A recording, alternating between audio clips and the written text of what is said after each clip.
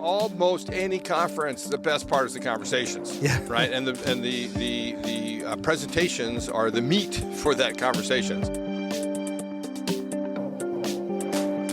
Hello, everyone, and welcome to a special event spotlight of travel trends. This is your host, Dan Christian, and today's episode was recorded live at the Arival conference in Washington, D.C. over the course of the first few days of October. As you'll hear from our speakers, it kicked off with an executive day on the Monday, an AI forum on Tuesday, and then 3 days of the Arival conference, which for me culminated by emceeing the multi-day tour track, which was the very first time the Arival team has actually focused on multi-day, with the exception of myself giving a keynote several years ago now. And one of the big highlights for me as an outcome of this conference was in speaking to Bruce, one of the founders, is that we are going to continue with multi-day tour in Valencia. And those dates for everyone to plan to join us are April 27th to 29th. And we will be doing a multi-day tour track. And I've kindly been asked back to MC. So I'm looking forward to building out the content and the overall plan, and then hosting that event over the course of those 3 days in Valencia. Now, next year's conference for Arival is actually going to be in Spokane, Washington, and the dates for that are October 13th to 16th. So hopefully after listening to today's conversation, you'll be inspired to join us in Valencia and to join us in Spokane, Washington later next year. Now, in this episode, you're going to hear from a number of fascinating people that came together for the Arival conference in Washington this year. Some familiar voices that you have heard on our podcast before, like Steve and Joyce. And actually, you just heard the words from Douglas Quinby in the opening segment there. Thank you again, Douglas, for your generous comments and for the ongoing partnership. And you will also hear from a number of new individuals, including Michael Zeisser, who is considered to be the Warren Buffett of investing when it comes to the experience economy. You'll also hear from Joe Pine, who's returning from being on our podcast in season 5. He's also closing out season 6, and this was the first chance I had to meet Joe in person, and so I was keen to be able to record with him since he was actually the big keynote speaker that the team at Arival brought in. And for many of us, his landmark work, The Experience Economy, is what motivated many of us to be in this industry. And you're also going to hear from a number of very impressive female entrepreneurs and executives. One of them that I was really keen to speak to is Marica Brewster, who is the founder of the Von Mack agency. She has such an inspiring story to share, and she's done such extraordinary work in this industry. So you'll finally get a chance to meet Marica on this podcast. You'll also get to hear from Lauren Shannon, who is an American living in Japan running Arigato tours. And she kindly joined the multi-day tour sessions and had great feedback and has some really interesting perspective to share. And one other person I'd highlight, Cindee from Breathe, Alaska. This was an absolute surprise and delight conversation. We actually do a breathing exercise, which is a lot of fun. And I really encourage you guys to listen to that part of the conversation because it highlights the interesting people that come together for a conference like this and also where the industry is headed in terms of wellness and sustainability. And so I definitely encourage you to listen to my conversation with Cindee from Breathe, Alaska. And you'll hear from several other fantastic guests, including Tony Carne from Everything AI and Travel podcast, and Daniel Cerda, who was one of the other highlight conversations I had, who runs a food tour business called Eating with Carmen in Mexico. So many highlights. I hope you enjoy these conversations and the special event spotlight from Arival. Thanks again for joining us, and here we go. I now have the chance to sit down with a dear friend of mine, Stephen Joyce. He's well known to not only our travel trends guests, he's been on our podcast a couple of times. He's been on the last Arival episode that we had done. I have been on his Arival show. Of course, he hosts the Arival podcast with the wonderful Janelle Visser. And Stephen lives in Vancouver. But tell everyone what you do, Stephen, because you work with Protect Group. Tell us, everyone, what your title is in your new role, because you've got this super important global role. What is your official title? Yeah, so it's a bit of a mouthful, but my official role or title is Global Strategy Lead for Travel Tours and OTAs. Wow, so that's a lot. That's a lot, isn't it? Yeah. So it's interesting because we support several verticals within Protect Group, and the other 3 verticals are very well defined. There we have aviation, so airlines and transportation, hospitality, and live event and ticketing, which is sports and music events. And then there's this other bucket that is travel, tours, and OTAs.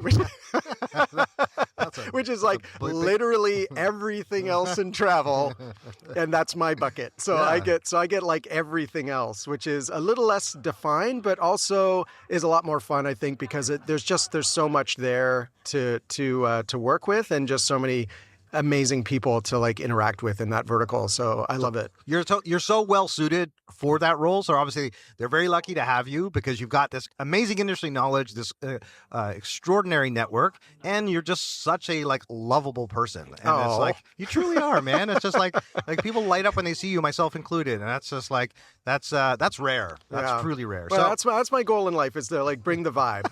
Maybe it's just the mustache, maybe. I don't know. Maybe it's the mustache. Is that what it was? Like everything changed when I got the mustache. I think it might be. Oh man, I wish this was video rather than just audio. But you just have to pull up a picture of Steven. Where's there a picture of you with the mustache? Because if you pull up your LinkedIn profile, you don't have the mustache on there, do you? I do. It was like pre-curl though. It was like right when I was growing it out. So it was it's a little bit. I have an updated picture, but I mean, actually, if you go to my LinkedIn, there's several photos in the like featured posts and stuff. Perfect. With the mustache. Okay, so look at Steven and like it'll just bring a smile to your face, and you'll see why when you see his amazing mustache. But tell us, for those people who are just getting to know you, give everyone the like less than 60-second version of your incredible history in the travel industry, including working with Arival. Yeah, so I've been in travel technology since the very early days of the internet. So I'm going to give away my age. I'm not going to tell you what it is, but you're going to be able to guess it. Is that in the late 90s, I worked on Canada's first OTA, company called Trippies. And I was the creative director on that project. And then that eventually became Sears Travel. Does everybody remember Sears? Yeah, probably not a lot of people remember Sears. At least not the young ones. Definitely. And then, continue to work in travel technology all through the first internet bubble. And then built a consultancy where we did a lot of software development for travel websites, mainly building travel websites, mostly in Canada. And then started building this, one of the very first reservation systems for tours and activities, product called Resgo. Which is actually here today at Arival. It's still a very very profitable, growing company, and I was the co-founder and CEO of that for 15 years. And then during COVID, took a step back, dealt with some personal mental health issues and things like that I wanted to take care of. And then got back into it in late 2021, early 2022 again. Working for a distribution startup called Hollybob, based out of the UK, as their VP of product. And then joined Arival as VP of content for Arival, worked with them for a year. And then Protect Group came along and was like, hey, we think you'd be a really great fit for this new role that we've got, kind of heading up this vertical. And we'd love you to join. And it was a great opportunity. So a year later, it's been a year. Yeah. I've been with them for a year now. Wow, that's gone very quickly. Yeah, it went very quickly. And here I am a year later. So there's two things I want to say on that. One, obviously, we were so happy to have you back in the industry.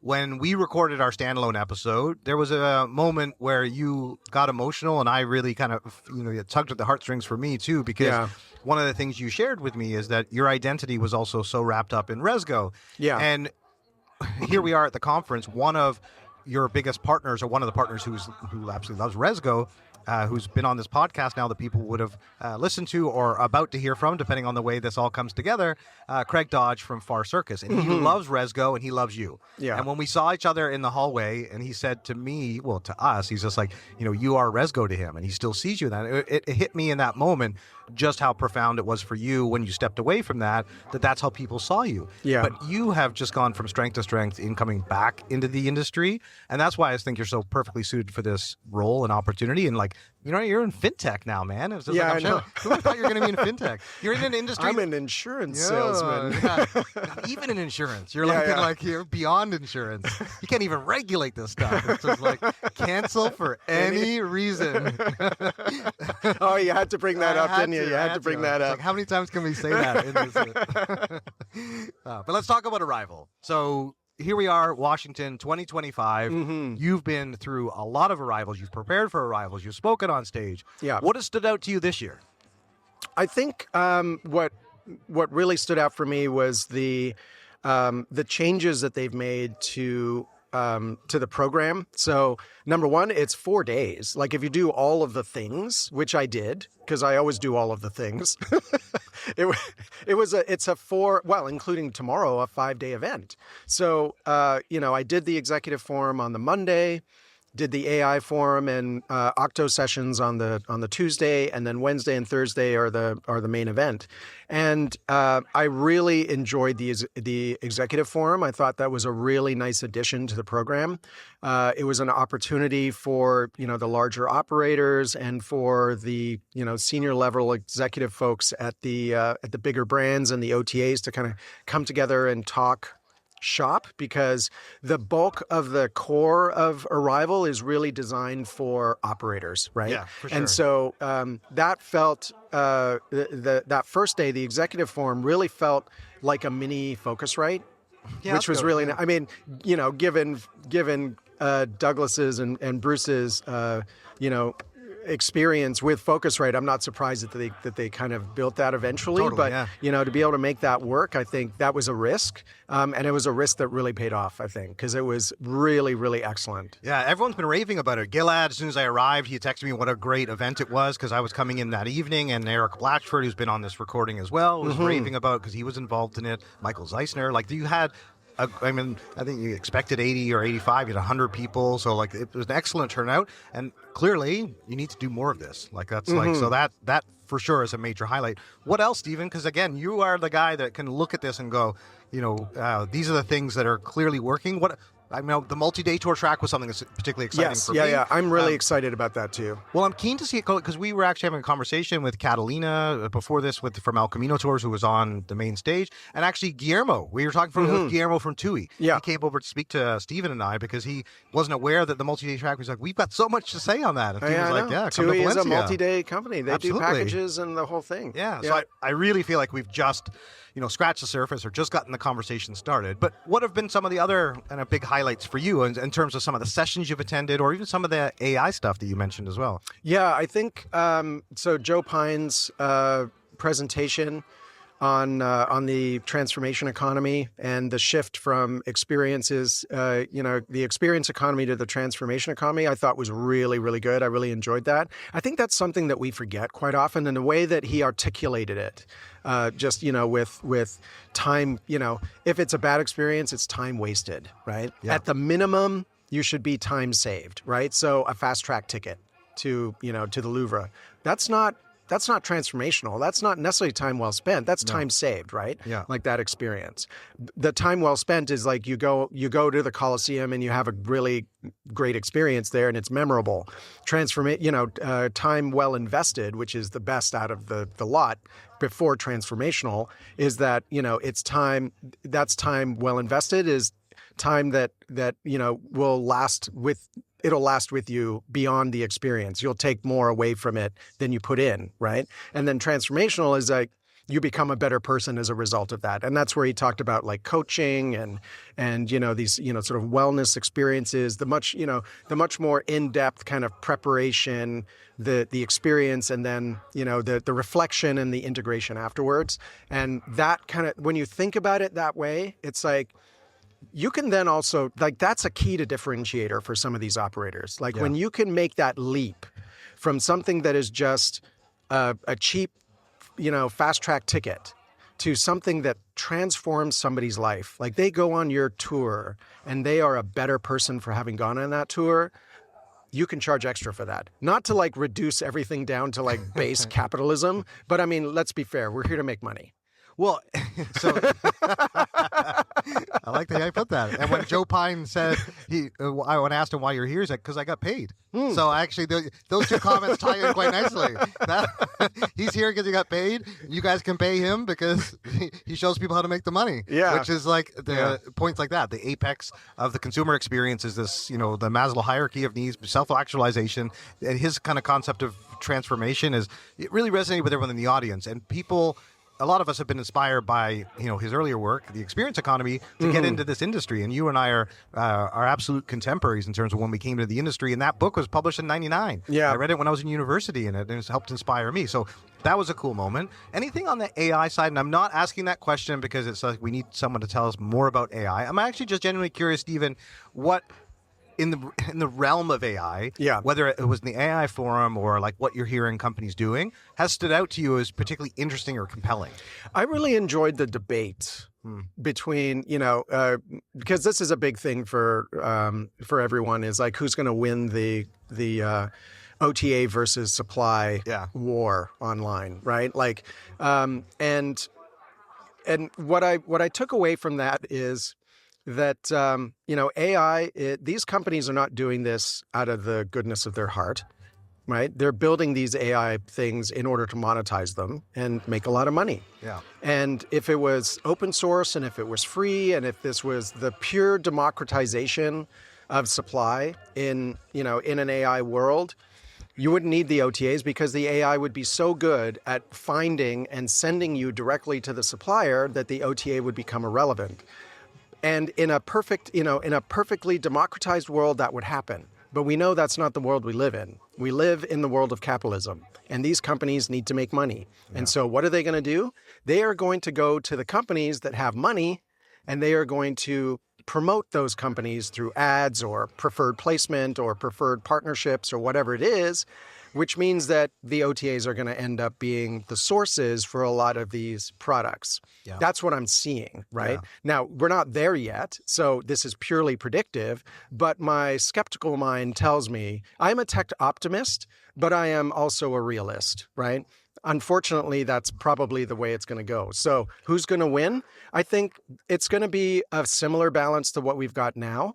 You're going to see supply surfaced through AI discovery, but the preferred sources and the ad revenue is going to come from the large OTAs who have all of the supply and the money to be able to spend on advertising. Yeah, no, it's really interesting to get your perspective on that. And there's two other questions I wanted to ask you, and one of them is about the overall trends, and one of them is plans for next year. But in terms of the overall trends, one of the standouts for me that I didn't cover with Douglas, but it was one of the things that I mentioned to you afterwards, which was that when he showed the stats about Gen Z and millennials traveling to Coachella, that 60% of the tickets bought for Coachella were buy now, pay later. Yes. And I've often had that reaction having young kids, and you have kids as well, and they're not kids anymore. All of they're adults now for both of us, but nevertheless, the reason I mention it is because our daughter loves concerts and go to festivals, and the price of those, so like a Coachella ticket, so right? High. I was always like, how do kids afford these tickets? Obviously, their parents have to buy them for them, or like even a Taylor Swift concert. Yeah. So it's like, and it's become a big thing of travel as people go to festivals and concerts. So that was an interesting stat to show for businesses to comprehend. This is how young people are affording it. They're not. They're buy now, pay later. They're saying, I'm going to go now, and I'm willing to pay this over 12 months. And I instantly thought of you because of the whole cancel for any reason. I was like, and so when you think about the trends you're paying attention to, being someone that's really switched on in this space, what are one or two things you would point to as we go into 2026? Either here from the conference or just things that are already, that you're seeing in your role and your global travels. Yeah, I mean, looking at the trends, what we're seeing is this generalized anxiety, right, amongst travelers. Because of all of the stuff that's happening economically, the political instability, right? Where do I go? Are things going to change? Like, am I going to be able to get into the country? Am I going to end up in a different country if I go to that country? Not naming any names. So there's this generalized kind of anxiety. And what do people do when they feel anxious? They try to protect those things. So what we're seeing is like during COVID, for example, when we look at Refund Protect, which by the way is not a cancel for any reason product. It is a cancel for legitimate reason product. So it's a high intent product, right? Like these are people that buy these things with the intention of going, and they buy the Refund Protect because just in case something bad happens, they know they're going to get their money back. Right. Whereas cancel for any reason is really more of a low intent product. It's like, I'm not sure if I want to go or not, so I'm going to buy this thing I'm going to pay a little bit extra so that I can make the decision not to go and I'll still get some money back, right? That's more of what it's for. Yeah. And we've got some data around that sort of supports that sort of thing. So when we look at like generalized anxiety, what we see is that, the more anxious people become, the more likely they are to buy protection in order to make sure that they are in a situation where if something bad does happen, that they can get some money back and they're not losing their investment. Because these are, number one, people taking fewer trips, right? Yep. They're spending more on those trips. And so they're investing in these experiences, right? When we talk about that time well spent, time, well invested, they're investing in these trips. These trips mean more to them, especially now with younger millennials and Gen Z. They're specifically doing trips that are more meaningful for them. Douglas talked about that in his opening, that, passion-based, interest-based travel. You talk about this all the time as well, the passion-based travel. I remember you did a whole presentation on it in 2022 or 23 in Vegas, right? Yeah. Passion-based travel is very much a thing. And they want to go to that thing.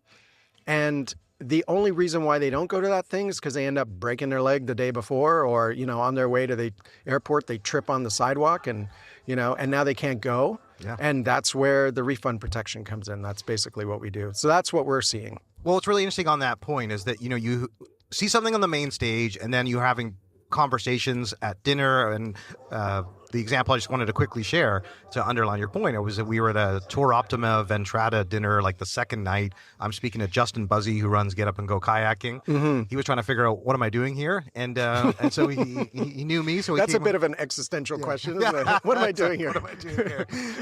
And we ended up having a fascinating conversation and sat next to each other. And he was sharing, because when you talk industry and you talk shop, one of the things he highlighted to me that was interesting for the two other people that were there with us is that for people who actually choose to cancel for any reason on the day of travel, it actually doesn't necessarily apply because you can't necessarily book it within 5 hours, but people are still, it's negative opt-in. So there's a heads up here for travelers and also for companies. So for travelers, obviously, heads up, if there's an automatic opt-in, make sure you're reading everything. However, what he's found out is that people are automatically opted into it and they don't opt out of it, and they've made an additional $50,000 in revenue. Mm-hmm. And again, back to this, how you make money when margins are thinner, commissions are higher, bookings are dropping off, especially in the U.S. for, when they're lower international travelers. So you have to find every way to drive profitability. Yeah. And this is a great solution for that. So, Stephen, there's one more question I want to ask you, and that is plans for Arival next year. We're moving from this washing to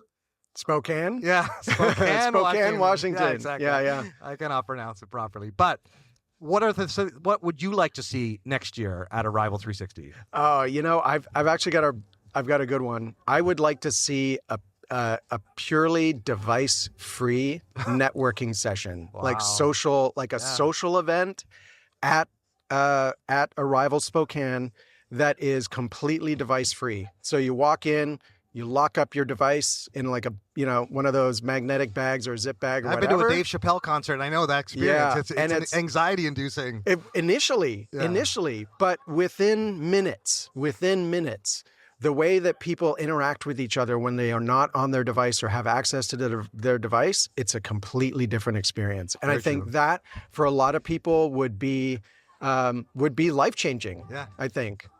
Just the depth of the conversations that you can have when you're not distracted by your device. Let's talk to Bruce and Douglas. Let's make that happen. Yeah. That would be a cool experience. Yeah. So there's another sponsorship opportunity right there, right?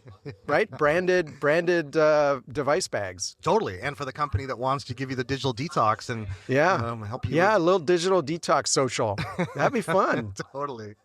Awesome, Steve. Well, it's always a pleasure to speak to you. It's great to see you again and hang out together. I look forward to seeing you in the next couple months at all the conferences and back in Canada whenever you're in Toronto or I'm in Vancouver. But anyway. Yeah, we're practically neighbors. We're only a short 5-hour flight away from each other.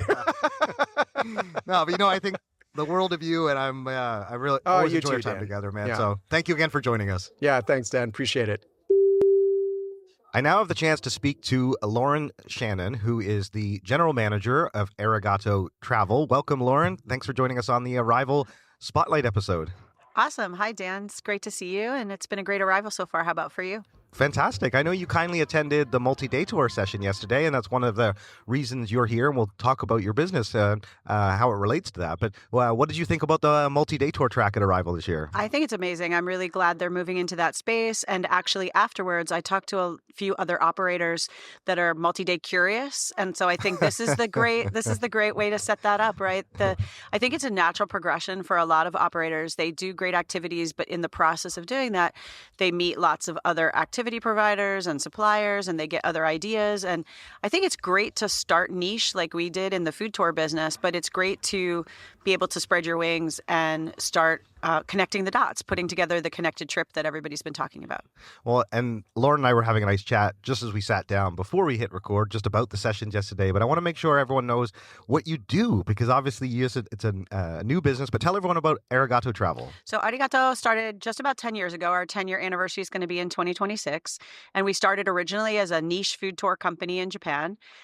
We have just had amazing success in that. And before COVID, we wanted to move into the multi-day space, but in Japan, it's expensive and the licensing is hard and all that. So we started that at the end of 2019, and then obviously we paused it for the great pause. And then when we came back, we got all our licenses in order and we launched as a full DMC so we run both businesses now. So it was great because in my case, I got to experiment with multi-day business while the food tour business was paying the bills. So when we first hired our travel ops director and we built out a team of travel planners, we could do that without a lot of KPIs or revenue required. We could just build our systems. And we've always been really big about building systems in-house and then partnering with different types of tools and other systems as we need it.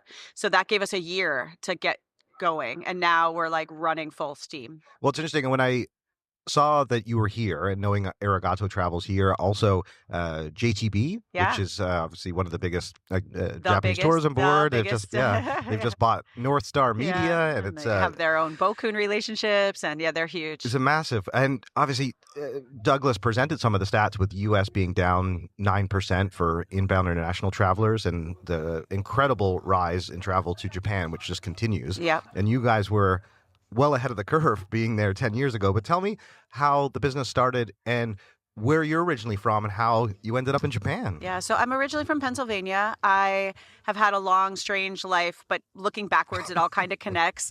I was an educator, and then when I moved over to Japan, I moved over with a technology grant in Japan and was doing stuff with education and tech. And I kind of got a little bit burned out by the big transition. When I started out in education, I was in a small, very creative private school outside of Philadelphia. And then I was in this big Japanese education system, and it was quite a culture shock for me. And I did that for 3 years and I enjoyed it, but then I wanted to take a little break. My husband is a software engineer for like 35 years. So we moved up to Tokyo, and our first job in Tokyo was he got hired to do a just-in-time delivery system for introducing California wines into Japan. Because at that time, the only wines from California that Japanese people knew were like Mondavi and Gallo, which are terrible, right? So we introduced like 50 wineries. But my job then, because I was taking a break, was to do sort of events, wine tastings, and all of that. So I moved into the food and beverage space, and I was there for quite a few years. And then I moved over to hospitality and travel about 14 years ago. I joined Arigato Travel. My business partner, Ann Kyle, she started the business. I joined her 6 months after she started as a consultant. She kept me so busy that I had to get rid of all my other consultant clients. And I just said, you need to hire me because you're taking too much of my time. And about a year after that, her and her husband, who were the founders, had me join as a full partner. So I went from like consultant to full-time employee to part owner and GM. That's amazing. Yeah. And so we started out in food tours. We did that for a number of years until 2019. And then coming off of COVID, we decided to move also into the custom multi-day space. So we're growing. Our team went from like a handful to about 100 freelance guides, about 40 full-time staff. The multi-day team is growing by leaps and bounds, and it's been great. And Japan has been crazy for inbounds. We are definitely doing the plumbing with the water turned on all the time. So that's exciting. And obviously, you're here at Arival. This is your first year at Arival? No, Dan. And actually, I am an old hat at Arival. I've been to Bangkok. I've been to San Diego. I've been to Valencia. I've been to Orlando. I love Arival. This is my 6th, and this time I brought my marketing manager along, and she's getting her eyes wide open about AI. Fantastic. That's great. Well, and the reason I mentioned that is because I know one of the appeals this year is the multi-day. You guys are moving into that. And obviously there's lots of benefits of being at Arival. So now one of the things I'm keen to get your take on is that this year, obviously we talked about multi-day. You mentioned AI. What are some of the other things that stood out to you so far from this year's Arival? So I was really excited that they added a track for leaders like me who've also been around Arival a while. So I actually came quite early this time, and I did the executive summit first, which was amazing. And we got to meet a lot of great people. Another fantastic thing for me is I'm a huge Joe Pine fan. And actually, I loved your episode this last season about transformational travel. Amazing. I listened to it like multiple times. I shared it with my team. That's awesome. So I had him sign my book, and like I'm quite the fangirl. And And now you're on the same podcast as him. I know, This episode it's so exciting. Joe and Lauren are together on this episode. There we go. Exactly. I like stalked him and made him sign my book, and but he's great, and I really feel like it's been interesting connecting dots between Joe's take on how people value time and how that can be a frame for what we do. And actually, I wanted to mention one thing that I kind of put together between the executive summit, the AI summit, and then yesterday's first full day at Arival is that we talk a lot about the tours and activities business not having a standard of the same way that you look at 3-star, 4-star, 5-star hotels. But actually this time well saved, time well spent, time well invested could be that standard. And in the executive summit, I got up and I compared it to the Michelin stars. So if you don't know that, I'm a big food tour person, right? So if you don't know the story of Michelin stars, because Michelin was a tire company, when they first made their free guidebook, the star levels were like 1 star is worth a stop if you're driving along. Right. 2 stars is worth a detour. So it's good enough that you should go off your route and find that restaurant. But 3 stars was worth the destination. So you would go because of that trip. Right. And I think if we start to think about tours and activities and even our multi-day packages in those terms, there may be something there. You know, I'm not sure, but I think thinking about this time well saved, time well spent, time well invested is a great way to think about the levels of activities and experiences that we as providers create. Yeah, well, it's one of the things that stood out to me with his presentation, which is excellent. I mean, I've not seen him present live before, and I was so thoroughly impressed. Yeah, and me too. He's just such a great speaker. And obviously, the content is just so compelling as well. And when he was talking about well-being, both in the session and on this episode, I keep thinking about how travel companies can better market their positioning around that. And one of the things in the multi-day tour space that a lot of travelers have told us is that they want flexibility with their schedule. They want, and this is this concept of slow travel, but people want to spend more time, get deeper into a destination, have those connections, the meaningful cultural connections, and focus on their overall well-being. There's less about drinking and there's more about getting up for yoga. Although drinking's great too. Believe me, and I like my sake as well. That's like when I like the rice wine, and and Japanese beer and Japanese whiskey. I know. Oh yeah, so great. no, exactly. I'm of that generation, but many people want to choose wellness as an option, but also they're looking to trips for transformation, and that's one of the things that he really spoke to. So tell us a little bit about these multi-day trips that you're introducing. So we are doing just a little bit of everything as we've learned and grown, but I want to just circle back to that topic. Sure. So like shameless plug, come to Japan for wellness. Like the Japanese, I always say, are like the OGs of mindfulness. They've been practicing mindfulness for like 1,000 years, and I'm not exaggerating. So the whole culture is really based on this: be in the moment, pay attention. The world has been fascinated by the idea of ikigai, finding your purpose, about wellness, about mindfulness. One of my favorite Japanese expressions is ichigo ichie, which means one chance, one opportunity. So that's original mindfulness, right? Like it's in the tea ceremony scrolls. Long before Eminem. That's right. Yeah. Exactly. And so like the thing here is, if you and I did this podcast tomorrow, it would be different. Yeah. So we need to be in the present moment now, think about who we're with, where we are. And that has really set us up to be able to create some amazing experiences. We're very interested in being a part of the solution for over-tourism in Japan. So we've been in the news. Everybody's heard it.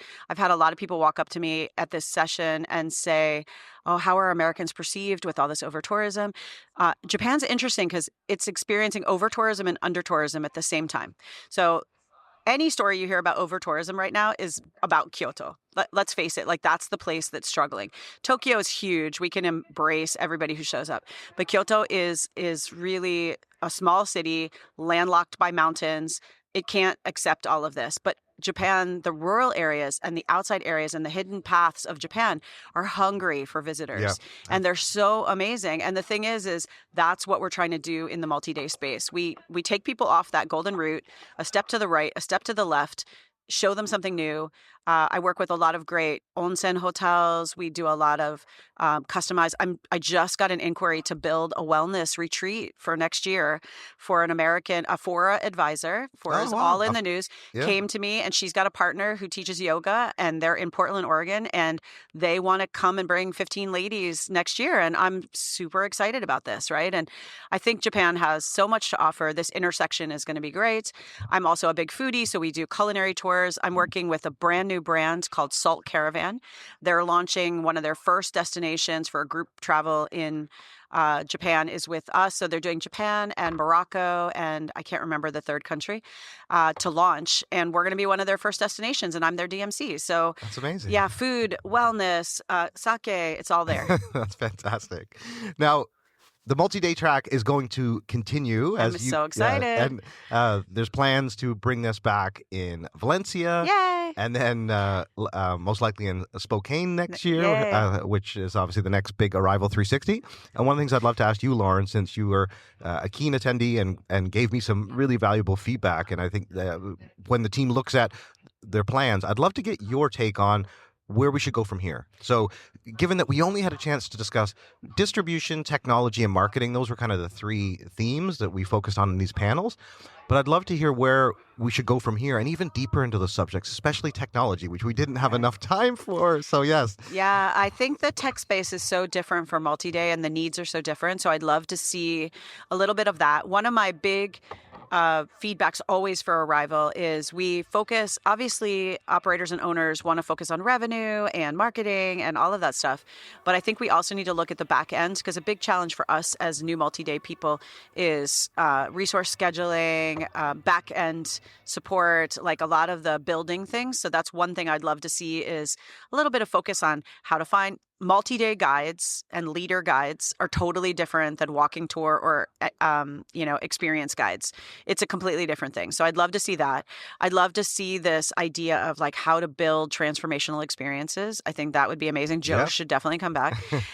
But I think it would be great. One of the things I'm sensing is I came to the multi-day track having started a year ago. So I've learned a bunch of stuff and I'm not a beginner.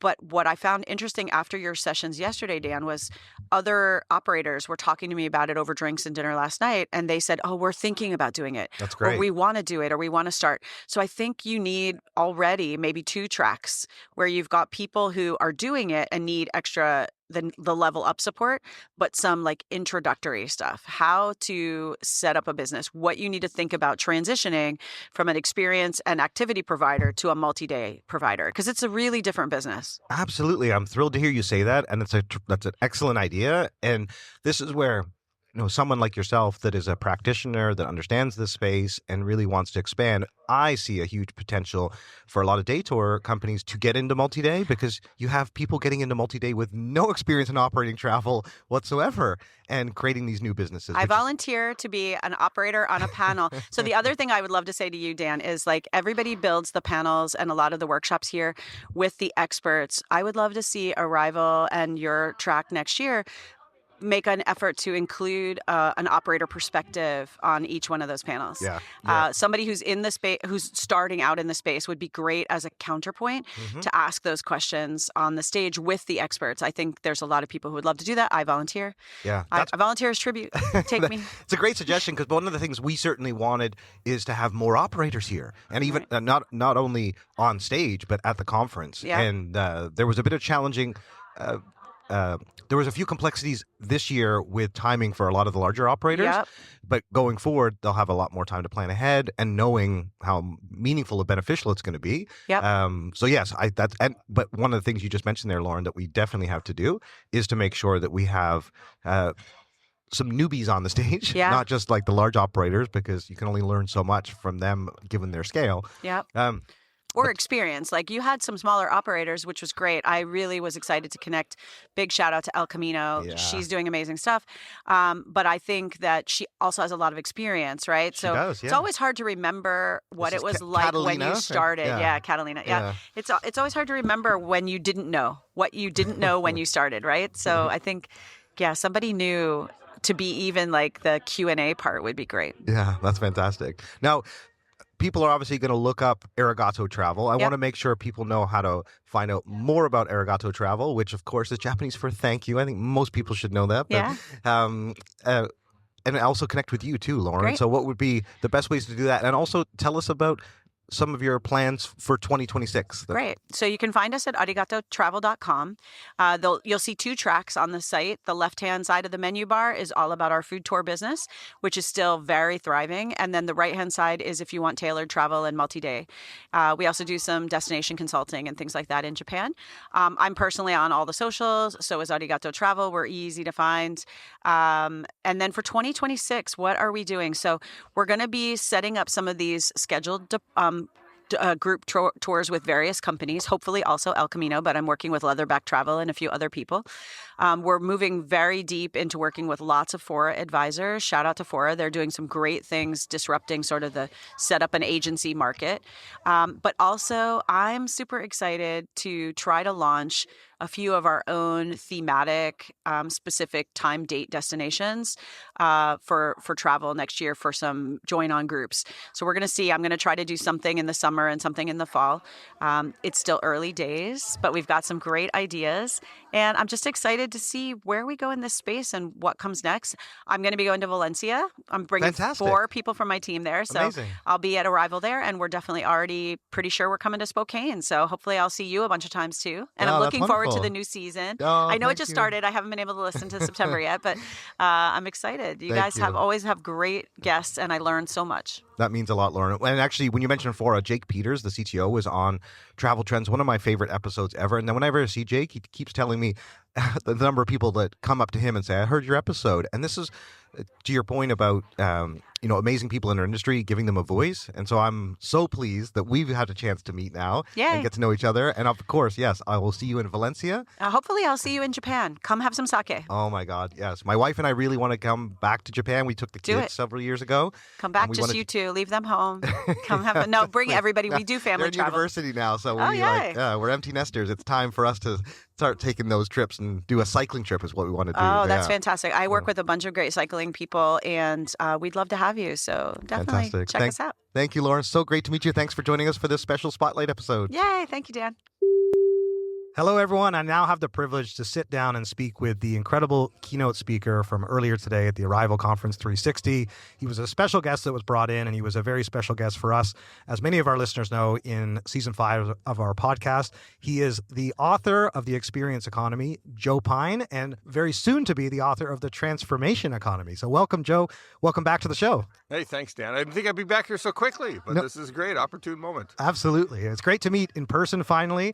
And obviously, that was a massive highlight for us and our listeners to bring you onto the podcast. I know we've kept in touch since, and you're going to be a part of our season ending for season 6, which actually will time out perfectly with the new book coming out, which is going to be officially in February. We finished the season 6 at the end of January for all of our Super. listeners.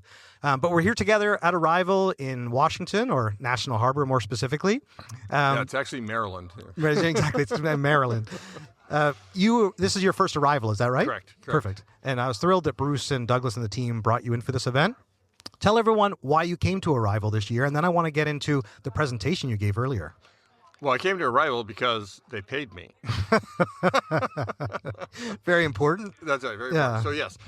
No, Arival is like down the plate of what I'm talking about in the new book, The Transformation Economy. The shift towards transformation is as big in the travel industry as in any other. I use it here this morning at the presentation, but I use it another place. The fact that, like, when I talk about the experience economy, I usually use coffee.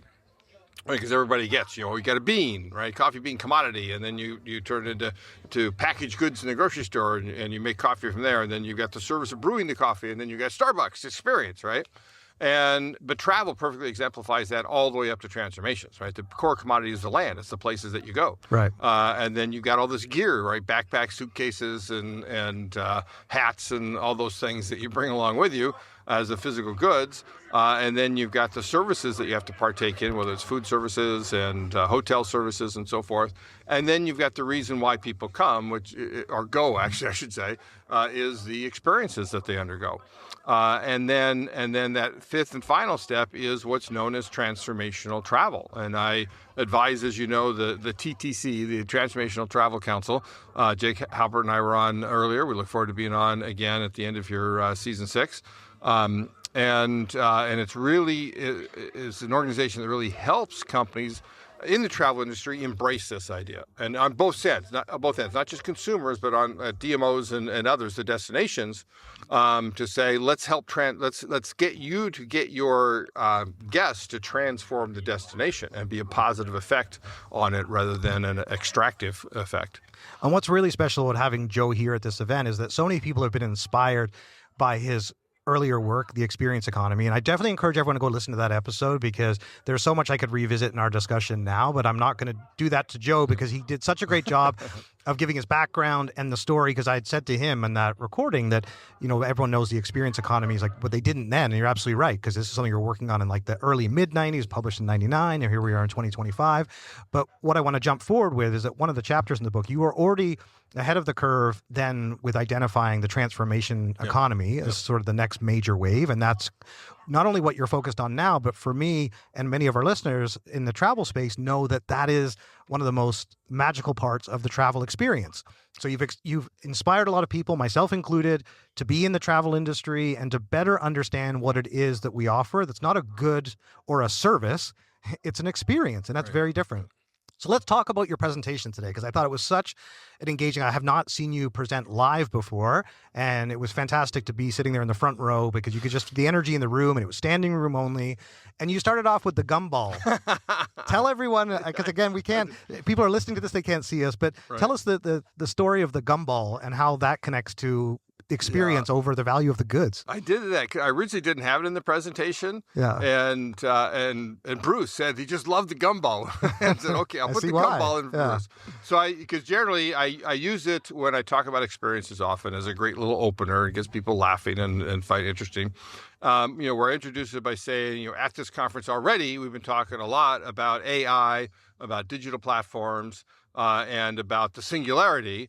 So let me show you a different kind of technology that, in fact, is very telling for what's going on. And then I click on the gumball machine, and people titter and laugh. This is the height of technology that I'm talking about. And the basic idea is that a kid goes up to a gumball machine and puts his quarter in the slot and turns the crank, but then he doesn't get a gumball. Now, the old machines, that's what you did. Crank, gumball, right? Yeah. No, now it gets all this other stuff. It goes spiraling down, clickety-clack as it goes. I see some that are kinetic sculptures, and the gumball goes this way and that way and the other thing. And I point out that how much more kids enjoy this than the regular gumball machine, and how much more value it has than the regular gumball machine when the manufactured goods is exactly the same, right?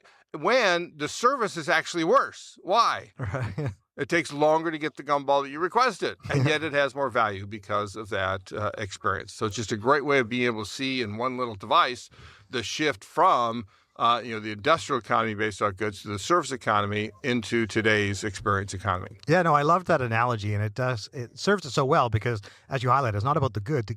The kid may not even eat the gumball. Runs back to his parents, asking for another quarter. Yeah, and it's the service is slower, so it's not about the goods or the service. It's about the experience, and that's what they're getting out of putting their quarter in. So connect the dots for us between experiences and transformation.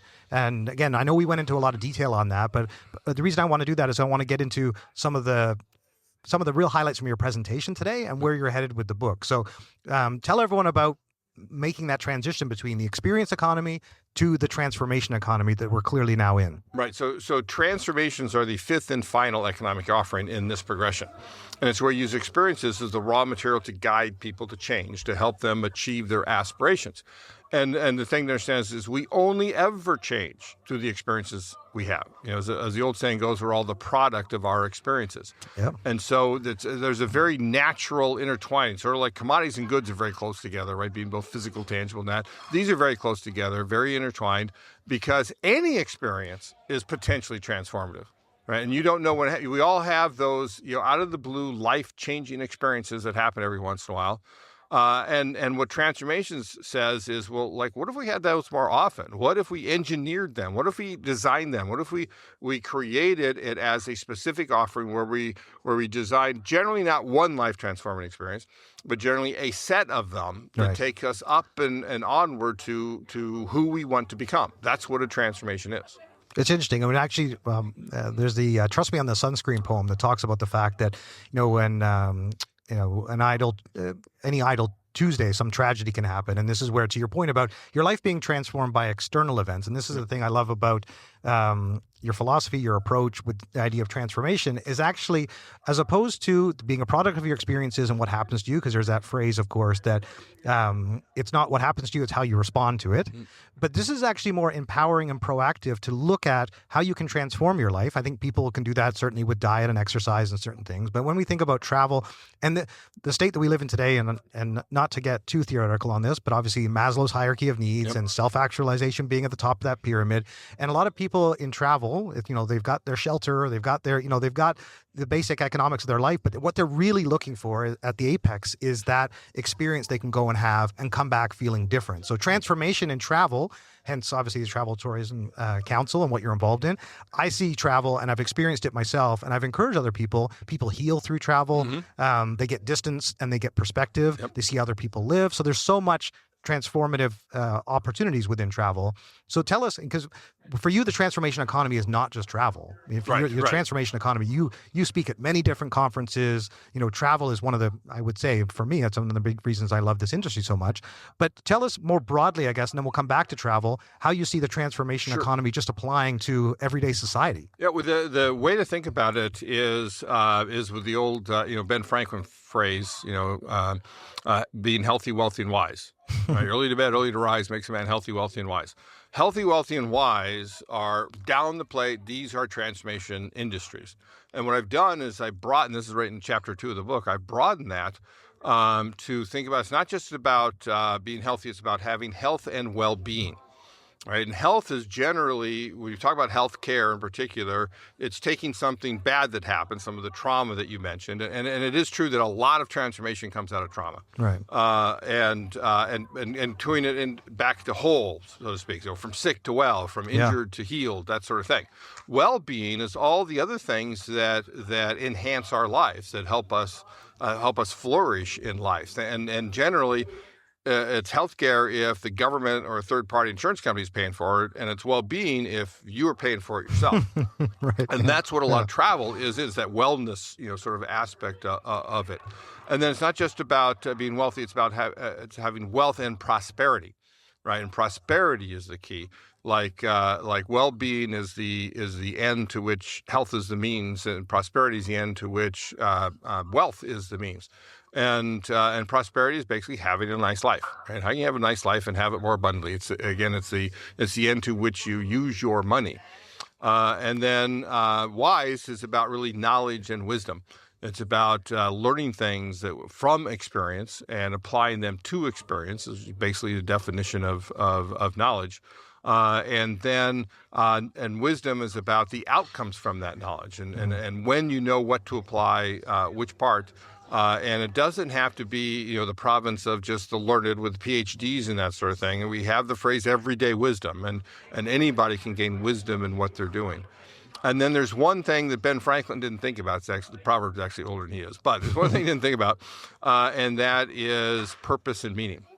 So purpose and meaning is the fourth, I call these spheres of transformation. I didn't want an industrial word like industry. I wanted a very amorphous term because they all overlap and that sort of thing. But purpose and meaning. And purpose and meaning is perhaps the most, it is the most important one. I don't want to say perhaps. It is the most important one. It's at the bottom of Maslow's hierarchy, not at the top, as Viktor Frankl taught us in Man's Search for Meaning, that even in the Holocaust, people that had zero prosperity and almost no health and weren't learning anything could have, if they had meaning in their lives, they could survive and get through that. And if you lost meaning in your life, you're going to be dead in a week. Is what he found out. And so we need that meaning in our lives, and so those are the 4 spheres of transformation. And you can think about your own business, and you can think about it in travel. Yes, there's a well-being aspect to it. There's also a prosperity aspect of where I can go and what I can do. The knowledge and wisdom aspect of what you learn when you travel and how you then can apply that back in your life. And then as well as fulfilling your purpose of why you are a human being, you specifically, and gaining meaning from travel, all of that is wrapped up in there. Yeah, no, this is so fascinating because as a marketer in travel, and you're trying to understand the personas and the people that you're speaking to, and you look at multi-day tour travel, which is my background, you look at the types of people that take those trips, they're often nurses, they're teachers, they're typically people that have a post-secondary education, they have the means to be able to travel financially and also have the time off. But when you actually start to pare it back, you realize that what people are seeking, they're seeking meaning. That's a big driver. And so you can start to market towards that. And obviously this is the commercial, I guess, application of trying to market to people in society that have a certain desire. But this is where I wanted to unpack it because your theory and approach on this is so much more profound than just the travel industry. And I'll want to bring it back to us because that's who our listeners are. But I think when you look at evolutionary biology and the fact that people are social creatures and they desire connectivity and, as exactly you said, meaning, is that they tend to then seek out those types of opportunities that will give them ultimately well-being. Exactly your point. There's actually they're better off. They'll live longer. They'll live healthier lives if they're better connected to other people. And so, right. But sorry, please go ahead. Well, I was going to say, I'll give you, instead of well-being, right? I'll give you, here's the word. I used it briefly. Here's the word. What all 4 of the spheres do is that they, and what companies in the transformation, actually all companies do this, is foster human flourishing. Right, so flourishing is the topmost word. It's all about how do we live lives and live it more abundantly. How do we flourish and become who we're meant to be? Yeah. Well, I love that because it's that, pleasure and pain.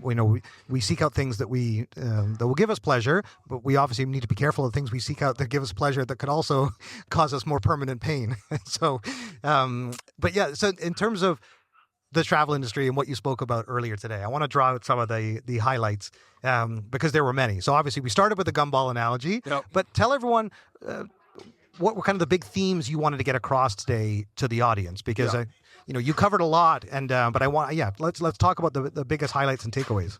So your biggest theme is to recognize the possibility of being in the transformation business. I guess before that even was recognize people are being transformed in your experiences, whether you design it or not, whether you ever it happened, where you ever thought it would happen. Yeah. I use the example of speaking to the American Alliance of Museums.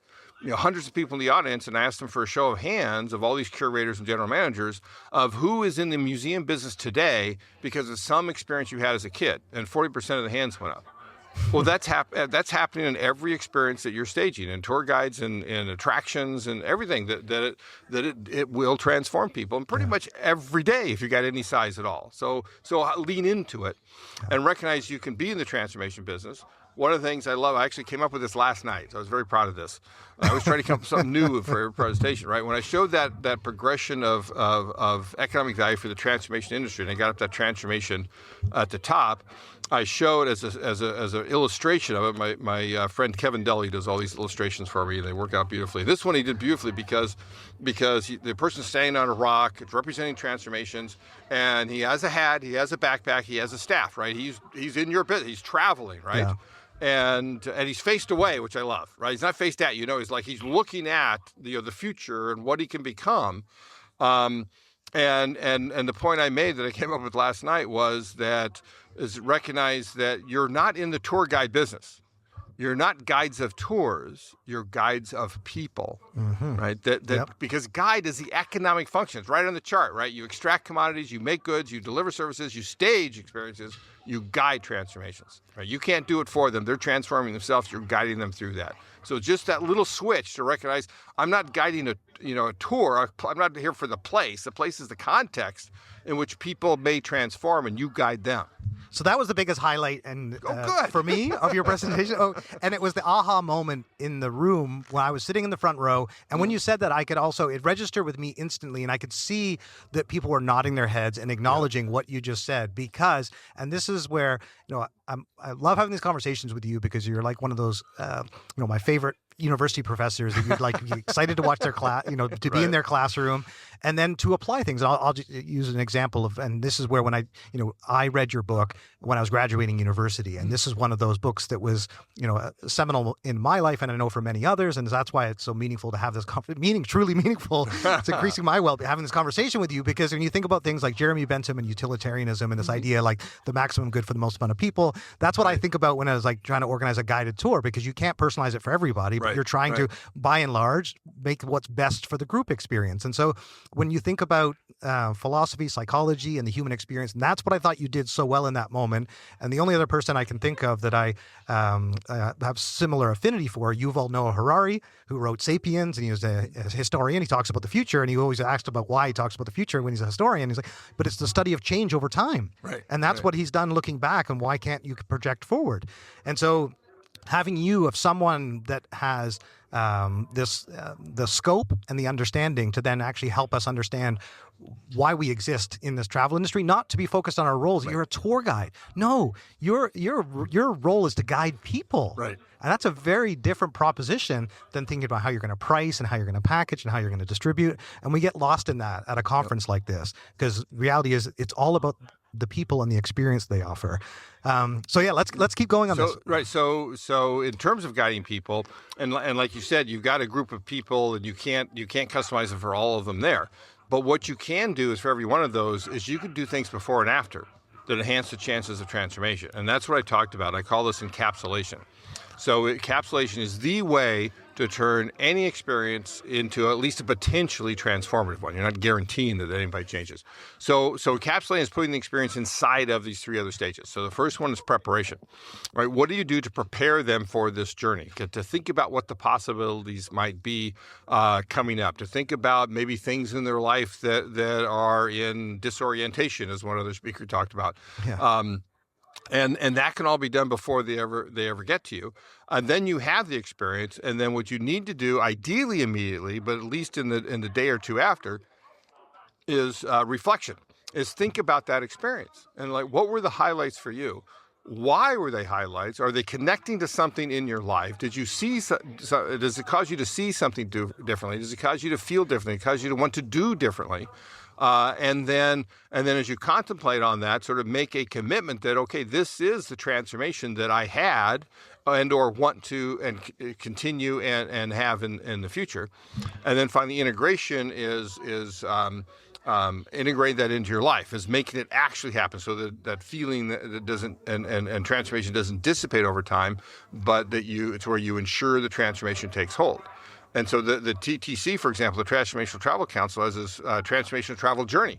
And it does that, right? It's just anybody can pick up. You don't have to be in a guided tour. You can buy this transformation journey, consumable book where you're writing in that prepares you ahead of time, gets you to describe your experiences and reflect on them afterward, and then helps you integrate them into your lives. Yeah, you're on your own hero journey as you go through that experience. You take control of it. You're conscientious. You're documenting it, writing it down, and aware of the process that's underway. And this is where, when you remind us of our humanity, and the fact is that we're tribal by nature. And one of the things that we keep coming back to is, in our modern times of technology, is that people are more disconnected than ever, despite having access to technology. So it's one of those things that, of course, people are going to gravitate more to travel and multi-day type experience as an example, because they want to gather with other people. And even being able to unpack the idea of, the size of a group and the dynamic of the group and the guide and the whole relationship and what makes that so special, it is very much like organizing a group of people, a tribe, and I think there was a book called Tribal Leadership, which was also I thoroughly enjoyed. Yes, that I took a lot of inspiration from in business, in structuring companies and organizations, and what people buy into as far as what the core values are. I think a lot of people in the last 10 or 15 years have been on this journey of defining their core values for a company, but ultimately it's how you connect people together that will share a similar faith or that will value things similarly, and therefore, there's a harmony in the group because they have shared common values.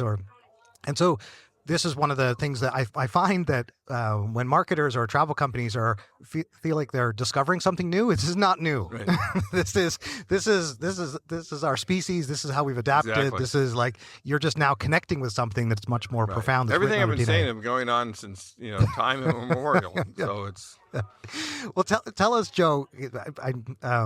Beyond travel for a moment, I'd love to hear your view on the big industries that are being impacted by transformation. And the reason I want to ask you this is because Michael Zeisser is going to be on this episode as well, and he's a big-time investor. He's the Warren Buffett of the experience economy. He is indeed. He's invested in Phare and Get Your Guide.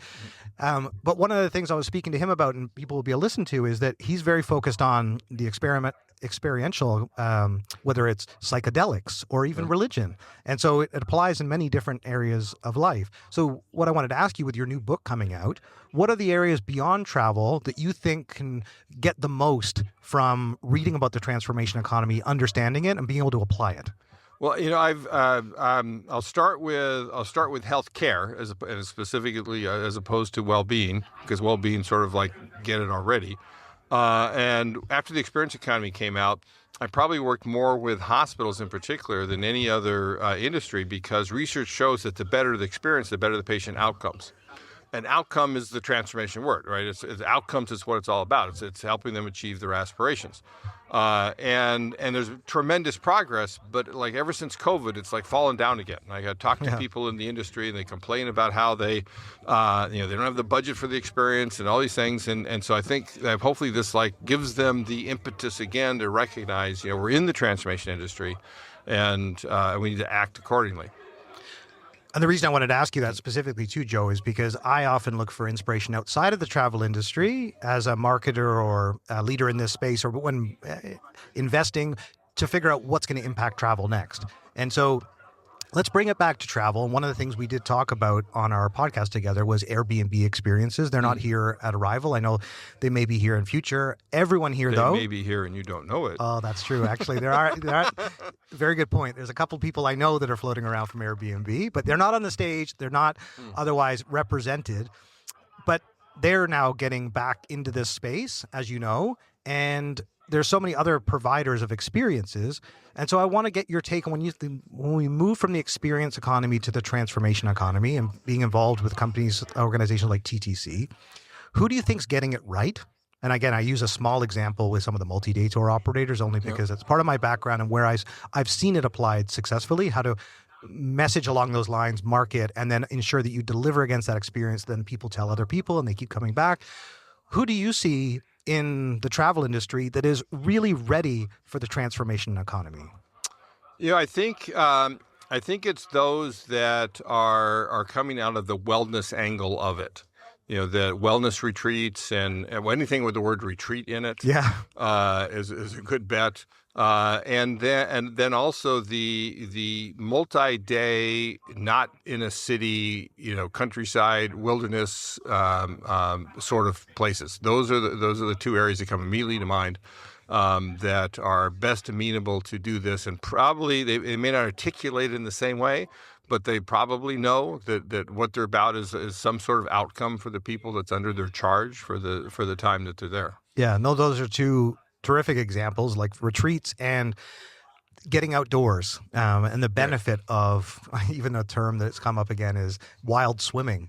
Oh yeah, I haven't heard that one. Wild swimming, which is just get away from the pool and the spa. And all of these spas are now giving you access to the creek nearby or the lake or the river. And so it's like, just go outdoors and swim is wild swimming. It's not even as exciting as being naked. It's just wild. I assumed naked was going to be part of it, but no, it's just out there. It's not in a pool is what it means. And who introduced us to this? The Japanese. It was one of the things that they've highlighted, that like for overall health and and well-being, to get outdoors in nature, in a forest, but then also go swimming. And it's just stimulating your body, and being in that environment is a transformational type experience. Right. So this is where I think it's so early in 2025, and great timing for your book coming out in 2026, because we've got another 25 years with that book coming out. There'll be people in 2050 that'll be like, Joe Pine, is that the transformation economy guy? Exactly. Yes. Don't forget about the There'll be a guy like me speaking to you in 25 years. It'll be like, and you're like, people didn't know what it was at the time, just like you said to me. That's right. People thought we were so ahead of the game with the experience economy in '99. Yeah. That's why we've come out with 2 editions since then. Yeah. But it's like, wherever you are, once you see it, you can't unsee it, and you recognize it. Right? I used to have to argue with people that the experience economy was happening. I mean, seriously, make arguments, show data. Now I just say it, and everybody gets it. Right? Transformation economy is sort of like at that point, and then I'm hoping, like you said, in 25 years, everybody will get it. They understand, and you can see it more and more than it was. People have been asking me for 25 years, well, when are you going to write a full book on transformations? I said, well, 1, the world's not ready for it, and 2, I don't know enough about it. Yeah. And that today, the world is ready for it, and I know enough about it, and that's why I wrote the book. Well, and it's right on time with this next technological revolution with AI, and I'm not going to talk about AI when I say this. I'm just going to highlight the fact that when you have a massive disruption and people are displaced and their roles are being reviewed and questioned, all of a sudden the work they were trained for. So this is the impact that's now being thrust upon so many people and will continue for the next 5 to 10 years. Then you start to reevaluate your purpose, your meaning, and what how you're going to provide for your family, and so one of the speakers mentioned in talking about AI and all that displacement, and he said, and I'm currently paying for my child to get a computer science degree. Exactly, and you can just feel it in his voice, like he really doesn't know if this is going to work out. Yeah, Douglas Quimby shared. I wasn't going to say. I think it's important because Douglas is a good friend and family man, and he's got his son in computer science, and he shared the Eric Schmidt, who obviously former CEO of Google, and that in the next year, all the programmers are going to be obsolete, and that could even happen faster. And so he's wrong, by the way. But Eric Schmidt is wrong. Eric Schmidt is wrong. Right? But Douglas is wise to be concerned, at least, about his son's choice. Yes. So that's why I think it arrives right on time for what we're all going to be experiencing. And there'll be many more examples of this to be able to share. But just a couple last things for you, Joe, while we're here together. The Arival conference itself, being that it's your first time, I know you've spent a bit of time. Everyone's come up to you after your session. Is there anything you've seen that's unique or stand out about this conference, and either preparing or the reaction from the crowd or afterwards, that is different than other conferences or other travel industry conferences? Well, I'd say one is having the pre-sessions. Right, that won the executive summit that I participated in on Monday, which I understand that's the first time you've done that, but the response was overwhelming in terms of how many people were there, paying extra money. Some people not even coming to the regular conference, just going to that one. And the level of discussion, it was very much and very good that it was discussion based. There was some panels. I was on a panel and others, but it was facilitated discussion to get them to understand the possibilities and understand what's going on in the world, not just around transformation, around AI and other things. So I thought that was very good. And then because of the rise of AI in the last few years, having an entire day on it yesterday was very good. So recognizing, I think having a pulse on the industry, right, would be a way of summarizing that, right? Is that Arival has a pulse on the industry and addresses what they actually need, right? They listen. It's not just a matter of we're going to do what we want to do. Yeah. No, that's a really good way to put it, actually. And it's certainly worth mentioning that executive day that you were a key part of, and Eric Blatchford, and there was a small group of people that came together to facilitate that session. And as you said, it was oversubscribed. And I arrived on the day that people were coming out of the sessions buzzing about it. And obviously, I'm sure they're going to replicate this concept. And that is, obviously connected to the theory in your book and putting it into practice, is that senior executives are looking to learn from others and to kind of transform their roles, their companies, by virtue of getting a better understanding of how the other organizations and thought leaders like yourself would help them approach and solve problems. They're not being presented to, they're actually having a conversation. Right. Exactly, and that's key. And almost any conference, the best part is the conversations. Yeah. Right. And the presentations are the meat for that conversations. And I love, for example, that lunch is an hour and a half. Right. Yeah. It's not like 45 minutes and back to it. Right. And people are smart enough to know also when I'm not going to get as much value from that presentation as I will talking to people outside the hall. Absolutely. Well, that is so well said, because this conversation is a big highlight for me from this conference. I'm so glad that we got a chance to finally meet in person, Joe. I have the greatest respect for you. I want to make sure everyone can find out more information, including your Substack that I mentioned when you were publishing your book. You were releasing the chapters, and I found that so fascinating to follow your journey, and I can't wait to read the book itself. But tell everyone how they can find out more information about you, and also some more details on when the book is coming out. Sure. Well, you can link in with me, Joe Pine, very easy to find. We have our own website, strategichorizons.com, and there's a place that you can put in your name. We send out a monthly newsletter, quarterly newsletter called Field Notes, as well as announcements about our books and events. We have Experience Economy Expert Certification. We're going to have Transformation Economy Expert Certification and so forth. As you mentioned, I wrote the book on Substack. It's transformationsbook.substack.com, transformations with an S. And got tremendous feedback from the people that subscribed. And the book is better because I did it that way, as well as it forced me to write it, because people were subscribing to it. It's like over 1,800 subscribers now. The book itself, I'm basically done with it. I actually finished the index on my flight here to DC from Manila, Philippines, and I finished the index. And answered a few questions last night on the that they had on the copy edit. So why it takes this much time is beyond me. From Harvard Business Review Press, if you're listening, right? Read the books you publish and cut down your cycle times. But anyway, February 3rd is when the book is available. You can pre-order it on Amazon and anywhere else that you can do online right now. And I'm I'm just anticipating that day. Yeah. Well, I was showing Joe as we were sitting down, because I've got a number of friends and colleagues that can't wait to read it, and I showed him someone sent me a message this morning saying I can only pre-order. I can't get it till February. Right. And so that's the way it is. Yeah, it's the way it is, but it's coming. Right. But you can get almost everything on Substack. Right. I mean, there's a paid level and an unpaid level, but you can pay $20 for a month and then read everything that I posted on it and get the entire book. You can learn about encapsulation, you can learn about flourishing, you can learn about the spheres of transformation, learn about the levels of experience we didn't talk about, but I mentioned in there and so forth, of which transformative is the higher, and get all that value and suck it out if you want in 1 month and then cancel. That's fine with me. Well, no, I'm just going to add one thing to that, which is that I think one of the benefits of having followed your journey is that actually it gave me a chance to think through each of the chapters on their own. Sometimes you get a book, you go through it on a weekend, and then you need to reread it. And when I read books, especially something as profound as yours, I'm making highlights, I'm thinking about. So actually, I appreciated going on the journey with you as a reader. And so, because I've already been able to think through some of those things and then how they can apply, and I mentioned a couple of them in our other recording. So, Joe, I can't thank you enough for being a part of this podcast. Obviously, I'm thrilled that you're here at Arival, paid or not. I'm just glad that you're here and now part of this community. And right. I look forward to keeping in touch, and we'll have you back later in the season. All right, thanks, Dan. It's been a pleasure. I now have the pleasure to speak to someone I greatly respect and admire and have a chance to chat with at the Arival conference before. His name is Michael Zeisser, and he is an investor in the travel industry. He's got a remarkable background that I definitely encourage all of our listeners to look him up on LinkedIn and FMZ Ventures. I say Zed. I know the Americans say Z. Yeah. So that's my tell. It gives us away. Michael worked for Liberty Group with Expedia for a number of years, then Alibaba, and he went out on his own and has had one success after another with investing. I'm sure there's been a few along the way that didn't hit, but he's made some remarkably smart strategic investments in companies like Phare and Get Your Guide. And he is one of the people that really gets the experience economy. And someone referred to him last night as the Warren Buffett of the experience economy and travel. So, Michael, it's a great pleasure to have you on the Travel Trends podcast. Thanks for joining us. Thank you. It's wonderful to be here. Yes. Fantastic. And we will have Michael back for a standalone episode, but I really wanted to make sure we at least had this opportunity now at the Arival conference. He was part of the executive day.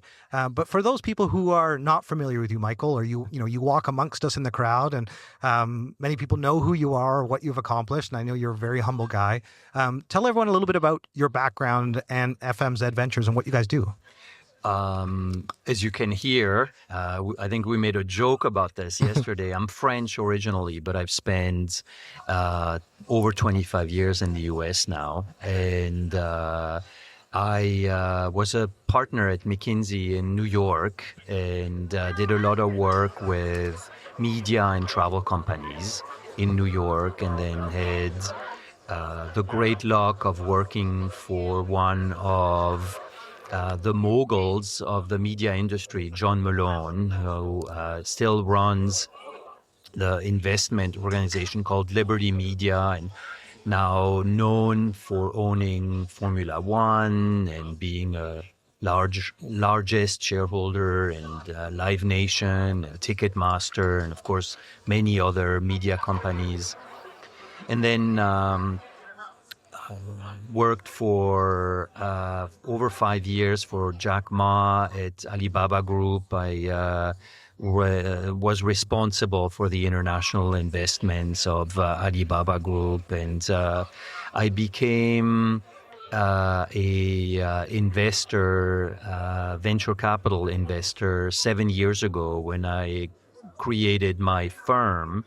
And I created the firm because it was obvious to me at the time that we were at a threshold moment in that we were witnessing and experiencing the emergence of a new economic sector, which I refer to as the experience economy. And it was very clear to me that there would be a number of Amazons of experiences that would be created and brand companies, a Nike of experiences, a Warner Brother of experiences.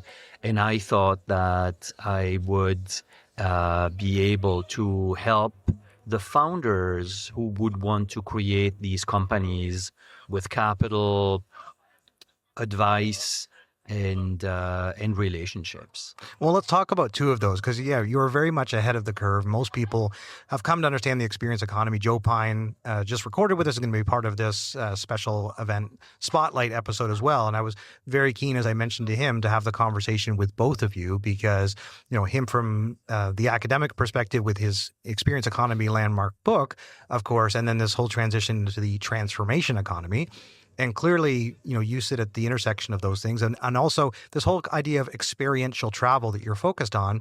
One of the things I found fascinating from our conversation the other night was that it applies beyond travel into things like psychedelics, and also even the return of young people to religion. And so this is where I want to have a very profound conversation with Michael on our full episode, but I want to give everyone a few, little insights into how that conversation will go. But also, specifically as it relates to the experience economy and knowing that you stepped out, seeing this was going to be a big opportunity. When I spoke to Rod Cuthbert from Viator, one of the things he highlighted is that Wall Street, when he created that company, that there was very much a transition occurring between he who dies with the most toys wins and this idea of greed is good and the whole Wall Street mentality of the 80s and 90s to this idea that there's more to life. And part of that is having amazing experiences while we're here.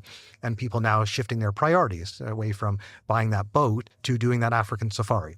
And so again, you were very ahead of the curve and started investing in these companies like Phare. That's an incredibly prophetic investment as far as I'm concerned, given what happened during the pandemic and the types of experience they started creating.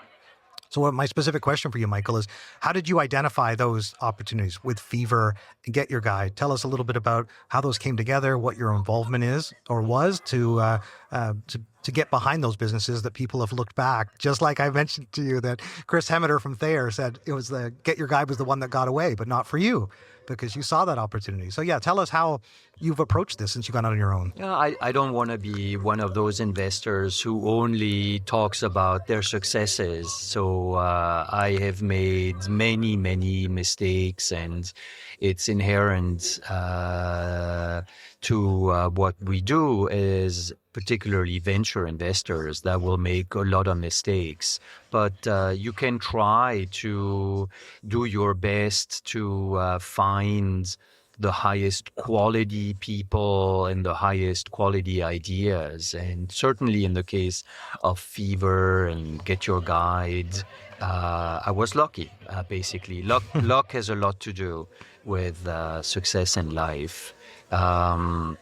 It was very clear to me, coming from Alibaba, which of course is the largest marketplace company in the East, relative to Amazon, which is the largest marketplace company in the West, it was very clear to me that the marketplace business model was the dominant distribution business model for things. Right. And I thought it was kind of logical that it would also become the dominant business model for the distribution of experiences. So I was actually looking for marketplace businesses that were thinking of themselves very broadly, and that were thinking of themselves as versions of Amazons of experiences. So that's how initially we got connected. And which came first, Phare or Get Your Guide? Phare. Phare, okay. So tell everyone a little bit about Phare, because I think that Get Your Guide, my father-in-law did a trip to Japan recently, and he had to book a sumo experience. And I was telling Tao about this, the co-founder who's been on our podcast, that my father-in-law said, I booked on this site, I'm not sure if it's legitimate, it's called Get Your Guide. And I just laughed. I was like, that's actually one of the best global OTAs. You're fine. If you've booked with Get Your Guide, don't worry. The tour's going to run, everything's going to be fine. But it shows you even a large brand like that. The one that's lesser known from a consumer point of view is Phare. But tell us a little bit about that business and how early you got in and the timing of that, because that's obviously just an incredible success story as well. Yeah, I got in quite early. Phare is very similar to Get Your Guide, except it targets a different persona, really. The way I think about the industry and the way I think about the structure of the industry is, it appears that the consumer has decided that she will go to one company, Get Your Guide, when she is a traveler, when she is a tourist, when she goes somewhere that she doesn't know and she wants to buy an experience, she's going to go to that store that specializes in giving her experiences as a tourist, as a traveler. That's Get Your Guide. Right. But that same person, she might live in Washington, D.C., where we are now, or she might live in Paris or in London. When she is looking for something to do in her city, she's not going to Get Your Guides, and she is going to Phare. Mm-hmm. So Phare is a marketplace of experiences. They tend to be different experiences, and they are the experiences that locals want to do in their city, basically. Well, my first experience with Phare was living in Los Angeles and Stranger Things, which was a big breakout success for them at the time. And this is just coming towards the end of COVID, but we were still masked, we were still distancing. We could only, it was a drive-in only. In the parking garage. In the parking garage, yeah. And it was a spectacular experience. We actually did it on my birthday because the kids were keen to do it. And we had the most fantastic time. We were clearly big fans of the show as well. And it was truly one of those experiential, transformative, immersive, all of those words wrapped into one experience. And Phare was behind this. I didn't even know anything about Phare at the time.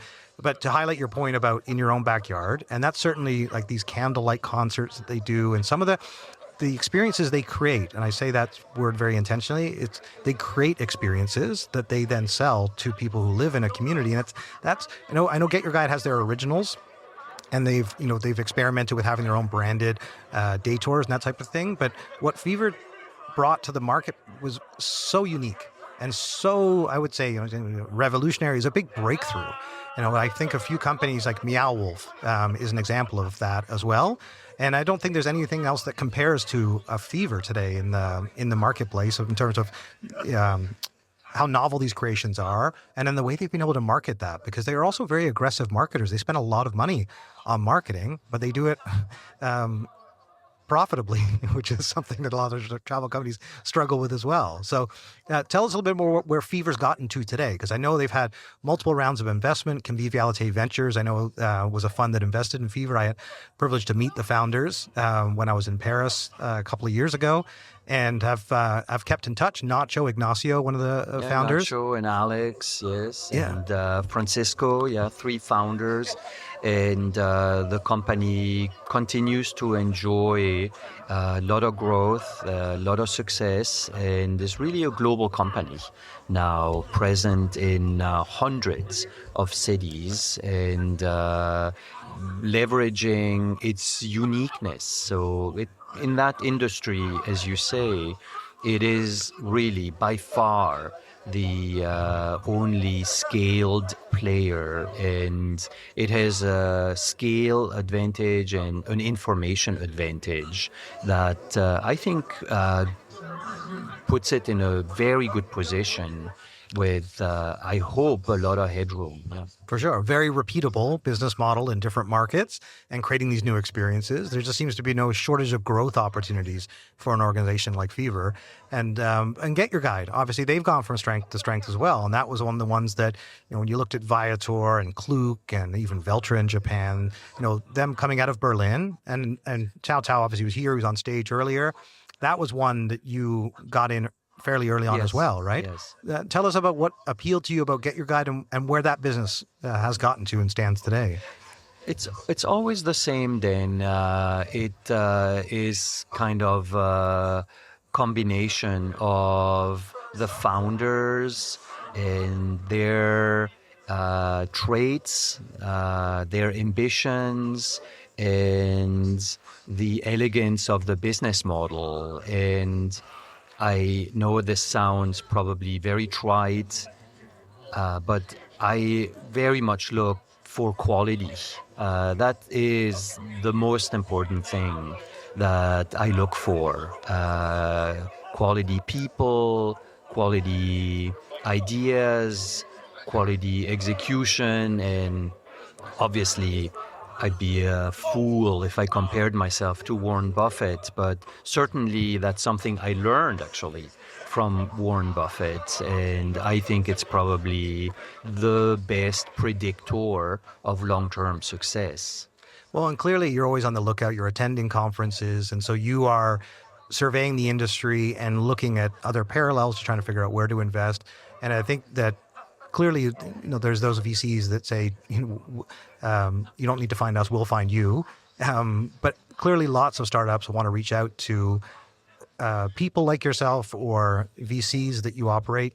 When it comes to people actually reaching out to you, I'd just love to cover that, because I want to make sure that anyone listening to this either does so in the right way or that understands kind of the right process. So if someone was keen to connect with you or your team, tell us a little bit more about FMZ Ventures, the team that you have, because I know you have a few other colleagues there that I've had a chance to meet, and what your, I guess, approach is to investing. And if people do reach out to you, what's the right way to do that?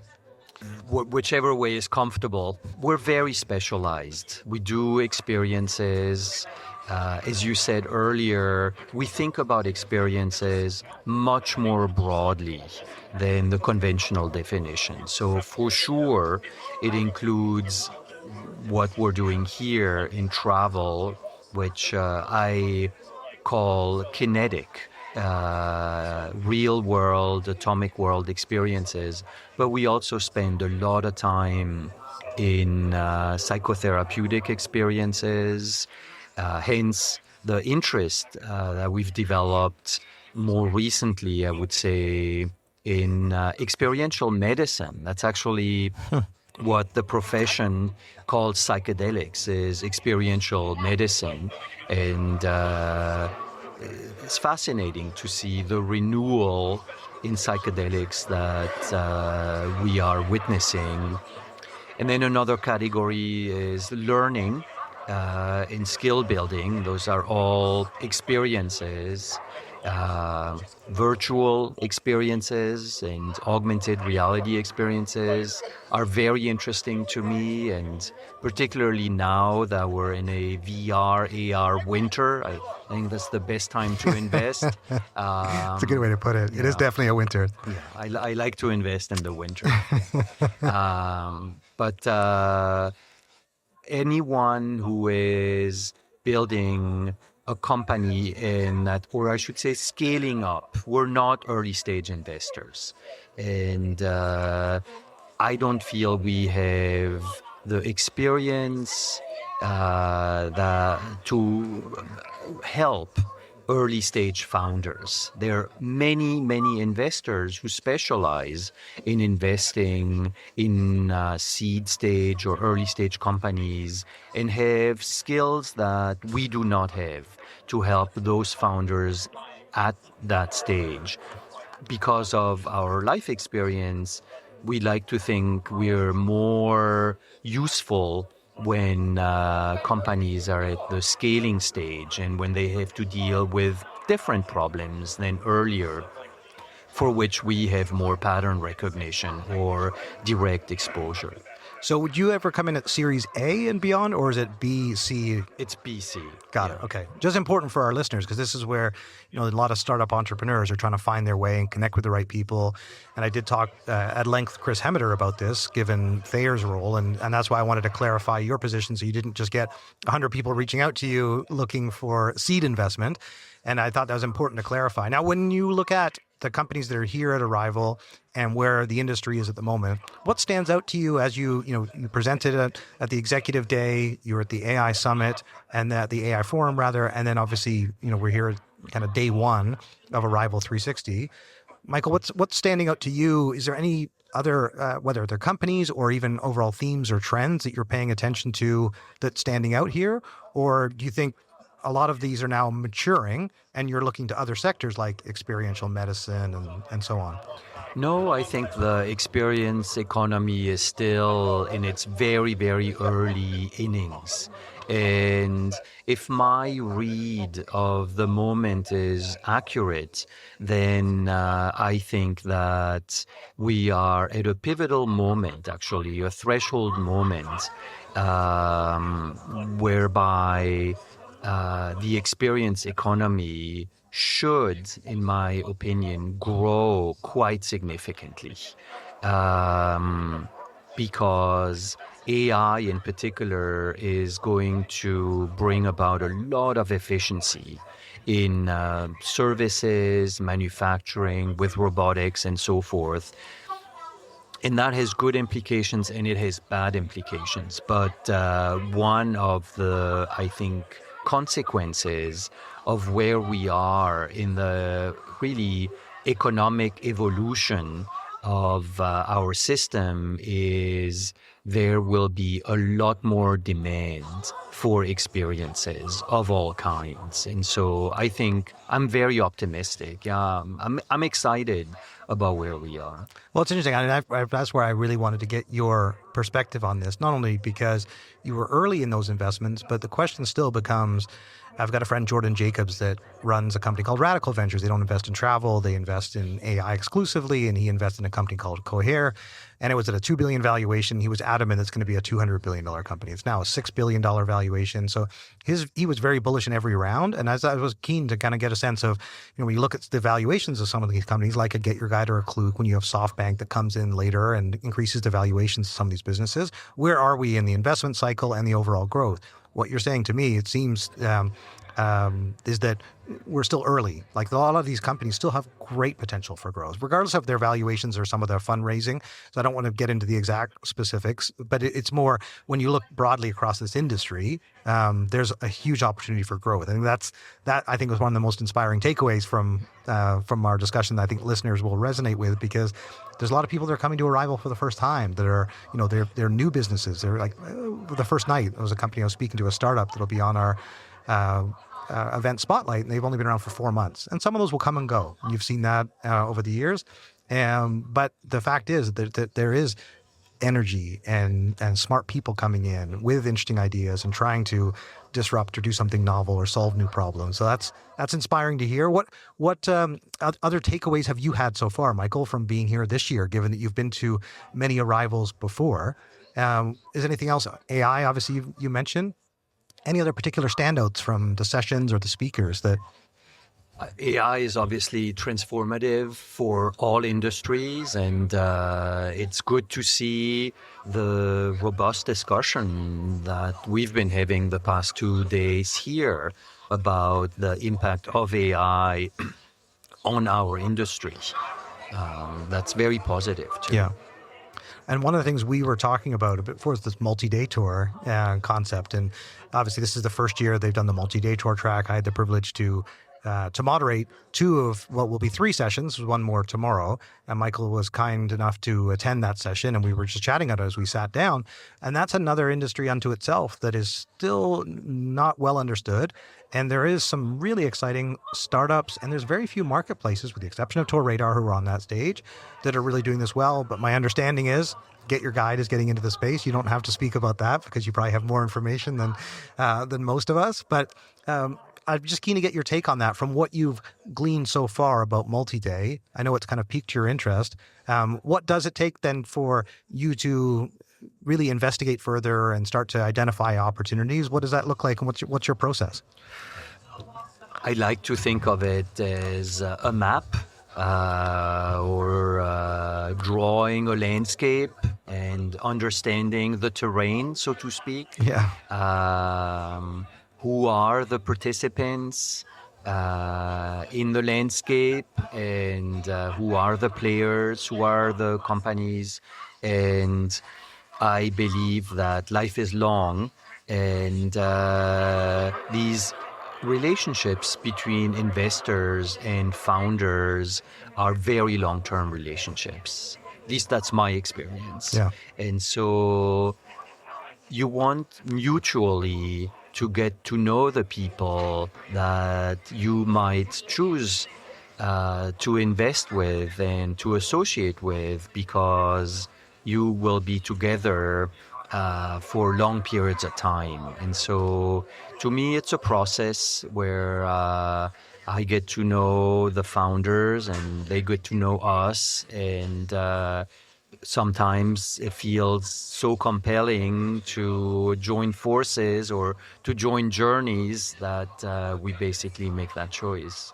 No, it's exciting. There's a number of startups that have entered this space, and some of the established players are now getting more into M&A. And as I mentioned to Michael, and he knows this himself too, obviously, with private equity firms coming into this category with great interest. And so it's one that I have a great deal of experience and passion for, and I'm still very bullish on myself. So I'm excited to see it start to get onto the main stage and continue to be a big conversation at Arival in Valencia and further. But it is very different than Day Tour. That was one of my big learnings coming to Arival as a multi-day tour, is how different the two industries are in terms of technology and distribution and marketing. You'd think there'd be a lot of commonalities, and there really aren't. And so I'm keen to see how those mesh together. But in terms of your future plans, I know you're at some of the big industry conferences. Tell us where your plans as we go into the end of 2025 and 2026. And I do want to make sure for those people that do want to reach out to you, obviously they can use LinkedIn or they can check out the website, the best way to do that. So I want to give you the last word, Michael. You're kind to do that. Yeah, I'm easy to find. I try to be very easy to find. So I'm Michael at FMZ Ventures. Nice. Appreciate as that. You would say. Yeah. Also the English. The English invented the language. So I'm just going to, half of our listeners are American, so I'm just giving people the gears here. But we, and I get called out when people actually do notice that I'm Canadian. The oot and a boot gives me away, and the occasional A. But you crossed the border. Yeah. You came. You came. I live north of the wall, and I'm very committed to this industry, this category. And so, of course, I was adamant to be here. And I have certain views on that I won't get into now, but I think that people should continue to travel. We need to support this industry and rise above some of the geopolitical factors, which are understandable. But at the same time, there's, and this is, my brother-in-law used the term about traveling to New York recently from Canada, and he's like, we like to zig when others zag, and it's one of the best times to cross the border, and there's great value for money. So it's like, there's different ways to look at what's happening in the world at the moment, and this is where there's opportunities to invest, to grow, and but no, I'm looking forward, Michael, to having you back for our full Travel Trends episode. I'm sure our listeners are now as well, so we will plan for that. But thank you for joining us for the event spotlight, and good luck with the rest of the conference. Yeah, and thank you for this conversation. Awesome. I now have the privilege to speak to Marica Brewster, who is the CEO and founder of the Von Mack Agency, which is a creative agency that I have a great deal of respect for. I've seen her work for the last several years. We've never met until this very moment here at Arival, but I know of her work through Bruce Rosard, and not only the Arival team, but even the Experience This. You did the whole branding and it just stepped their game up substantially. So I'm familiar with your work, having checked out your website, and I love your creative work. And I was so keen to have you on the podcast. So thanks a lot for joining us. Thank you. Thanks for having me. I'm a big fan too. I'm glad that this finally coalesced and I was able to meet you in person. Yeah, no, it's awesome. It's really fantastic. Tell everybody about Von Mack, the agency that you've built, and where that name comes from. Yeah, I was hoping you'd ask me that because we were just talking about names right before. Yeah. So that's actually from my maiden name. My maiden name is Mackenroth, so Marica Mackenroth Brewster. And okay. Hundreds of years ago, before they immigrated to America, they were the Von Mackenroths, and it's like a legacy and lore in my family. I remember being as a little girl, my father telling me that, and I'm like, why did they take it off? That's the coolest thing ever. So when I went to go start my business, it's actually not a goal to start my own business. It's something that just happened organically. I had a lot of people that wanted to work with me, and a fellow business owner at the time, well, they weren't fellow, they were a business owner at the time, I wasn't yet. And they were like, well, Marica, you can't bill people from your personal account. That's liability. You need to file something. And it was like, well, I have checks now. So I was like, you know what? Not even think about it. Von Mack, I'm putting it back, filing the LLC. And from then on, it's just been Von Mack. Luckily, it's kind of catchy. It just, my name could have been weird, but Von Mack works. It's memorable and it stands out. With the idea of building out creative, obviously you need to be able to project that creativity. So the branding of your logo, how did you get into this whole graphic design space? What was your background before you started the agency? Yeah, so I'm actually not, my background is not in graphic design. I'm from New Orleans. I'm a native creative. I'm a strategist by trade, really. My entire background has been in strategy. But, being from New Orleans, I've always kind of had visions for things. So it's usually come out in ways of sewing costumes and designing the themes for costumes or events. I'd throw events and I'd get visions for things. So when I, as I said, started Von Mack, it happened, it was just organically and suddenly, and I was like, well, this is going to be my vision.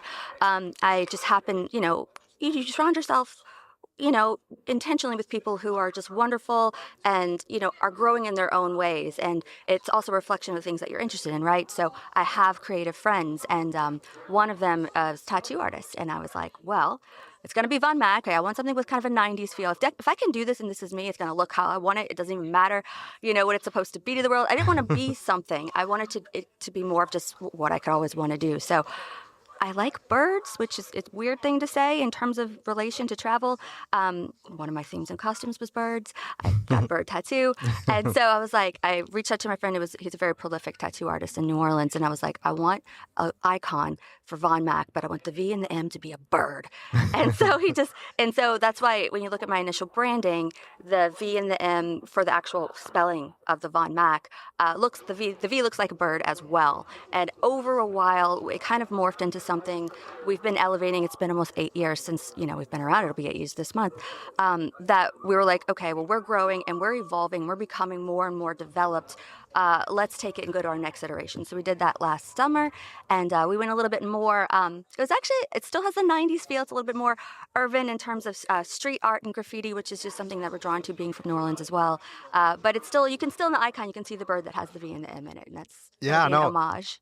I love it. And this is why, I should also mention that you guys are a full service tourism marketing agency. So you do everything from search marketing to content marketing and social, but you obviously have such a strength in the design, and that's what really stood out to me. Thank you. And it's really cool that being based in New Orleans, one of the things I do want to highlight for our listeners too is that, you're 100% independent, which is sometimes very tough in the space, right? Lots of agencies get bought up and the talent then kind of dissipates. And then you're also 100% woman founded and owned. All me. Yes. And so it's so cool to speak to you about this because I was raised by a single mom, and for me, even when I'm trying to put together an episode and have the right guests to complement, men are more likely to want to speak on podcasts, and I end up trying to make sure I have enough female leaders. That's amazing. Yes, and I'm gonna I guess my challenge there is or my criticism of other guys is the fact that they want to talk. They're not shy. They're mansplaining, right? They're like so it's great to meet someone like yourself that is a strong female leader doing something really cool, entrepreneurial in the travel industry. Tell us a little bit about how you started collaborating with Arival. Yeah. So with regard to, there are a lot of men in the industry, but Arival and Bruce, and Douglas and all are very, very much mindful of, giving women a seat at the table as well, which I'm going to give them, a clap on because I think that is important. Yeah. Right? And just on your point there, is Lynn, who's Bruce's wife, who never wants to be referred to as Bruce's wife, because she's the chief operating officer and he's the chief commercial officer, and so but I'm just making the connection to the fact that they are married and they both work at Arival. But Lynn has organized women's breakfast and like a special Women's Day, and like she has been a big advocate for women, exactly what you just highlighted, Bruce and Douglas as well. But I just wanted to call out Lynn because she's been so important to making sure that is at the forefront, and looking at the panels and saying there's not enough women on stage. We need to do better. Oh, quick aside, I've actually met some very prolific women at those events that she's thrown that have become real life, long life friends. Nice. So, and it's because of that. Yeah.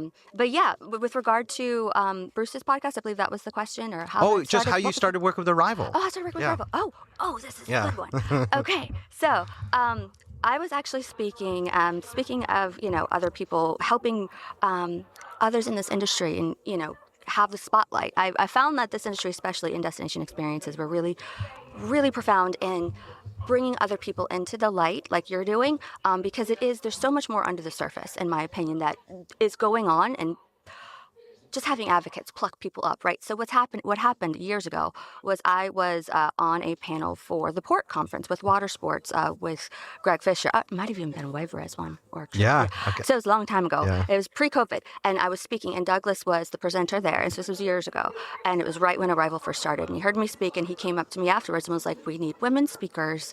We would really like, to have this discussion with you, so on and so forth.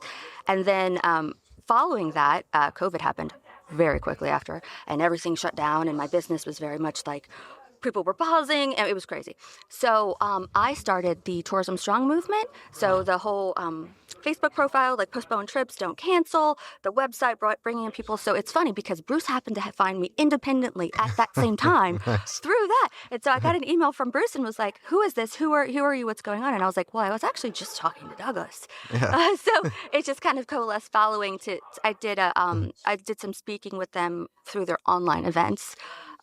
Following that, and it's just continued since then. Oh, that's cool. And then clearly, I know you've been featured in a number of different travel industry publications for your work, and you've worked with a number of different clients that are connected to Arival, because clearly you're here, they see what you're capable of doing. Tell us a little bit about the community around Arival, because I'm highlighting Tourpreneur, Viator. Water sports, those guys actually really interesting as well. They've got a great podcast. They're wild. Yes, they're wild. They're absolutely wild. But yeah, tell us how it's worked out for your business being involved with Arival, as far as finding clients here and building up more of a travel portfolio. I would say it's one of the most worthwhile partnerships, friendships, endeavors, shows that we are involved in. We're involved in, local tourism events and associations, as well as national ones.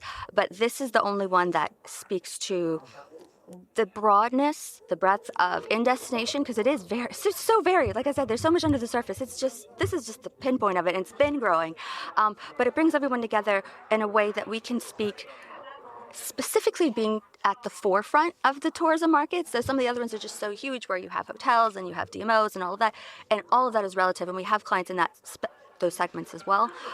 But being at the front lines, the immediacy of seeing people who are very much booking at the same time in that hour is just a completely different beast than, marketing for something where it's months and days ahead of time. Now, I know that you do that in destination experiences, but it's much less prevalent than when you're talking about hotels. Absolutely. So it's been amazing. We will stick around. Oh, that's fantastic. And then this year specifically, what brought you back, and what have been some of the highlights or takeaways of this year that you've benefited from, given that we're here on the last day, I guess. So there's one more morning tomorrow, but we're kind of at the end of the second day.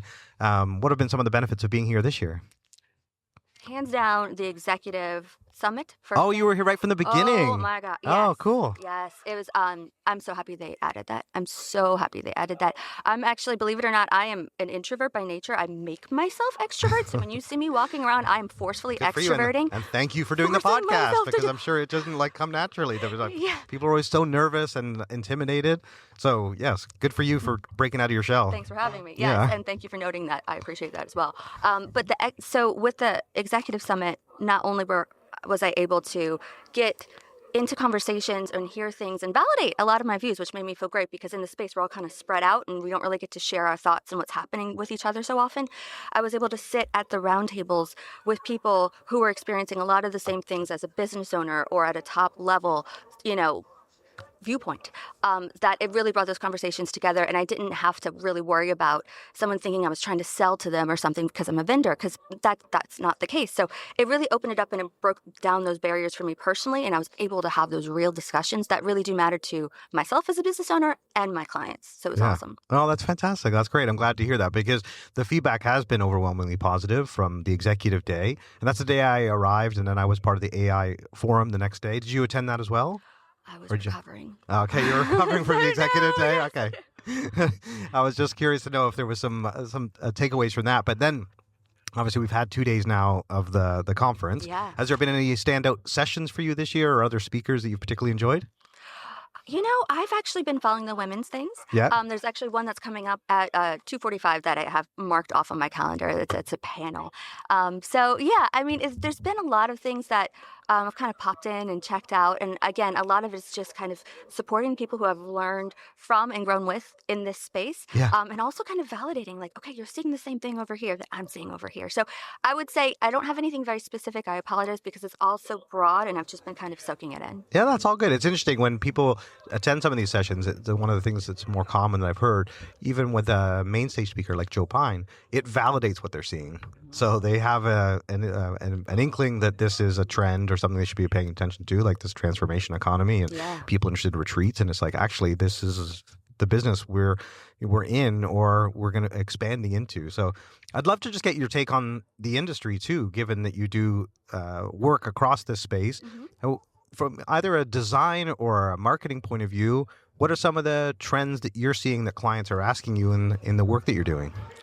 Well, there's a few. So there is obviously AI. There is an anxiety / excitement, depending on who you speak with what's happening with AI. And, the crux of it all is, what do I do? They're asking me, and I'm being as forefront as possible and saying nobody really knows. But these are the things that have proven to work thus far. So I'm seeing fragmentation a lot with regard to messaging and the need to really, really, really double down on your brand, your positioning, your point of difference across the board with regard to everything from reviews and review responses, touching on your point of difference there, all the way through to your call to actions and where people are speaking on behalf of your brand, those particular spaces. So we've been doing a lot of work with our clients to pin it down even further, because some of it is, you used to be able to get away with having your point of difference and your call to action, your positioning in a broad manner. You can say how you're different, like I'm the oldest or I'm the historic or what have you. Now it needs to be even more refined. Yeah. Even if someone's not copying you, it still just needs to be refined in such a way that you have that rhetoric to give to your team. And so we're working on everything from print to keyword bidding to SEO, AEO, all of that. Really, really fine-tuning that long tail phrasing of exactly what you have to offer in the most specific manner. Interesting. So, yeah. Well, you brought up a topic I'd love to ask you about, which is print. Yes. And I'm still a big fan of print. Me too. Well, because from a design point of view, there's so much you can do with it. It's tactile. Tell us about some of the latest print marketing work you've been doing. Thank you for asking. Okay, so and I do want to say this very quickly. To be clear, we do a lot of digital, we do a lot of performance marketing. I don't want to negate that in any way. But for me, I think that, again, the fragmentation elevates beyond anything digital. It is on top of that. And I'm a really big proponent of having a brand and having marketing that builds upon itself and that has this big compounding interest, so to say, with regard to your brand, right? So we've done things, we've done billboards, very specific billboards. I'm not saying put something broad out with, here's an alligator and we're a swamp tour. We, one of the billboards that it's actually a series of ones that we are putting together right now. It's for a zoo, Promised Land Zoo in Branson, and they have a specific Christmas event that is going to be going on for quite some time, so it's not one day. But in preamble to that, we have the billboards that are coming out along the avenues to where it's located, so that we're creating the buzz online, but when you're driving, you know exactly where to go, and you're seeing these animals. We're also talking about mailers. We've been discussing mailers with some of my multi-day clients. I'll touch on multi-day for you. Yeah. Because... Thank you. I appreciate that. Absolutely. Yeah. And that's actually, we see that growing. That's been a tough nut to crack, and always has been historically in my experience with other marketers. The thing about it is, oftentimes, not every time, it's definitely skewing younger more and more. But historically, it has been an older, kind of more adult-themed market. Yep. And I love that it's skewing younger, and I love that there have been people who have been powering that through. But with my clients specifically, print mailers, personalized mailers, they're the ones that are still speaking to the older market. Most effective marketing. Works. That's why direct mail works. Personalized, great, well-designed, well-messaged direct mail is so powerful in an age where you're otherwise bombarded with email. Yeah. And all of a sudden you get something that you can open and that is personalized to you. It's why companies like Viking and AAA. AAA is a great example. Yeah. One of our brands in the Travel Corporation group called Grand European Tours based in Portland. We learned a lot from that business about direct mail, getting catalogs into people's hands, the number of touch points you needed, because it is a complex, considered purchase. And what's interesting, and the part of the reason I wanted to ask you about the print side, is that when exactly as you described, there's the older generation that still like to get something in the mail, and they will go through a brochure, and then they will get on the website and then maybe book, or they'll call in the contact center, or they'll go with the brochure. I've spoken to families to try and unpack how they ended up on tours, so we could kind of reverse engineer how we marketed to them and got them to travel with one of our brands. And they would tell us things that, we ordered 3 brochures from 3 different companies. We went to their websites. We put them on the coffee table. And then we ended up booking through the contact center, and then I booked my flight on the website. And the reason they actually even got to the website is because we had paid advertising. And so it was like, wait a second. So we sent you a brochure, we used our contact center, we paid for digital marketing, like, so kind of gives you a full perspective. And one of the companies that is now very progressive and having great success, a company called We Road that I spoke about on stage, because they're one of the hottest multi-day tour companies, but they're focused on 20s and 30s and 40s as well. But most of their marketing is out of home. Yeah. And they do takeovers of subway stations. I love that so much. Yes. That's and the fun it works. Stuff. Yes. And people love it. Yeah. So this is why I ask you about that, because I know the bread and butter a lot of times for digital marketing agencies is, performance marketing. And, everyone's hooked on that drug that we need to continue to make sure we drive enough traffic and clicks and bookings. But the beautiful creative work that you can do with a broader landscape is really exciting. So tell us some of the clients you work with. Oh my goodness.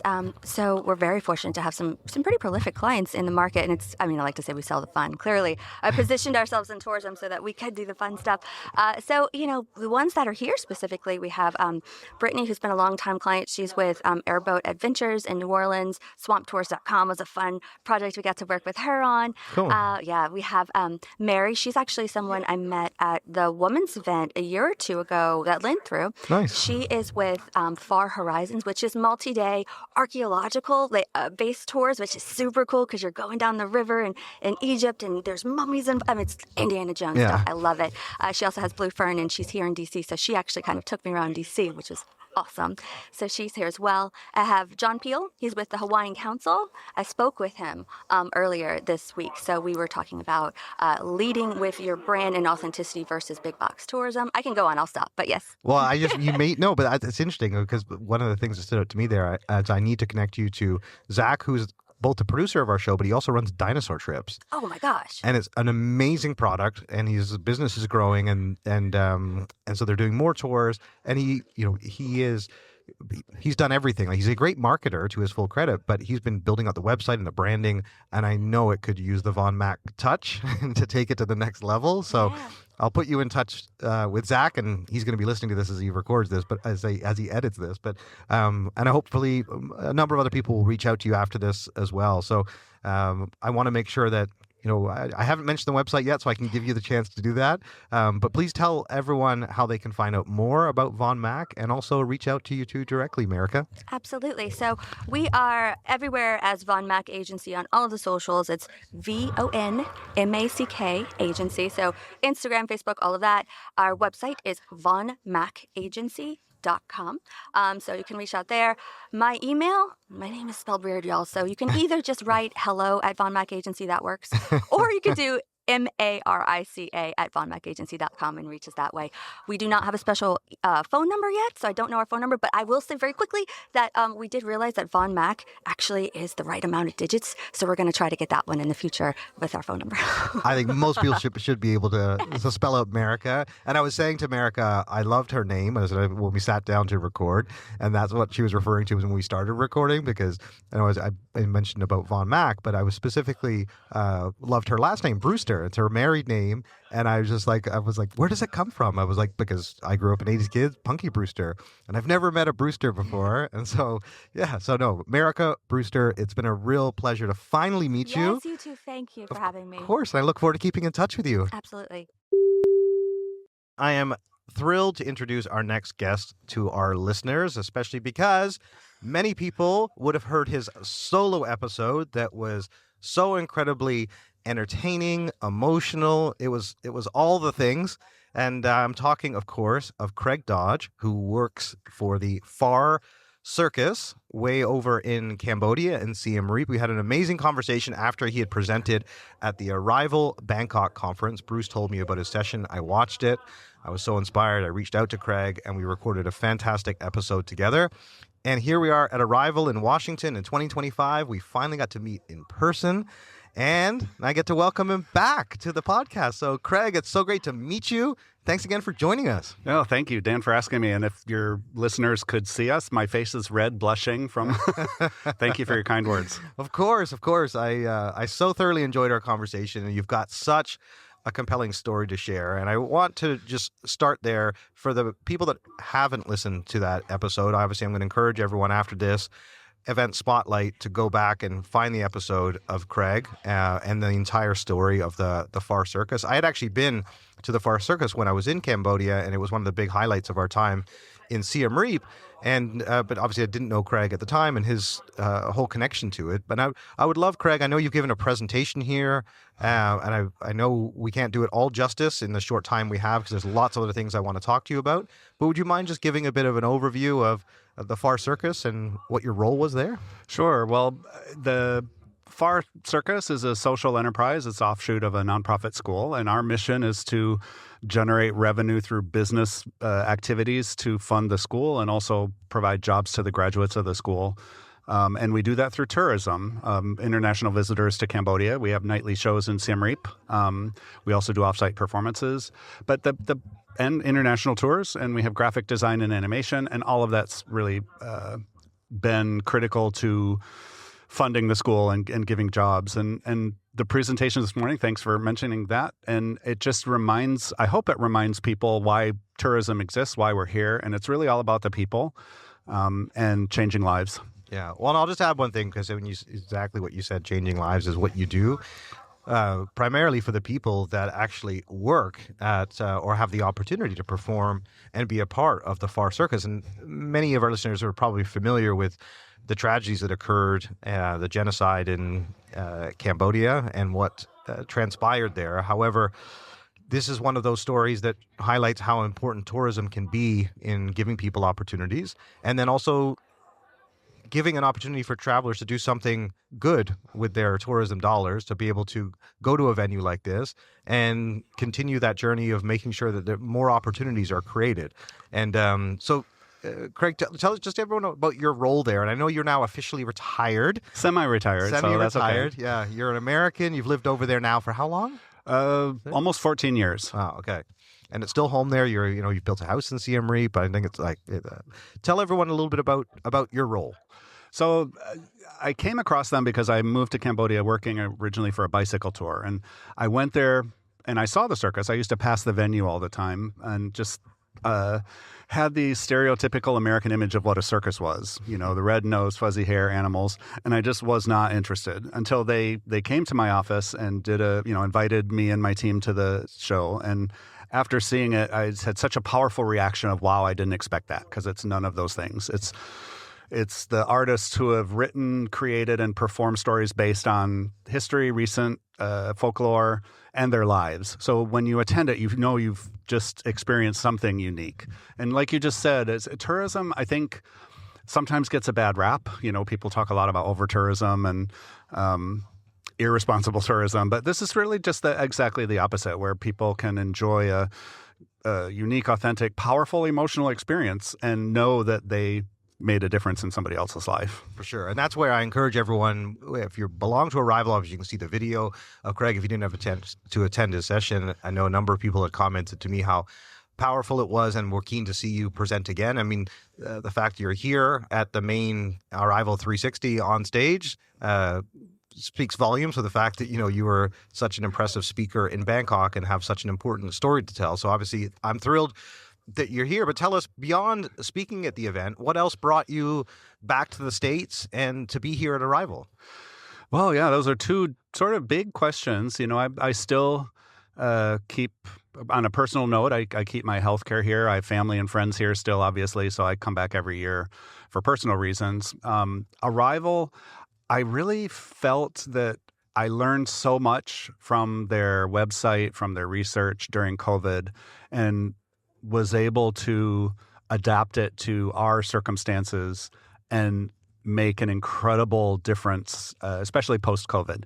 The things I learned from the Arival material were spot on about what to expect, who were the first kind of returning travelers would be, what their wishes would be. And, I think in anything, you have to be attuned to what customers want, what travelers want. And then if you want them to come to your venue, you have to give them a reason, and it's got to match what they want. And that helped us tremendously. So I like to give back, actually, to Arival. I feel like I'm trying to share our experience, what we've learned for Arival, how we applied it, and then how other tourism businesses can apply it. Yeah, and I think that's where there's so much to be gained from the example that you share. And obviously, being here at Arival, you're surrounded by all of your colleagues. And Craig was telling me yesterday when we were chatting about some of where we're recording right now is in the exhibitor area. And you are a true expert in this whole space, talking about the different OTA platforms, with who you use for your res tech and who you distribute through, and commissions and all this. I mean, you know it really well. So for you, what's otherwise stood out being at this Arival conference here this year? I mean, obviously it's their big conference, so larger than what you experienced in Bangkok. But what are some of the other things that have stood out to you of being a participant here at Arival? Well, I'm really honored that you consider me an expert in that.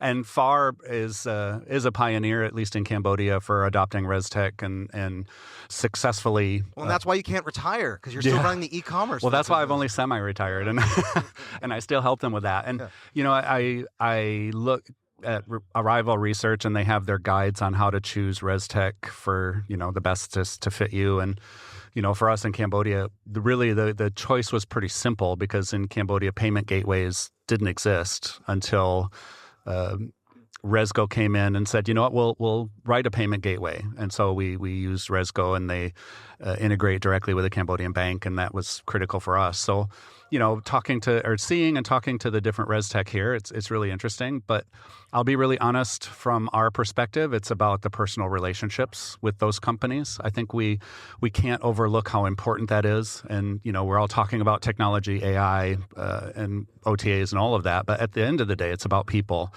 And, if you choose the right business relationships based on the people you're working with, that is more enduring, I think. Yeah, for sure. And I think I've experienced that in my entire time coming to Arival, the connections that you make here and the people that you expect to see. And it's actually come up in a few of these interviews as well, just how much of a community exists around Arival.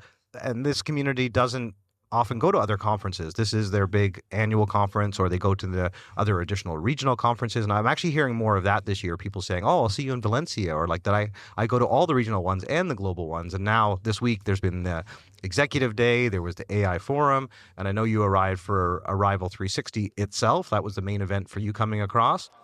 And I'm genuinely keen to know about your kind of future plans for collaborating with Arival. I'm hoping that you're coming back again, or I'm hoping that if we end up in Asia, you're going to be back up on stage again. Yeah, well, I don't know. I guess if they invite me, that's a good sign that they had me back a second time. So I guess that was okay.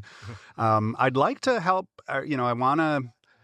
It's really more than just Phare, and I think Arival is a great platform for different experience operators to collaborate, and understanding that all of us have different experiences. It's a different kind of experience, a different audience, different geographic location.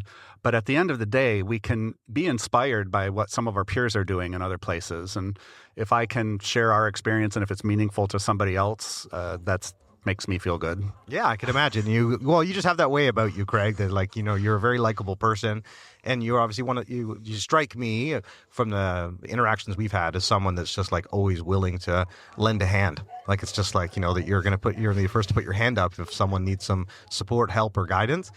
Even with trying to figure out which ResTech platform to use, you all have your own views on that. We don't have to share them publicly, but because I know you work with multiple partners, but you certainly have your preferences, as you should. And I think that's one of the key reasons that people come to a conference like this, is they get to speak to other people that use the platforms and to decide for themselves. But I want to talk a bit more about your overall plans, and specifically, given that you haven't been able to fully step away yet from your important work at the Phare Circus, what are some of the plans that the organization has in 2026? And I do want to make sure that if anyone is traveling to Southeast Asia, obviously you're likely including Cambodia in that. You absolutely must, because you've got to go to Angkor Wat.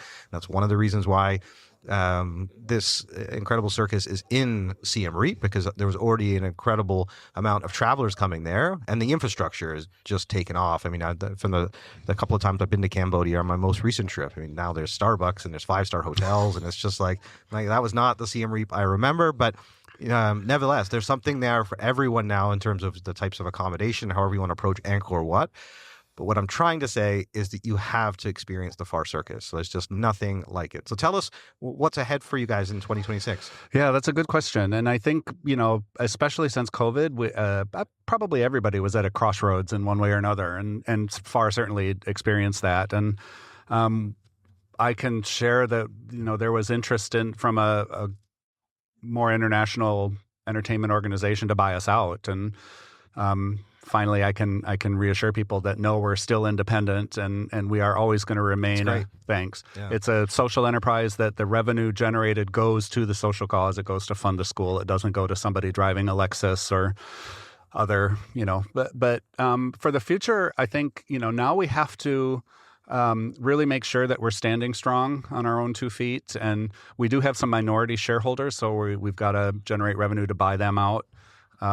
We hope to do more international touring. That's always been a dream, but it's difficult for us to do with few resources. But the other thing that COVID taught us is we have to do better at appealing to domestic market. Cambodia is very different, and we've always just assumed international tourism would be there. But COVID showed us that anything can come up, and so we're kind of tweaking things to get more promotional events in Cambodia, and that's been pretty successful. The Phare Creative Studio of Graphic Design and Animation, that's another one of our business units. We're trying to put more resources into that to get more design and animation projects. So that's probably what the 2 focuses will be for the next year. The other thing I wanted to ask you is some of the trends you're seeing in the region, because you work with a number of different tour operators that build Phare into their itineraries. You obviously have lots of travelers that book through Viator and other platforms. And so keen to know travelers forward bookings, I guess, for 2026. and I guess what you've seen over the course of 2025 too, about shifting customer behavior. One of the things that has been highlighted at the conference is the decrease in inbound to the U.S., but the massive drop of 9%, and the incredible rise of Japan that just continues. And one of the other areas I'm keen to get your take on is that Americans also have been, although outbound international travel is still up slightly, there's a lot of Americans that are saying, I don't want to travel overseas because I'm concerned about how I'm going to be received given geopolitical events. So I'm genuinely curious. Who shall not be named. Yeah. Well, and that's where I'm like, there's all these different factors at play, and I'm curious to know what you're seeing on the ground. Has there been a change in the type of travelers that you're seeing at the Phare Circus? Is it still very well diversified? And just out of interest sake, give us a kind of breakdown of what countries or regions make up most of your business. Yeah, they're all really interesting topics. And I think Cambodia appeals not specifically to nationalities, but more to a type of person that's looking for something a little bit more authentic and adventurous and, still wild frontier type thing. And we do get a good mix of people from all over the world. This is low season for us in Cambodia, so as would be normal, tourism is down. But there's also the Thai-Cambodia border dispute that is further suppressing tourism. People aren't necessarily afraid to come to Cambodia or Thailand, but they're just afraid of, logistics problems. They can no longer cross the border by bus like a lot of travelers do. They have to fly. And I think Thailand is feeling the same. Vietnam, I'm not sure.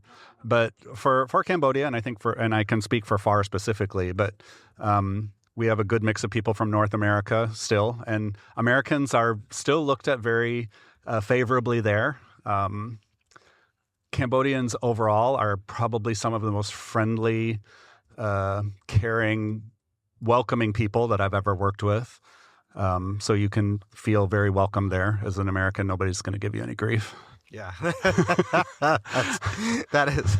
Yeah, and I actually just wanted to underline that point, which is that half of our audience is in the U.S., and clearly many of the listeners to this Arival event spotlight episode are based in the U.S. And so, most of you probably already know this, but I think it still bears repeating, which is the people that you meet when you're traveling, especially in destination, they rise above that, and it's not even something. They're just so happy to see you in the destination. And it's not even the point of the conversation to get into the politics of it. Most people are just genuinely happy to see Americans or Canadians, or they're just keen to see international travelers supporting their destination. So keep traveling. Yeah, I ride bike a lot, and I'll tell you, get even out into rural areas, and people are saying hello to you and waving, and I never felt more welcome. Yeah, that's great. And it's like, so, for anyone who hasn't experienced Southeast Asia, this is definitely a great time to do so. And so, Craig, on that note, I want to make sure that people know when to go, and I want to make sure that people know how to find you. So maybe you can answer those two together, because people always wonder, what's the best time of the year to go to Cambodia, and what's the seasons? And so maybe you can just give everyone some guidance there, and then also tell people how they can find out more about the Phare Circus and also connect with you. Sure. So when the best time to go is really depends on the person and what they're looking for. We have a definite distinct high season and low season, which is coincides with rainy or dry season. Yeah. And I think many travelers are concerned about coming during rainy season because they envision these all day long or week long monsoons. But in fact, it's not that at all. You might get a couple hour thunderstorm in the afternoon, but Cambodia is never more beautiful and spectacular than during rainy season. If you visit the temples after a rain, the stones just sparkle. Or you're going through the countryside and the rice fields are just full of lush green colors as far as the eye can see. So, and there's fewer people there. So, you're going to have a more pleasant experience. So my personal preference for when's the best time to go would be rainy season, which sort of is from like June through October, I guess, or July through October, or September. Carries a little bit into October, but that's the best. If you don't want to deal with the rain, you come in dry season, which are the other months, but it can be it's hotter in dry season because there's nothing to cool it off. Phare is year-round. Anytime you want to come, we're there. If you're looking for me, I might be on my bicycle in one of the jungle trails in Angkor, because I think this is the thing that tourists miss a lot. They don't know much about Cambodia, so they think the only thing to do there is Angkor temples, which are worth it, and of course Phare Circus, which is worth it. But they don't realize that how many jungle trails that are accessible and easy and magical, and other experiences like zip lining or going to the mountain and hiking up. And so, yeah, I might be on one of those trails. Good for you. You have to look. Yeah. Well, it inspired me that the fact that you're going to stay there. I know there's things like healthcare, and of course you have to. I mean, being a Canadian, that's obviously we have to spend 6 months of the year in Canada, so it's one of the limitations that in order to maintain your healthcare and your coverage, given we have different systems. But the thing I highlight is that you've chosen to live there, and I am. There's few people that continue. Like, you found a place that you love. You found a culture that you are, very comfortable living amongst. And I, when we were last time we were there with our family, and we spent a week in Siem Reap, and every night we went to the night market. And every night we went to the night market. Not only would we have fabulous food and have a wonderful wander around, and we do some shopping, we would also get our foot massages. And fantastic. A foot massage, and this is where they were it was $2 US, and this is only a couple of years ago. It's probably now $5, but for a 1 hour foot massage. And often they give you a beer while you're. Yeah, that's true. Actually, yeah, you get a drink, and they have movies on, and they have different TV screens, and so it was the highlight of our trip. Was every night that we would go in and all sit and get a fantastic foot massage, our entire family. And it was just an additional highlight that was I want to live somewhere like this, where I'm just this is my reality, not something that I only do, once a year or once every couple of years. So full credit to you for living the dream and doing it the right way, giving back to the destination you're in, making a difference, and then also being able to find a lifestyle that you really enjoy. Well, I wish I could take credit for any of that, but mostly I think, and these days a lot of Americans are looking at potentially retiring to places overseas because it's less expensive. People are finding that in the U.S. they can't afford it, but you can go to an area like Cambodia and it's very affordable. Like, whenever I come back here, and even here in D.C. outside of the Arival's convention hotel, lunch is 4 or 5 times what I would pay for it in Cambodia. So I'm like, wow, okay. But it is accessible. So any Americans who are thinking about, concerned about the money, think it's scary at first to think about moving overseas, but once you do it, you realize that, you wake up in the morning, you're tired, you have coffee, you do whatever, and but yeah, and Cambodia is one of those places that you can do that pretty easy. Oh, it's fantastic. Well, it's great to finally meet you in person, and wonderful to sit down and have this conversation with you, Craig. And I look forward to seeing you next time in Siem Reap. I want to come back. I want to see you. I want to go to the Phare Circus together, and we can go get our foot massages later on. Absolutely. That evening, ride a tuk-tuk. And absolutely. Have a experience. Looking forward to it. Great to meet you. Thanks again. Thanks, Dan. I now have the privilege to speak to the very first chief breathing officer that I've ever met from Breathe Alaska. She is the founder and CEO of this company, and her name is Cindee Brown Mills. So it's a pleasure to bring you on to Travel Trends. Thanks for joining us for this event spotlight at Arival. Oh, thank you for having me. It's such a pleasure. I'm excited. For sure. And this is where, with these recordings, I'm so keen to speak to people that I haven't met before, and also that bring something new to the conversation. And when I saw that you were here, because we were rather selective as we have to be with the people that we bring onto the podcast, and we want to put these profiles together that have a really nice ecosystem of all the people that come together for the Arival event. So I am keen to not only get to know more about Breathe Alaska, but also what brought you to Arival. So let's start with Breathe Alaska, since we need to explain who you are and what you do. Tell everyone, Cindee, about Breathe Alaska and your role as this chief breathing officer. So Breathe Alaska is a wellness company. So we provide wellness services, and I am a breathwork and mindfulness guide.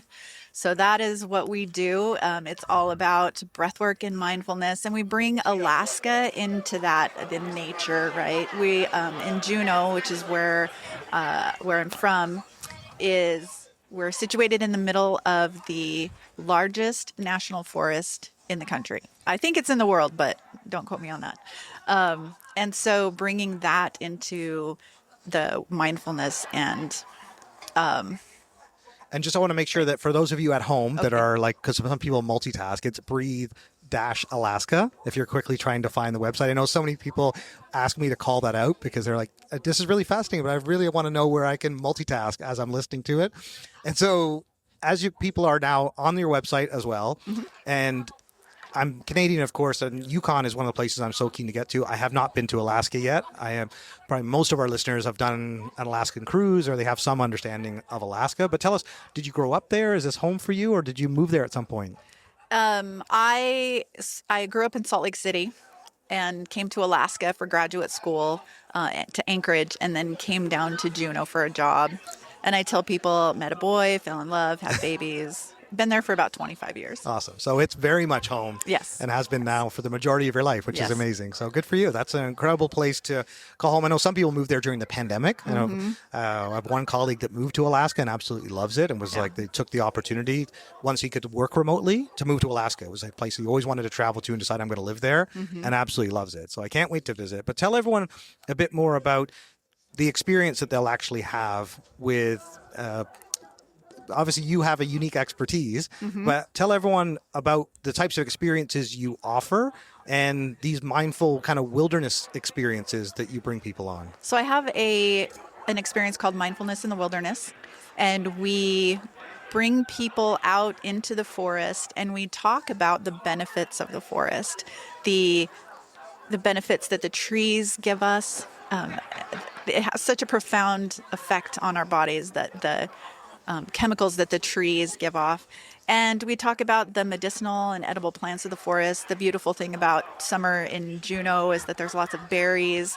So along the way, we can have a snack, eat some berries along the way. And then we get down to a beautiful beach. We do a meditation. And then we come back into Juneau and eat an amazing meal. So cool. Well, on this episode, people have been hearing from leaders of industry that are in the transformation economy, like Joe Pine, and investors like Michael Zeisser, who you just had a chance to meet, which is, but speaking to someone like yourself, who's a true practitioner and can see the impact that it has on people's lives, because I do firmly believe, further to Joe Pine's landmark work, that we're moving from this experience economy into a transformation economy. And I've been very focused on that in the travel industry for a number of years with companies that are doing multi-day trips, and this whole idea of, when you travel with a group, you come back changed and you've had this great experience of connecting with like-minded people and you've gone on a journey. So tell everyone how you decided to create this business itself and how long you've had Breathe Alaska underway. So 2 summers I've been doing Breathe Alaska and the Mindfulness in the Wilderness experience.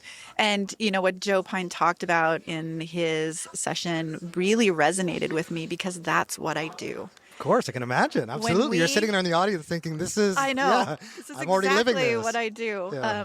People that come on my experience, they leave changed. They leave, they may have come in very distracted, stressed, overwhelmed, especially Juneau is a tourist destination for cruise ships. So a lot of people come off the cruise ships, although I do have a lot of independent travelers as well.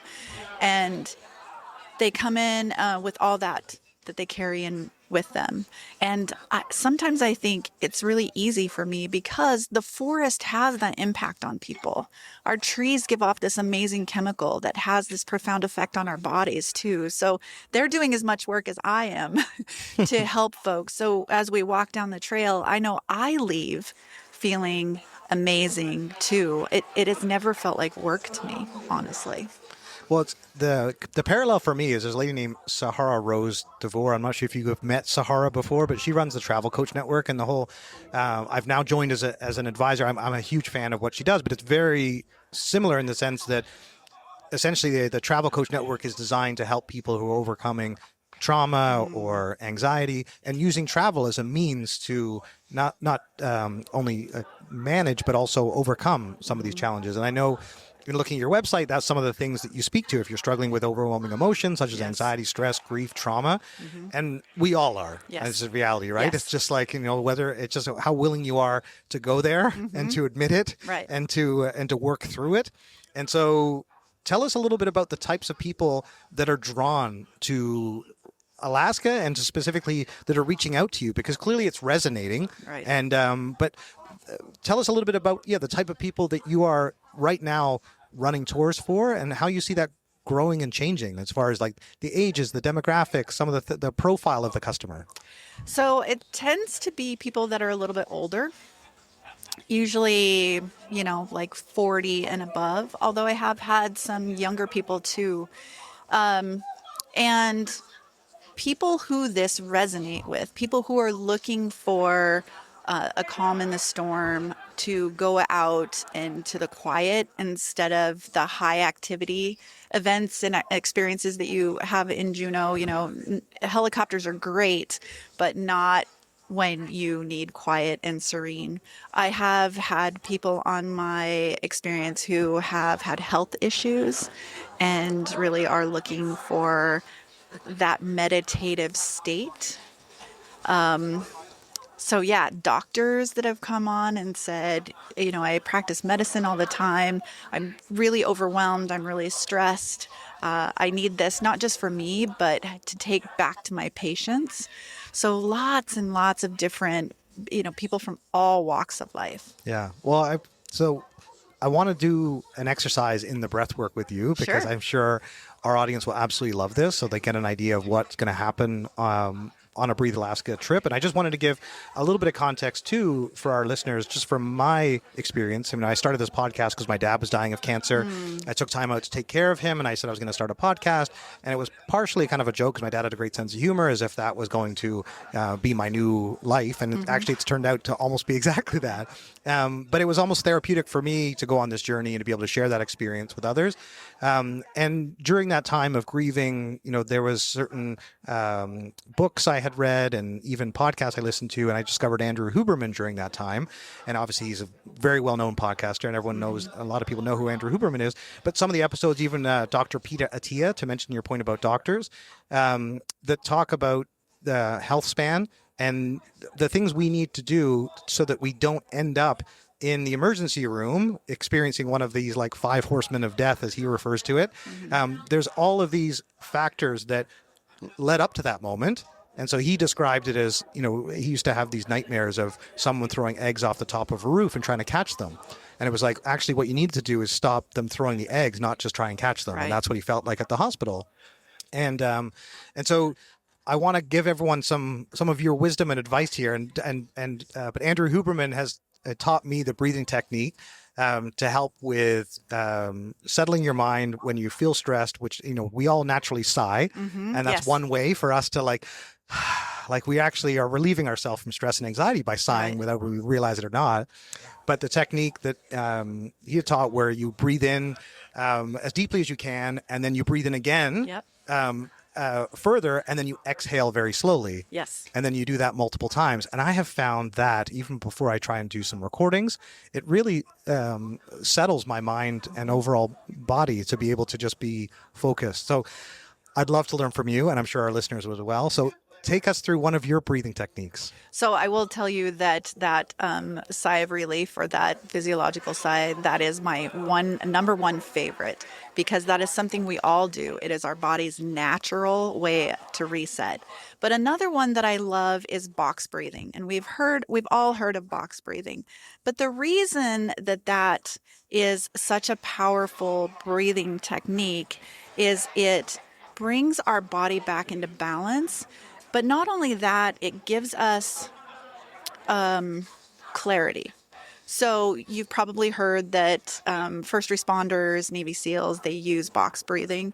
And I've talked to first responders that do this when a police officer is going to a call that's probably going to be pretty serious and intense. As they're driving, they're box breathing.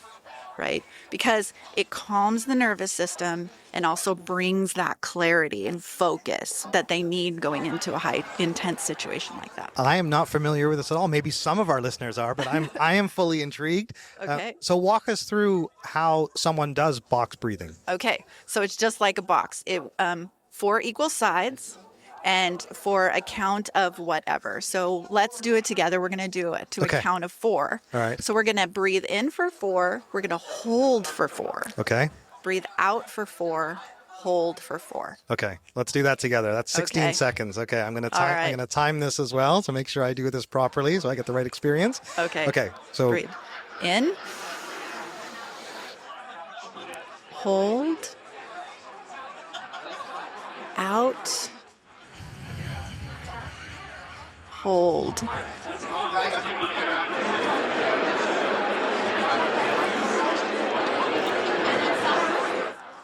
Okay. That's it. That's it. Why is it?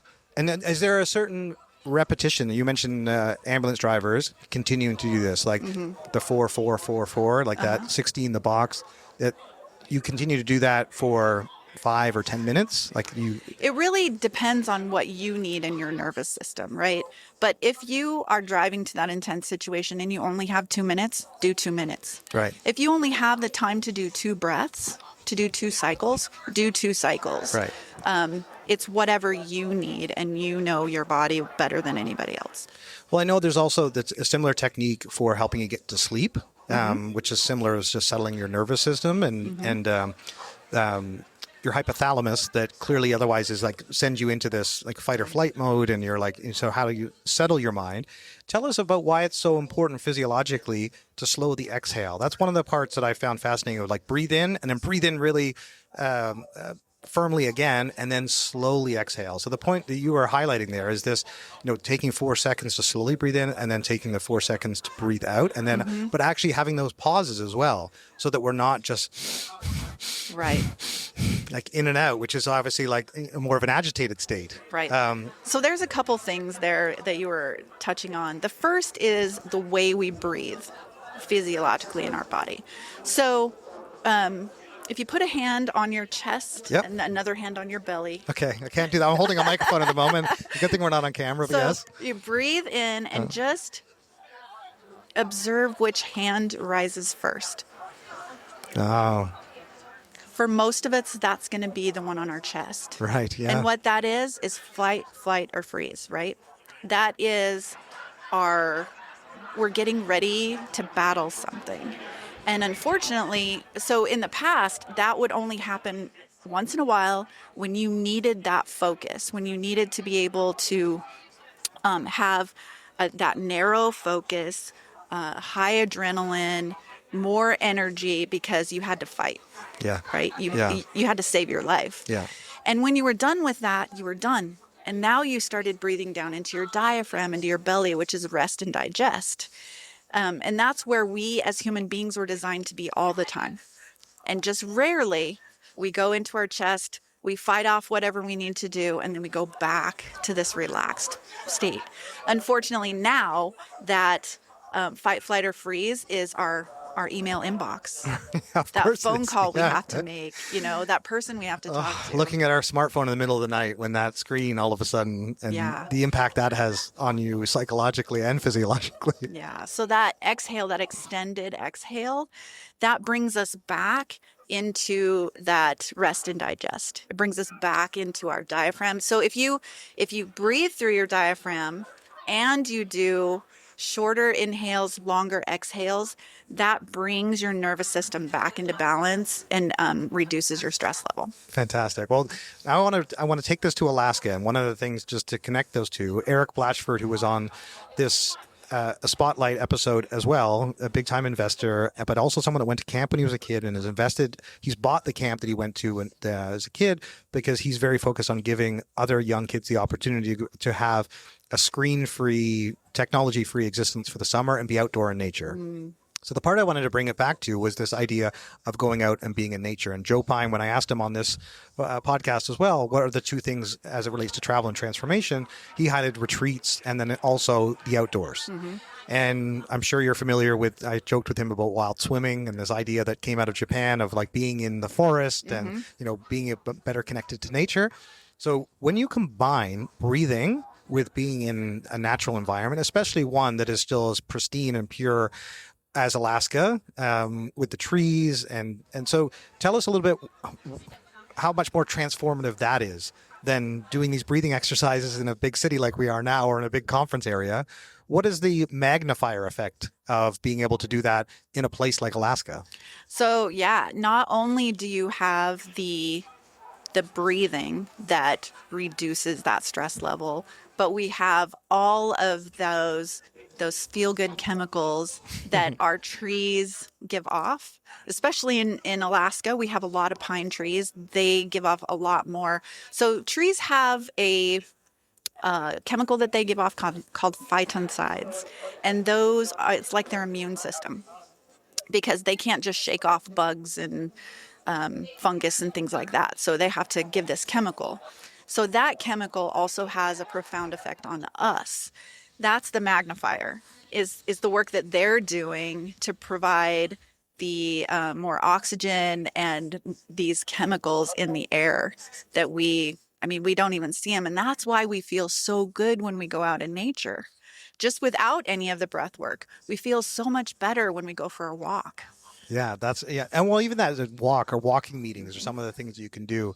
Well, let's bring it back to why you're here at Arival, and then I also want to make sure that people can find out more information to be able to take any of your trips or to connect with you if they're going to be going to Alaska. But tell us what brought you to Arival this year. I wanted to.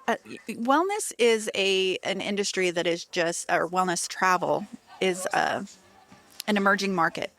And I wanted to come and find like-minded people and learn from them. I'm new in this arena, so I'm trying to figure out how to get the word out, how to find the people who would really benefit from this kind of a transformative experience.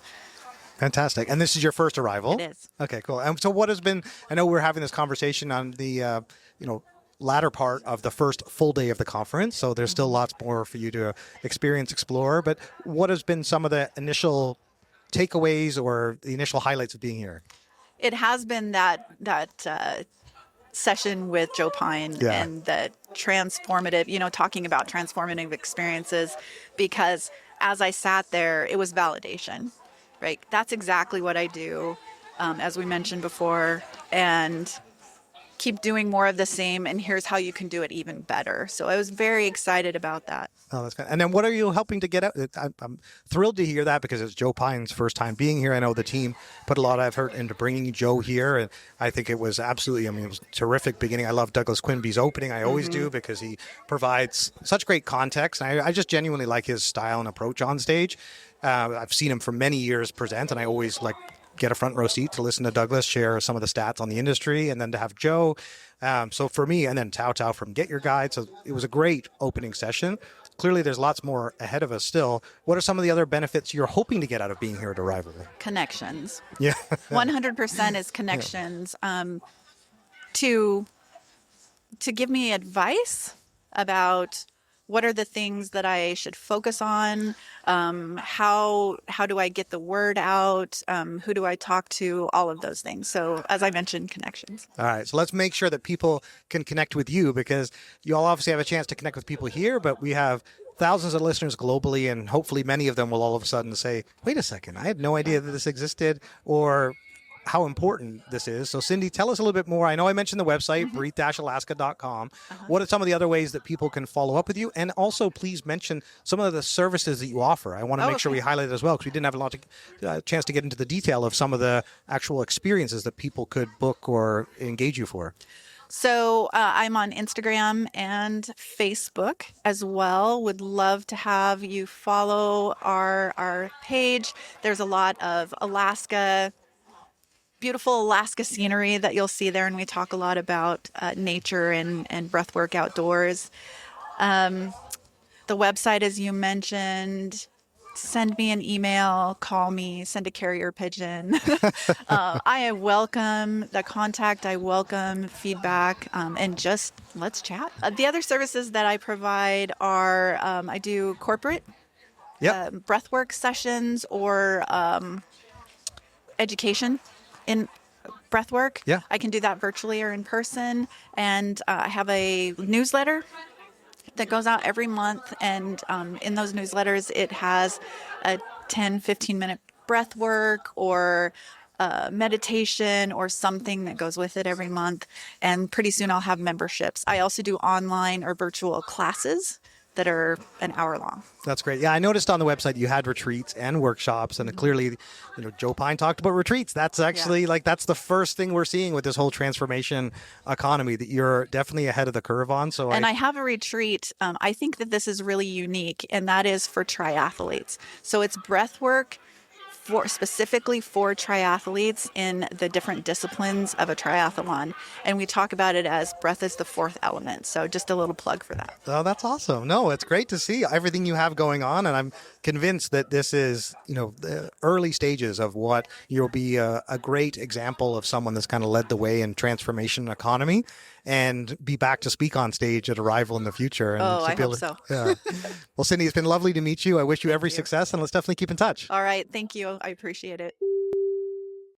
I now have the pleasure to speak to Rob Keane, who is the co-founder of Project Expeditions. Nailed it. Yeah, there we go. Perfect. Nice to meet you, Rob. This is literally our first time sitting down. We've messaged each other, and we're looking forward to catching up here at Arival. And I thought, you know what? Let's just dive right in and have a recording together and talk about what you do, what brought you here, and some of the insights. But yeah, Rob, tell us a little bit about Project Expedition, what you guys do. We'd absolutely love to. Firstly, thanks for having me. It's funny. I feel like I know you, but we've only met in person 2 minutes ago. So Project Expedition, we're a platform of tours and activities. We're an OTA. What we are doing, though, is we are selling primarily B2B through travel advisors, agencies, host agencies in the United States and Canada. So very much a North American source market. And where are you based? I'm in New York. The accent won't give that away. No, that's not home for you originally. It's not. And it's there's a joke internally that I've got to know the US travel advisor space. Yeah. Don't ask me about the UK. Well, we actually, I think, have a friend in common, Anna, who runs Imagine Experiences. Yep. Yeah. She was raving about Project Expedition, which is why I wanted to meet you and actually get to know more about what you guys do. Because I have checked out the website when she was telling me about all the business they're getting from you guys. So yeah, tell us a bit more about what brings you here to Arival, and if you've been to Arival before. Yeah, guilty. This is my first Arival. Yeah, okay, there we go. The big I feel reveal. bad. I haven't made one until now. Anna, she's phenomenal. She really epitomizes what this industry is. Just first and foremost, a great person, fun person, and enjoyable to work with. I think we've been working with her for a couple of years now. What we're doing is we are partnering up with tour companies, activity companies, transfer companies, all around the world. And we're trying to get a bit of every category, tours to activities, private to small group to large group. But we're trying to find great quality. And I mean, that's the buzzword curation that everyone's saying. Totally. We are just essentially finding good companies, putting them into one place, and then going and selling to our network of advisors in the United States. Very cool. So yeah, perfect place for you to be. And obviously you being based in New York and us being in Washington, super close. What about Arival from, the fact it is your first time, has stood out to you so far? What have been some of the benefits, the highlights, and maybe even some of the partnership opportunities? Yeah, I primarily came here to learn. We are in this industry. We build our business off this industry, but we haven't really, until recently, got too involved with some of the industry events. So I wanted to come here to firstly meet a lot of the key people we work with, meet a lot of the key players, meet some of the res techs, and everything in between. My take is it's just been a really nice, welcoming vibe. I felt it as I walked into the hotel. You feel it when you walk into some of the rooms, some of the networking, and I think sometimes networking can be a scary word. I feel everyone's approachable, easy to start conversations with, and that stood out to me, not just as a first impression, but right through to today. No, that's awesome. I mean, I've been coming to Arival now, I think, for about 7 years. I came to the second Arival ever. I can't claim to have attended the first one like so many people here, but the interesting thing is that there are so many people that come back and they're diehard Arival, and this real sense of community here. And this group of individuals, I always talk about the fact that you don't see them at other conferences. So this is their big conference. A lot of smaller operators, mom and pop businesses, they travel internationally to be here. And there is that real sense of community. And so that networking component, I know, is so important to a lot of the attendees, and they get such great value from that. I meet a number of people that are like, I haven't even attended any sessions, but sessions are always, for me, I always seek out the knowledge and guidance from others. Have you attended some of the sessions? And if so, what have been some of the standouts for you? Yeah, I've attended a lot of sessions. Oh, you have? So Okay, I guess cool. I wanted to come here to learn, as I was saying. So it was really important to me to get to a lot of the main sessions, some of the breakout sessions and the seminars. So it's been really exciting just to, just see some of the data that Douglas reported yesterday on the industry, where it's going, and also just some of the hard data that's not great to see, but it's helping us all understand it. Most importantly, then react and do something about it. So the data was fascinating. That's been a big standout. But also just watching other players in the space, what they're up to, how they're thinking. We can learn from each other, and I think it's really been notable to me that there's competitors in each of the sectors within the tours and activity space that have been quite open about what they do and their challenges. And I think that's a really great sort of setup for us all to learn from each other and ultimately elevate the industry. Yeah, it's interesting you mentioned that, because when we look around the room where we're recording right now, we have a lot of the big technology players. You have Spokane, and you have Viator, and you've got Peak, and you've got all of these intermediaries that the suppliers utilize to distribute their tours. And what's fascinating to me is the amount of feedback you get from other people about their experience working with those providers. And that can really help you make a decision. So as much as you can get pitched from one of them and try and make decisions based on commissions or functionality and their pricing model and the different OTAs that they integrate with, ultimately you speak to someone else that has grown their business and utilizes a platform. And that, to me, is the most valuable to make a decision. And I've heard a few people say, that I won't mention the specific brands because each clearly have their diehard fans and loyalists. But when you hear people speak about their preferred platform, they're so passionate about it, and I'm trying to convince you as to why. So tell us a little bit more about Project Expedition. And obviously, this is a great opportunity for you to be able to grow your business here. Where are you guys headed in 2026? What are some of the things you guys are working on? Yeah, a lot of exciting things happening. And I guess that's one of the other big takeaways from this week is it's been great getting to meet a lot of our existing supplier partners, but I've tried to not spend this time sitting down to do some of the account management or how do we grow an account or fix some of those kind of just day-to-day challenges, but actually talk to people we're not working with and also look at how we can get into new verticals or new areas. So tying that back to Project Expedition, we've really been laser focused on our client side for the last 10 years. That sort of explains why we haven't been at an Arival. We're traveling all over the country, meeting travel advisors and their conferences and things like that. And ultimately trying to get sales. That's ultimately how we double down on getting our business off the ground. And what's been cool about our sort of B2B setup is our clients tell us what we're missing, what we're not good at. And we love being told because it's telling us what to do, and telling us how to build our own business. So we started with just tours and activities. In the last couple of years, we've got very into transfers. Simple product like an airport transfer is very, very popular with our clientele. Our clients encourage us to get into the shore excursion space. So we're doing a lot more there, like tying itineraries and day tours back to a cruise itinerary. There's been some conversations this week about sort of the next sort of sector for us, which could be events, show tickets, game tickets, that kind of area. We have clients asking about it, but we don't really do much of it now, and that's something that could be coming soon. Yeah, so that's one of the things I also wanted to get your take on is based on consumer activity, which is a big focus of our podcast and trying to understand the signals that people should be paying attention to. I was keen to get your take on what it is you're seeing, because some of these conversations that have appeared on this Spotlight episode have highlighted that culinary, especially in Japan, there's certain...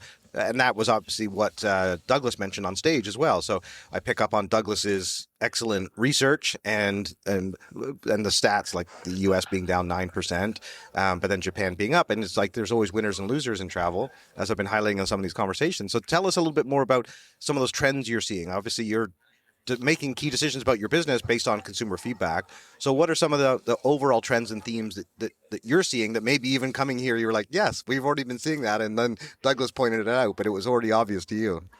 Yeah, and you've already touched on a couple of the things that we're seeing. For our clients, primarily US and Canadian. So the feedback on what we see, it's obviously limited to that.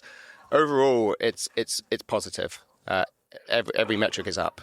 We're heading in the right direction. I mean, we're fortunate in a way we're not as exposed to the US inbound market, but we are still seeing more Americans going to Hawaii than last year, and options like that. Within the sectors, we are seeing still a continued shift towards small group and private, away from some of the larger groups. We're seeing that push towards culinary that you already touched on. I think you mentioned Japan. We're seeing exactly the same, where we are struggling with Japan, to be honest. We need more supply. It's kind of oversold at the moment. Well, that's an interesting thing, because we were talking with Lauren, who runs Arigato Tours, about some of the issues of over-tourism in Japan and just trying to get people further away from an urban center. One of the things I didn't mention in that discussion, but I thought it's worth highlighting now, is that Shannon Stoll, who runs the Adventure Travel and Trade Association, and one of the stats he pointed out to me is that 90% of travelers only travel with about 100 miles of their, I'm not using the word miles because I would use kilometers, but it was an American reference, so 100 miles of their arrival destination. They don't travel that much further afield, and that's obviously one of the keys that Lauren highlights will help Japan, is getting people to more remote areas where there's operators that are keen for that business. It's, Tokyo, Kyoto, Osaka, those cities can only handle, they're already big cities and they've got tons of tourists. And so what are some of the things that Project Expedition could do to help in that regard with introducing new opportunities to explore further afield?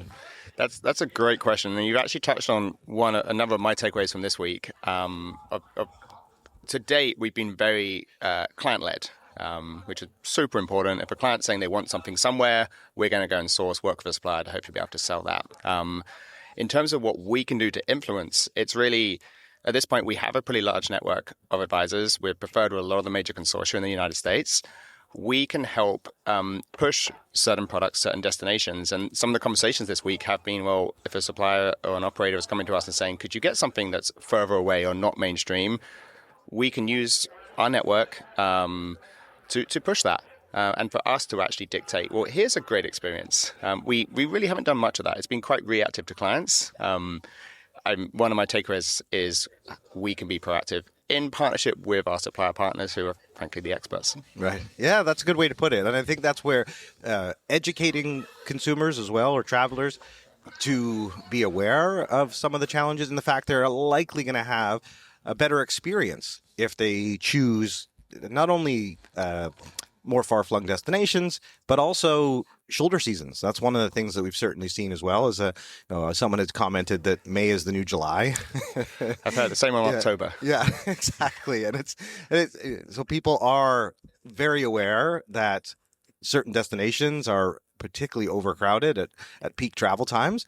And there's also been this trend. I know you were at the Virtuoso conference as well, and one of the things that they highlighted was coolcations, this idea that people are traveling to Scandinavia and knowing that Southern Europe is so hot in the summertime. So yeah, since you do have such a global view, what are some of the other destinations that are standing out for you in 2026? You mentioned more Americans going to Hawaii. What are some of the other standout places that are worth noting? Yeah, I mean, the biggest one for us is probably going to continue to be Italy. And we're talking more than a quarter of our business is Italy. Wow. And just me sort of coming to the States, I moved here 10 years ago. I'm still surprised by the size of that. So we expect that to continue. We're doing some work there already to sell beyond the standard Rome, Florence, Venice, to try and push sort of, let's say, mid-tier destinations. We are seeing things further out. We've already talked about Japan, but the other one that's been coming up for us is Australia and New Zealand. And there's sort of two things that we're pushing there. It's the cruise market and also just the land vacations that are going in. And then in the United States, Hawaii and Alaska are really driving it for us. The US as a whole is our fourth biggest destination market, but it is primarily driven by those two. And then we're here in DC, and I've had some great conversations here, and there's more we could be doing to push some of these East Coast cities, DC being one of them. I want to make sure that people can find out more about you guys, and obviously your other co-founder, the rest of the team. Given we're obviously a large global B2B podcast, if you have any ways for partners that want to work with you guys as well. But yeah, Rob, keen for everyone to know how to find out more about you and Project Expedition. I really, really appreciate that. So our platform is just projectexpedition.com. If you are a tour operator activity, a supplier that's interested in working with us, you can go online and sign up, or you can reach out direct to me. We can put my email in the notes. If you are a partner, be it a travel advisor or any kind of indirect channel where you're interested in offering a selection of tours and activities, we would love to hear from you. Feel free to reach out to us as well. It's all projectexpedition.com. Awesome. And it's, Rob at projectexpedition.com. I'll throw that out there. We'll put it in the notes. I'm sure people will reach out to you, and I certainly look forward to keeping in touch and seeing you at the next Arival. We'd love to. Yeah. Thanks again. I now have the privilege to sit down and speak to the CEO and co-founder of Babylon Tours. I know a lot about Babylon from my good friend Ben San, who runs Tour Optima. And I know that your co-founder was on a panel earlier today, but I now get to speak to Arno Azoulay. Pretty close, right? Very close. Oh, so close. But yeah, Arno, it's great to have you on Travel Trends in this special event spotlight of the Arival episode. But yeah, thanks for joining us, man. Thank you. Appreciate being here. So you built this business way back in 2012. Tell us a little bit about the origin story, where you guys are based and how you got Babylon Tours off the ground. So the origin started in Paris. I'm from Los Angeles. I live in Los Angeles now, but I spent 6 years living in Paris. I moved there with my wife, who's French, and a new baby at the time. And very quickly I realized that I wasn't going to be able to do a job in French. Like my French was not as good as I thought it was, so I realized I needed a job in English, and I saw someone giving tours in the street. I'm like, that's really interesting, and I could do that a lot better, I'm sure. And sure enough, I looked online, found a job posting for free tours. You know Sandeman's free tours? Yeah, of course I do, yeah. So I was a free tour guide. Make all your money on tips, right? My wife, I mean, she made fun of me at first when I told her free tours, but we were laughing all the way to the bank. Yeah. Actually, in Paris, you don't put cash in the bank, just so you know. So, on your mattress? So I was killing it, but I was 30, and most of the guys were barely, scraping 20, 21. So I didn't know if it was like a long-term career, decision at that age with a family, so I had to think a little broader. It took me about a year or two. My co-founder now, Dario, was actually working at Sandeman's doing ticket sales, because they do sell tours also. And I was giving tours, and so I started coming up with different ideas. Maybe I can open my own thing, and I landed on the idea of doing museum tours at the Louvre. That seemed like something I'm interested in. I really didn't know the Louvre, but I love art, so I decided to kind of give myself a crash course.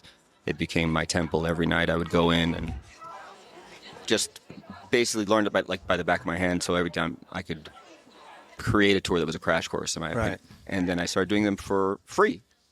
To my free tour guests, I'd say, hey, who wants to see the Louvre tonight? I'll take 6 of you, let's go. And I don't want any money. I just want you to leave me a review. And those reviews turned into building the #1 tour in Paris, really, like in 3 months. And then that was in 2012, all me doing the tours. And then I sold it to the idea to Viator. It took some time, but they adopted it. And then right away I had a business. Like Viator blew it up. And where does the name Babylon come from for a tour business from an American in Paris?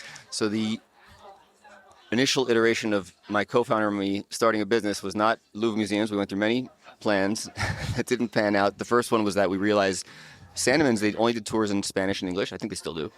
And we had tons of Brazilians, Italians, Germans, people that didn't really speak either, but would just come on the English tour or go in the Spanish, and they wouldn't tip because they didn't really understand anything, fair enough. And like, there's no tours for these people, so we're like, let's create this kind of lost languages, the forgotten languages almost tours. And so we mess around with the Tower of Babel kind of idea, and Babel turned into Babylon, and it's it's not that deep, but that is the evolution. Babylon came out, my wife was at the table, Dario said it, my co-founder, and she's like, I love it. I'm like, all right, great. Yeah, well, it's memorable. That's one of the key aspects of marketing, right? Babylon. But I had a certain origin story that differed just based on the name. So Babylon Tours, you guys decided on the brand. You guys were in Paris. So tell us a bit about your partner and how you guys then started scaling this business. I get you started on your own, you got the reviews, and then all of a sudden Viator kind of really lit up your business because obviously they're a massive distribution platform. Correct. But how did you actually then, with your partner, choose to scale this business globally? So globally came a bit later, but we had to just obviously start hiring guides. Like the amount of bookings, and we didn't want to turn down one. All we wanted was keep the reviews and keep everyone happy. Like the quality separated us from everyone else, right? Keep these reviews, keep everyone happy. So I had to train guys that didn't know the tour, or find guys that knew how to do it, and tell them my way of doing it, and replicate what I was doing. And of course, very soon after, the guys were much better than me, and I wasn't able to have time to even do the tours. I was just managing the company, and he was doing things like finding website designers and doing the logo, all the stuff I didn't want to get into. I was just kind of handling the actual tour side and the quality control. Then my wife, I think, actually said, don't put all your eggs in one basket. You should try and open a different city, a different market. And I thought that would be impossible. I'm so hands-on. How am I going to do that? but we tried Amsterdam. I figured it's close enough. If there's an emergency, I can take a train. And it's a smaller market. It's not like doing London right away. Let's see if we can do a small city that's close by from a distance. And that gained traction really fast, actually. So then soon enough, we did London. And by that time, I moved out of Paris. I'm like, well, I'm doing everything now, out of my house. I'm not giving tours anymore. So we decided to go back home, or my home. Yeah. Chic followed. With another kid.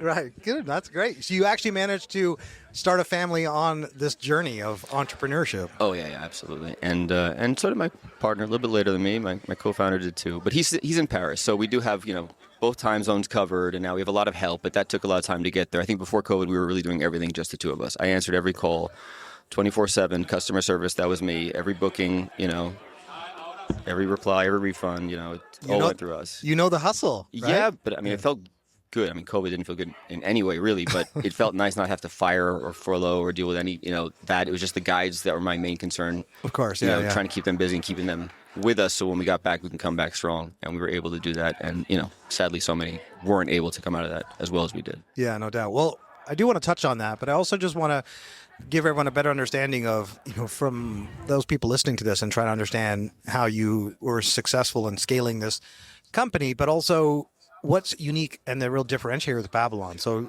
that's one of the things I'm always so keen to get into on our podcast, because that for me is often the difference maker. So, there's timing, there's luck and good fortune, there's smart teams that come together, there's investors. But really, obviously, it's the combination of all those things. Timing is considered to be by far the most important, but it's the sequence of events. The fact you built this business as a standalone, and then you were able to hire guides, and you were to solve these problems as you came up against them. But what was, I guess, the core value proposition for Babylon? Like, if you started with the Louvre, and then you're opening tours in London, what was special about Babylon tours? So special definitely is, well, a few things, but mainly for the size of our groups. So now it's pretty common, but at the time really wasn't, to do just semi-private or private tours, right? Louvre, we never took more than 6. We still don't. And then other museums, we never go really past 8 to this day. And we never really strayed at doing a million things. We don't have any transportation. It's all walking tours. So museums and walking tours, when we open a new city, it's usually focused on either a major museum or attraction, and that will base other tours around walking tours within that city.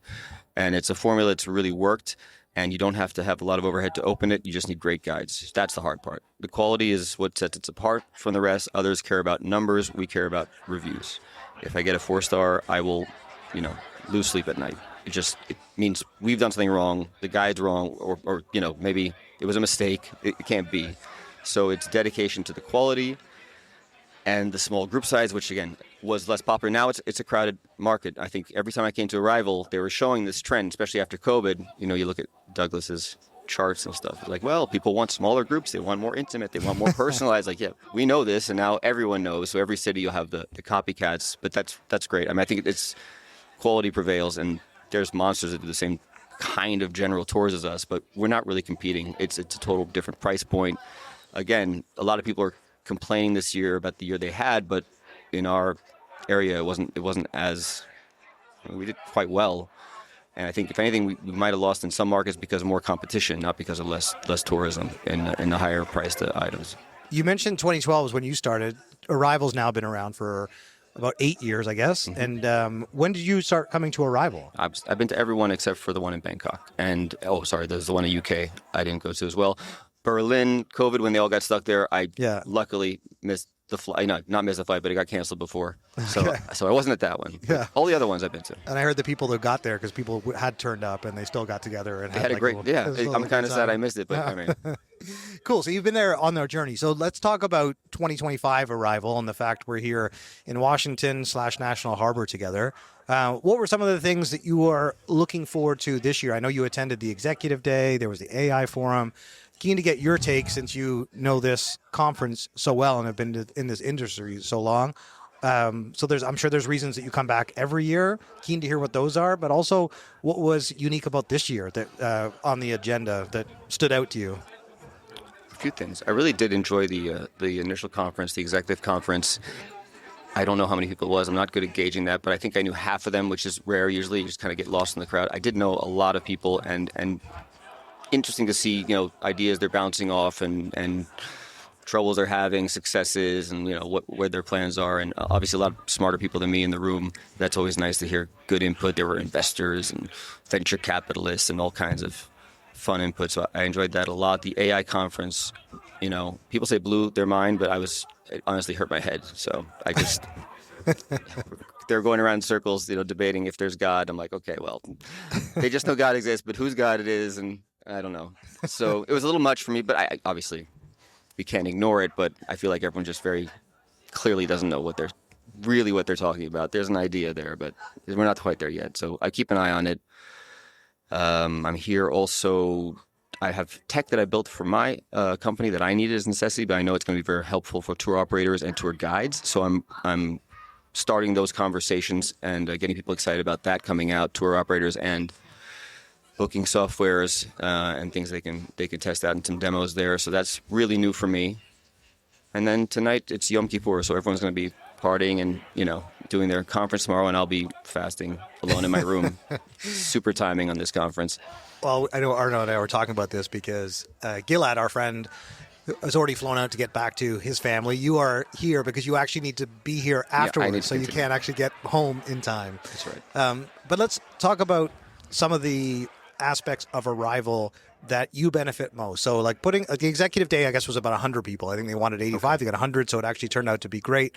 I know their plans are to continue that. And the AI thing, we spent a lot of time talking about AI, so I'm actually going to not dive into that path because I'd rather actually talk about Arival 360. And, we're here at the end of the first day. And keen to know if there's anything different about this year in terms of the vendors that are here, the sessions you've attended so far. And I'm also keen for you to share what you guys were presenting. I know it was your co-founder on there with Ben from Tour Optima. I know what a big conference this is for him, and they're a partner of yours. So yeah, tell us a little bit about what the experience has been so far this year with 360. Man, I'd love to say it's super different in every way, but it's there's a reason I come back because I know it's going to be great, right? So it keeps that authenticity of being just super helpful, and even the most random conversations you think is not going to be useful, and you'd be so surprised what comes out of it. Just the connection, even just like, oh, I know this guy who does that, and so it's worth making the effort to talk to everyone. So because I make so many meetings, I miss out on all the great sessions, which used to be kind of the best thing I would get out of it, but now it's just more. I'm pulled in so many directions, but always great things come out of it. And then later you can watch them online and record it, and that's all right. But you hear good things, people like, oh, I went to this great session, and so yeah, you miss out on some. You can't do everything. Yeah, that's for sure. Well, and I guess similar to you, I love coming to Arival. It's a fantastic conference. I've been coming since the second Arival. I'm obviously thrilled that the multi-day tour has now taken on a role and will continue to grow. But one of the things I was keen to get your take on for many of our global listeners, knowing that you are a regular attendee, so it's hitting all the highlights for you. But in terms of some of the trends, because one of the things I always look forward to is Douglas Quinby's opening session, producing a report. I certainly enjoyed his session today. And it's interesting, I have heard other people, whether it was Joe Pine's session, is that they're nodding that, yes, they're seeing these trends. And so, he's doing a report based on people like you giving them the feedback of what people are telling you or what you're seeing. So I'm really keen, Arno, with our time together, if you wouldn't mind sharing some of the trends that you're paying attention to with Babylon Tours going into 2026. Clearly, you have a business model that's working exceptionally well with the group size, which is obviously very important. But are there new destinations you're interested in expanding to? Like, what are some, or even one of the things he showed on stage was, the rise of food and cuisine tours, that being for the younger generation as well. And I keep hearing more and more about Viator and some of these OTAs that are seeing a great interest level. So that's what I'm keen to know. You, from an experience point of view, working directly with customers, creating these trips, what are some of the trends you're paying attention to? I mean, within tour operators, kind of peers, I see a lot of, cross-pollination, cross-selling, acquiring mergers, and it's everything seems to be. They realize there's so many trends. Like the food one is a perfect example, right? We open markets based on our kind of trajectory. Always, we're going to handle it the same way with our formula. But it's true that there's so many other markets within the city that we're just not going to tap into. So it'd be silly not to, combine forces with a food tour. Now, they seem like they're all tours. It could probably run the same, but they are very different animals. We've looked into that, and it's like, well, someone knows how to do it well, then it's worth, connecting with them, and whether it's getting a commission or doing some kind of cross-selling. And I see that happening a lot because it just makes sense. Money on the table. You have customers. They want to do everything. You can't do everything as well as you do what you do the best. Yeah. So I see that happening a lot. I see a lot of always Arival, just new people starting their interesting businesses, interesting tours, and they're thirsty for knowledge and thirsty for information, and it's cool. You know, I'm old now. I'm like a mentor. It's weird. It's funny because it's totally audio, but I'm sure people even like Arno, when I was chatting with him yesterday, he's got a great sense of humor, as you can probably tell, a very dry sense of humor. You're perfect for running tours because obviously people get a kick out of you, and I imagine you did well. You definitely did well with the tips. And then, but as far as where you're headed with Babylon, one of the things I'm always keen to highlight, because you mentioned things like startups, and they're here. We've interviewed a few on this episode, and it's all part of the ecosystem of people coming into this industry, trying to solve new problems, investors trying to figure out who to back. You know, there's you with a company that's successful, it's growing, you're trying to maintain that. What are some of the things that you are looking to announce, launch with Babylon for 2026? And I also want to make sure that people can find out more about Babylon Tours and be able to follow up with you and the team if they want to. This is a B2B podcast, so many of these could be partnerships. But yeah, tell us where you're headed in 2026 with Babylon Tours and how people can connect with you guys. What a wonderful opportunity to plug everything. Yeah, there it comes. We're opening Barcelona. Honestly, it would be open today if I could find a minute to get on my computer. I have everything set to go. So Barcelona is opening within days. That's been held off. It's late to the party. It should have been open ages ago. My fault. Barcelona's opening. We open usually 2 cities, but we have our 4 cities. We're going to do 2 in U.S. We operate in U.S., mostly in Europe. So in U.S. it's D.C., New York, and Chicago only. But we have the big anniversary next year, so we're going to open Boston and Philadelphia. We think we'll get some traction there, and they're just great cities anyway for walking tours and museums. And this tech is that's my baby now. That's what I'm most excited about, and that's for really B2B. That's for everyone. That's guide, scheduling, direct in one place, availability live. Someone books, it connects the guide, assigns them automatically, and if he's working for you, he's a freelancer, his availability closes for me. The guide hasn't had to put their availability in 50 places. It all goes to one place, and we're all connected to their live availability. And I know it's something I need, and I know if I need it, they all need it. And sure enough, everyone's very excited. So that's where we're headed. That's avails.app, which is you can sign up for a demo there.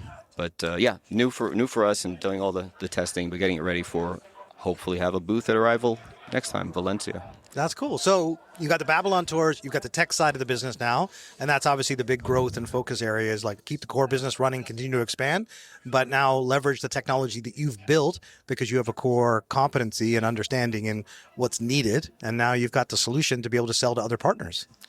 Yeah. And right now we're just, like I said, I don't even know where it's going to go. I just know everyone needs it. So there's no reason not to, everyone's got their own built-in similar kind of thing, but like this is ridiculous. The guides suffer, and then tour operators suffer when they're double booked or, messed up. Oh, I forgot to tell you, I'm working this. I can't do that tour. That shouldn't happen anymore. This needs to be streamlined. They say how the industry is fragmented, but it gets worse as you get lower, down the chain. And this could be a really easy way to consolidate it. That's cool. And automate it. How best for people to follow up with you? LinkedIn, email? What's the best way for people to reach out that want to collaborate with you, especially with the Vails app launching? Yeah, you can email us, or I guess LinkedIn's best to reach out to me. But also, we just launched our new website, babylontours.com.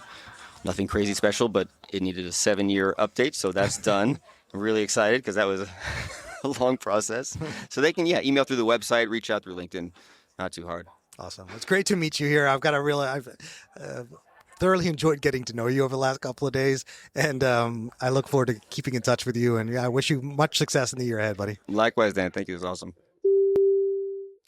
I now have the privilege to speak to someone that I was very keen to include in this recording because she's come all the way from Slovakia to be here for Arival. It's her very first time at the event.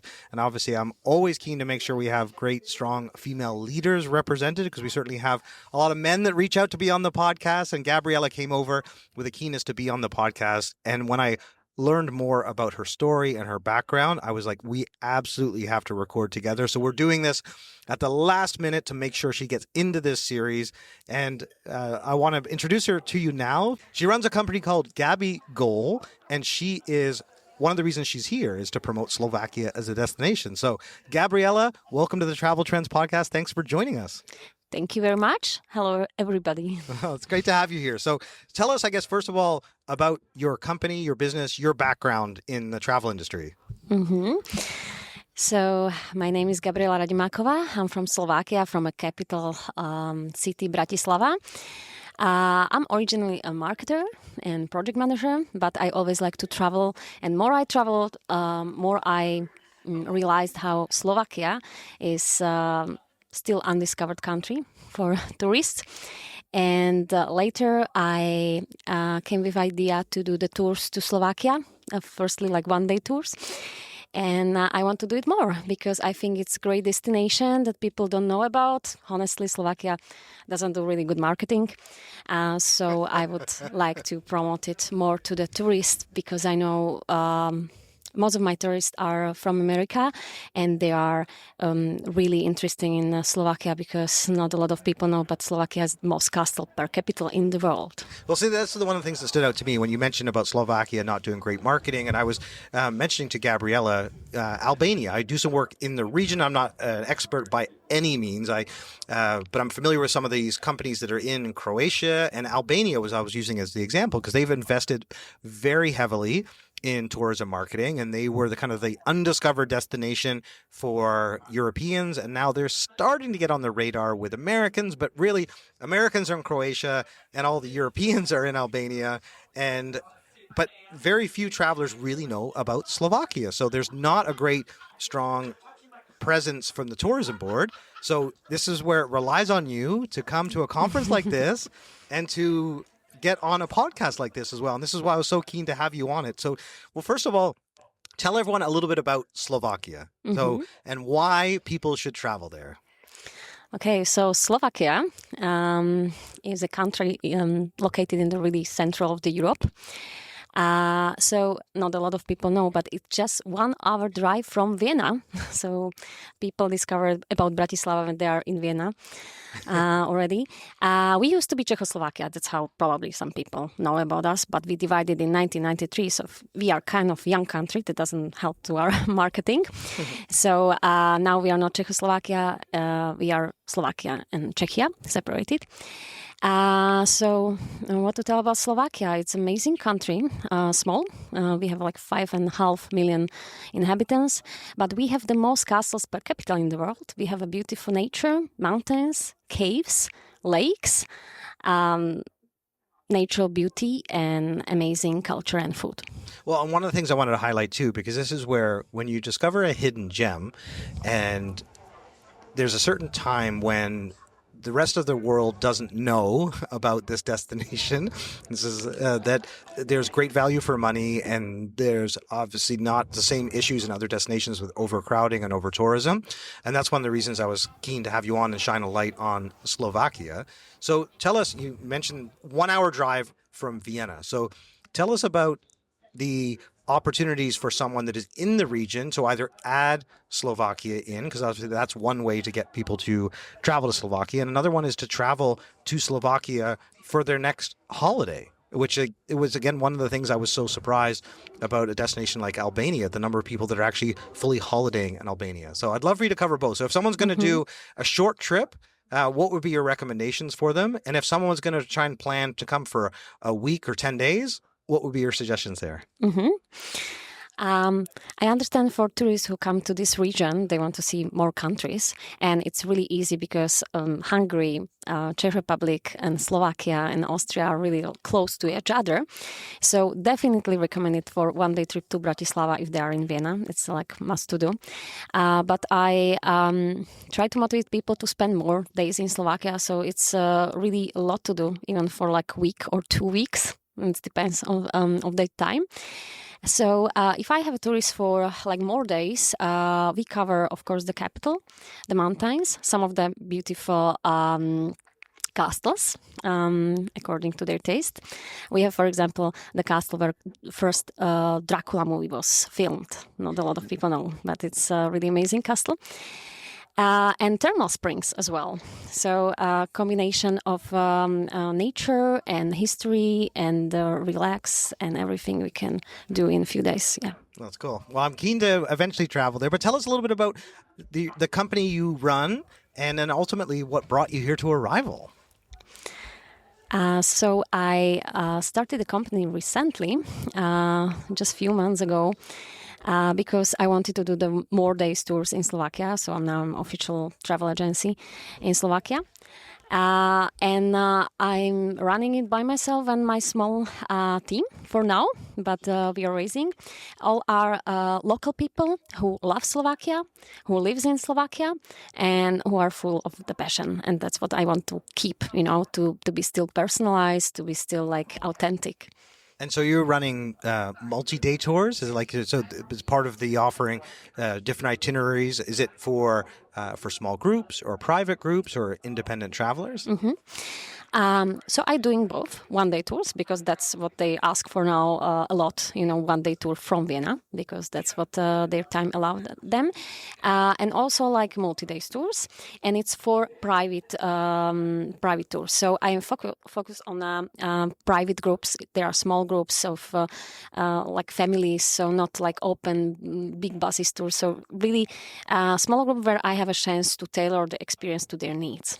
That's great. And then coming to Arival, obviously you've traveled a long way to be here. What were some of the things you were looking forward to being at Arival, and what has been, I guess, the reality now that you've been here for a couple of days and experienced your very first Arival conference? So as I took it really seriously with my travel agency. I know this is like really, really big conference about travel industry. I heard about it before. And as most of my clients are from America, I decided to fly here and to get knowledge, get connections, tell about Slovakia, and eventually elevate my business to the next level. That's great. And I know there's been, 3 days of sessions, and you've kindly attended some of the multi-day tour sessions. But what have been some of those other standouts for you in terms of the speakers and the content here at Arival? I really enjoy the content. I think it covers a lot of different topics, also including AI. I also attended the AI conference before, and I love it because either like the speakers who had something to say, in the industry and have a lot of years of experiences, but also operators that are that are doing the same things, but in their country, in different region, we can exchange the experience and make connection. That's amazing. Yeah, for sure. I mean, I saw you networking and getting a number of opportunities to meet people, and I thought it was great to see you. And this is where, ultimately to get the most out of a conference like this, you really have to hustle. You've got to make your effort to go up to people after their presentations, share your business card. And this is where I have a great respect and admiration for someone that's so entrepreneurial and also wants to make the most out of the time here. And so I'm keen to know, from what you initially envisioned to what the reality was, what is your overall perception of Arival? How much did you benefit from it? And I guess ultimately, are you going to be coming back next year? I would say it exceeded my expectation. Even it's huge. And the people are really friendly. I usually don't come with expectation because then I can be disappointed. But I had some, and I think it's great. So let's see what it will bring, and I hope I will come next year too.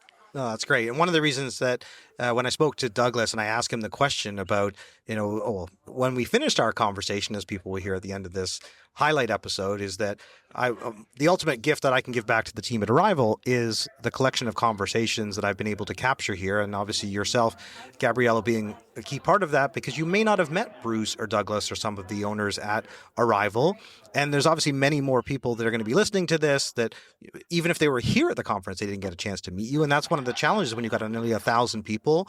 You can't meet everyone while you're here. And so there'll be certain misconnections or opportunities. So this gives you a platform and an opportunity to present yourself to them, to the organization. So potentially you could be involved in a panel in the future, especially as we expand the focus in multi-day and Arival moves to Valencia, which will be a lot closer for you to be able to travel to. And then, back to your business and where you're headed in 2026. Tell us a little bit more about Slovakia in 2026. I love the fact you mentioned, the most castles per capita of any country in the world. That's a very fascinating stat. And it's one of the reasons that people go to Germany and take river cruises, and they want to see all the castles from the Rhine.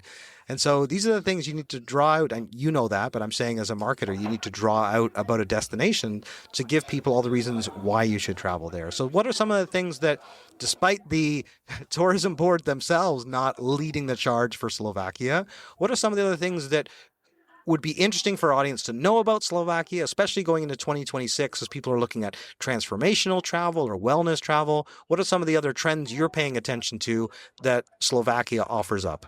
Mm-hmm. Authenticity, because it's less tourists, and I think more and more travelers try to avoid, so many people, either in the cities or the Christmas markets. We have, anyway, amazing still Christmas markets with the local atmosphere. So I think it's all undiscovered. There are castles, there are beautiful natures, forests, caves, and mostly it's not so touristic, and it's more affordable because it's still a bit cheaper than in surrounded countries. Well, say no more from my point of view, because one of the destinations I've been raving about in the past year is Colombia. I've done a destination spotlight in Colombia, and I think it's one of those destinations that in 2025 going to 2026, the value for money, like ultimately the culture, the authenticity, like it's one of those destinations that goes on the radar because it has all these elements. It's ready for tourism, and then the value for money. Because ultimately, especially when we heard a number of people on this episode talk about the uncertain times we live in, it's exactly what Douglas talked about at the beginning of his presentation. The reality is many people who are in the mid-range, which is the vast majority of travelers at the end of the day, when you look at travel spend, there's many people like the middle income that are trying to decide whether or not they're going to spend money on vacation.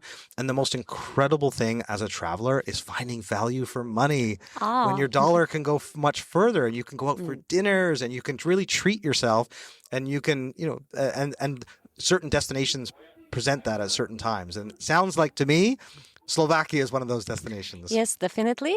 And I forgot to mention that the beer is still cheaper than water. So that's another. Well, it's funny we mentioned that, because one of the things about Czech before it is that people used to talk about how cheap the beer was in Prague. That was like one of the reasons that all the Brits had to go there for their stags, and when a destination becomes popular, everyone heard that there was cheap beer in Prague. That's no longer the case at all. Prague is as expensive as other major European capitals now. Mm-hmm. So the opportunity is there to travel to Slovakia. Any other tips or suggestions for people planning their next trip to Slovakia? Yeah, or their first trip to Slovakia. Just go. Just go, reserve more days, because a lot of travelers that I met actually changed their plans and stay longer because they were so amazed how beautiful country it is. That's great. Now, I want to make sure everyone listening to this can find out more information and connect with you. So tell us, please, Gabriela, the best ways to do that. Okay, so you can contact me on my website, GabiGoTravel.com. You spell it out just to make sure, because I don't want anyone to mistype that in, because I initially struggled with the pronunciation. So yes, I'm struggling with spelling, but I will try. It's GabiGo travel.com. Perfect. Okay, you got it. There you go. Everyone got that? Typing it in right now, bringing up the website. So many people multitask when they're listening to our podcast, so I want to make sure. Okay, so the website is one way, but what about connecting with you? Email, LinkedIn, social channels? Where else should they look to reach out to you? Yeah, on the website there is WhatsApp.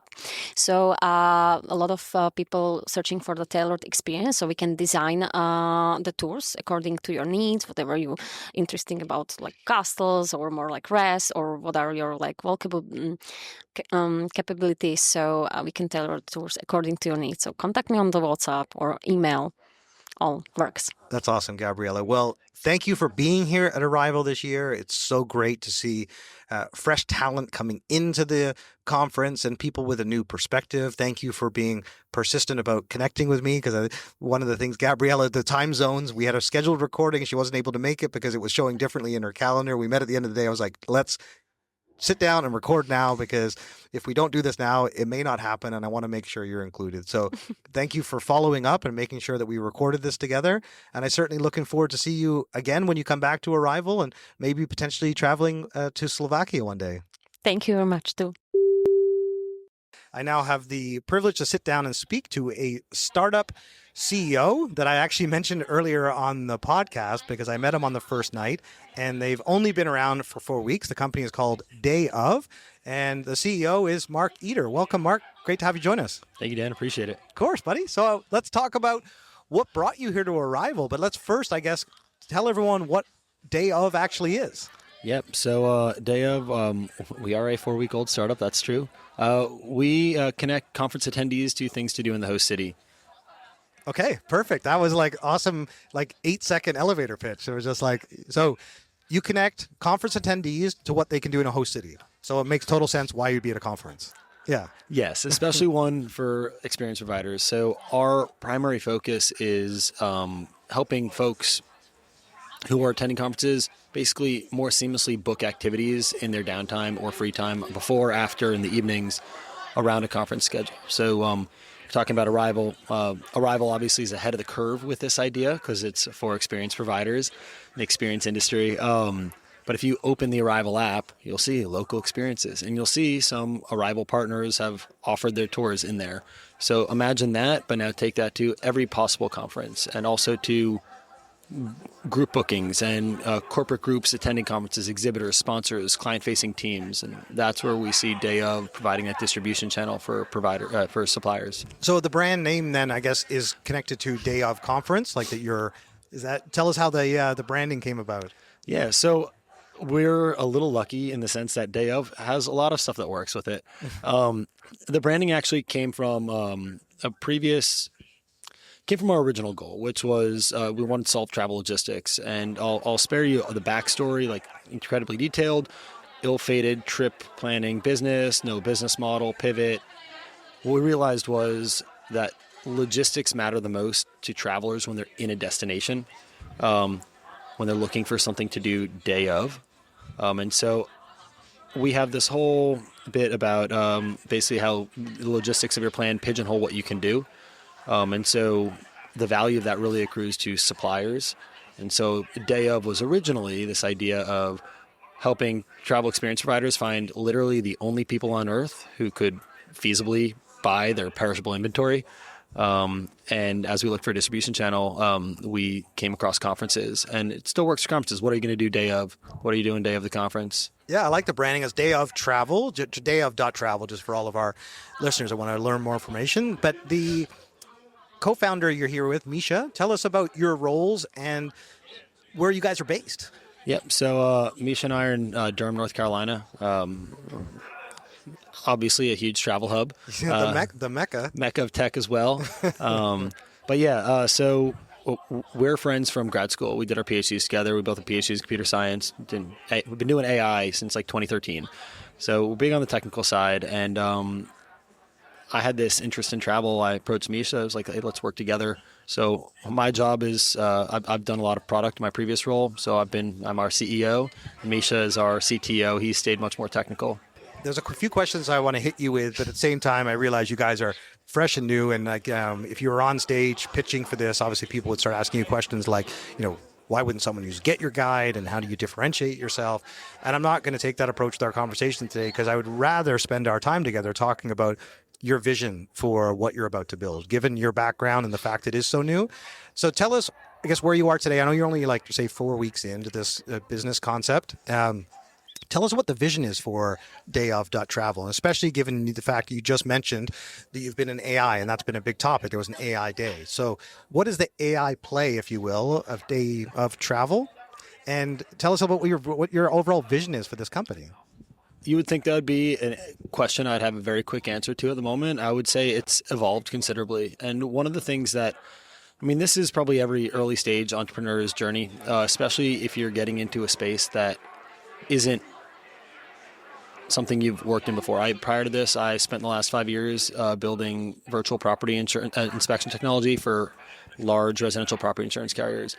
So our vision truly is we want to solve travel logistics. That's like in our big mission statement, if you will. And to us, that means making it seamless to discover and book things to do while traveling, with a heavy focus on feasibility. So we're not trying to come up with you talk about AI. I'm not going to outcompete ChatGPT in personalization. But to me, what's more personal than your schedule? So where you are, where you need to be, the things you've already planned, like you want to fill those gaps. And so the vision is to basically be that answer for anybody anywhere looking to find something to do while they're traveling, and starting with conference travel. Now let's get into some of the specifics. This is where I'm keen to understand how the business model works in practice in terms of who the customer is, and then ultimately, who's going to be utilizing the service and how you're going to connect them to the provider. So what would stand out to me is that you, rather than creating these experiences, that you are connecting with providers that offer these tours, since there are so many operators that are really keen to get that business, especially in the U.S. right now, where international travel is down by 9%. That's 6 million travelers, as you heard from Douglas Quinby's opening session today. So there's no shortage of operators that want the business, and that is their specialty. They operate these day tours, and you're trying to connect, again, you can correct me on this, I'm keen to get your take, is that you're trying to connect conferences that will then be able to create an opportunity for people to take those experiences. So my first question is, who is the customer? And I guess that is the conference provider. And then what is the experience for the guest or the customer itself? Is it an app-based experience? How do you tie into the convention organization? So, I mean, in like the canonical sense, the customer truly is probably a supplier, in the sense that customers are the folks who are paying you. Our users would be conference attendees, sponsors, exhibitors. The way they would access us, our vision is to integrate into conference apps. There's a handful of ways that we're playing with right now to see how this pans out. And we're going to be testing a handful of those later this year with some prospective conferences. But, one is quite literally, it's in front of you, it's in the app, it's find something to do, maybe there's discounts. Honestly, to me, that sounds a little bit too undifferentiated. The part that makes me much more interested is a focus on premium experiences for a corporate audience. So the reason conferences stood out to us as a prime distribution endpoint is because they have this kind of unique dynamic. It's a geotemporal surge in purchasing power that descends on thousands of cities around the world every week. You take a mid-sized conference, 6,000 people. Let's say you got a $75 a day per diem on your card. So 6,000 people, 4-day conference, $75 a day. That's $52 million in purchasing power that shows up, net new revenue, by the way, to any local business. And it's not already tied to lodging or airfare. They are there to spend that money. And nobody is starving in their hotel room. People are out there spending money doing this stuff already, but it's all fragmented and unattributed. And so I hear fragmentation, I hear opportunity. Yeah. And so consolidating that into a direct channel for suppliers to access is, I think, what we see as the model that comes here. So I love when you mention per diem, because the thing that always makes me laugh when I hear that term is whenever I see a Ruth Chris next to a big convention center, because everyone's got their daily per diem and they're going out for a steak dinner that 1 or 2 nights that they're away. And there's a direct correlation to the businesses that operate near facilities based on this concept. And it's like that. And so people do often in organizations, they have a corporate travel structure or plan, and they have these per diem. So it's interesting you point that out, because one of the things obviously you're very focused on is what problem you solve, and then how do you solve that problem. So you also need to know who that customer is and what is their available spend. So it's interesting you mentioned that right off the bat. That shows that you've done your homework. I would take it a step further though and say that while that's valuable, and that was what we started looking at, where the real opportunity seems to be emerging from a lot of our customer development conversations is exhibitors and suppliers. And I've mentioned this conference distribution endpoint, and unspoken here is, how the hell do we partner with conferences? What's in it for them? Conference planners are frequently asked, often conferences are organized and the revenue generated by conferences cover the operating budget of whatever the association is that's putting on that conference. There are 272,000 association meetings in the United States alone every year. It's probably 270,000 more than I thought there were. And they are driven by revenue. And who is providing the vast majority of revenue? It's the sponsors and the exhibitors. So these planners want to satisfy and indulge whatever the exhibitors and sponsors need And frequently they're pestered with requests for, hey, I want to take clients out here. I want to do this there. Where can I take them? How can I book this? Sometimes they bring in a DMC, not always, but the DMC works for the conference planner, not for the exhibitors. So they might be there to answer questions, but unless it's a sizable enough event, the DMC, it's not worth their time and their high touch experience. So where we see the opportunity is a marketplace for the exhibitors who aren't just spending a per diem, but rather it's corporate marketing dollars. It's your budget to take clients out because you're closing deals. So it's a different sort of ROI on the experience. And that's where we're hearing probably the biggest market pull. Interesting. And then coming to Arival, I'm also keen to know how you discovered this conference and what actually attracted you to coming to Arival. I mean, there's some obvious things that stand out to me, but how did you find out about it and what was sort of the appeal of coming? So we originally found out about it because with this logistics focus, our original pitch for this business before we focused in on conferences was help travel experience providers find literally the last people on earth who could buy their perishable inventory. Well, travel experience providers, like, where can we go learn about this? Arival. And we've been working with Gilad Berenstein's an advisor for us, and he introduced us to Bruce, had a call with Bruce, and, he suggested this would be a great place to learn. He asked some, really good, challenging questions, too.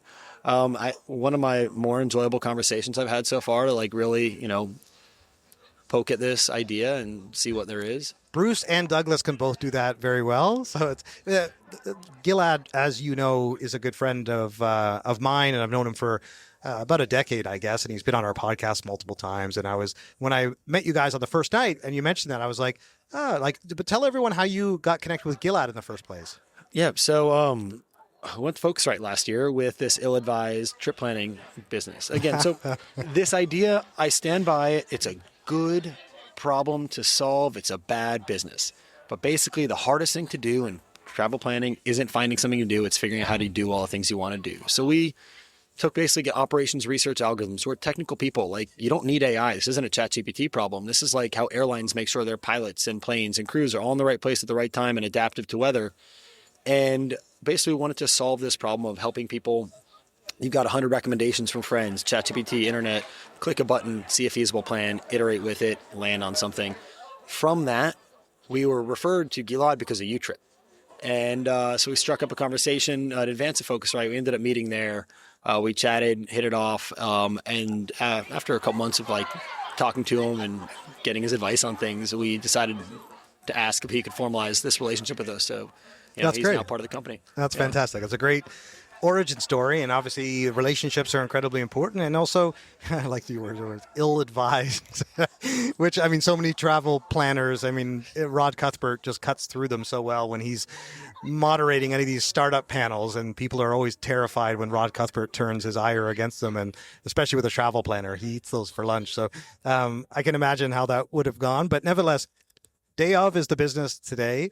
You're obviously here at this event. We're at the end of the first day, very keen to see how it's all come into practice. What has been some of the benefits of being here so far? Has it been some of the connections, relationships? Obviously, you get to be on a globally important podcast like this, so that's going to be there's the big highlight of coming to the conference. But yeah, what have been some of the other benefits so far?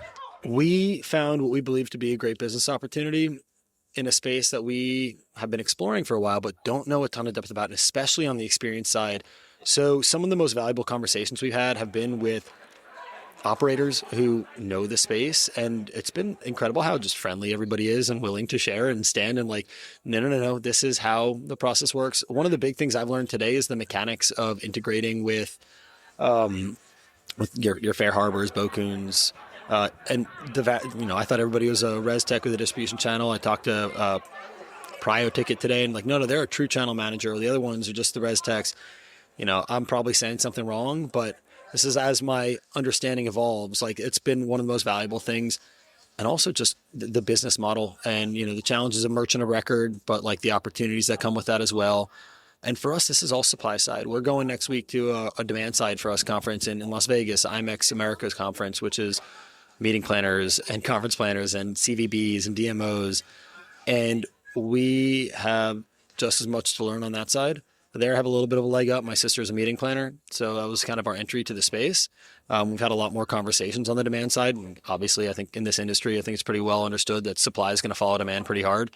But if we're going to succeed, we have to have supplier liquidity. We can't create like a marketplace product with 3 things in it. So we have to know how we can provide valuable supply, the type of experiences and attractions and things to do for that will appeal to conference attendees. For sure. And then clearly there's still a couple of days left of the conference. What are you hoping to leave with?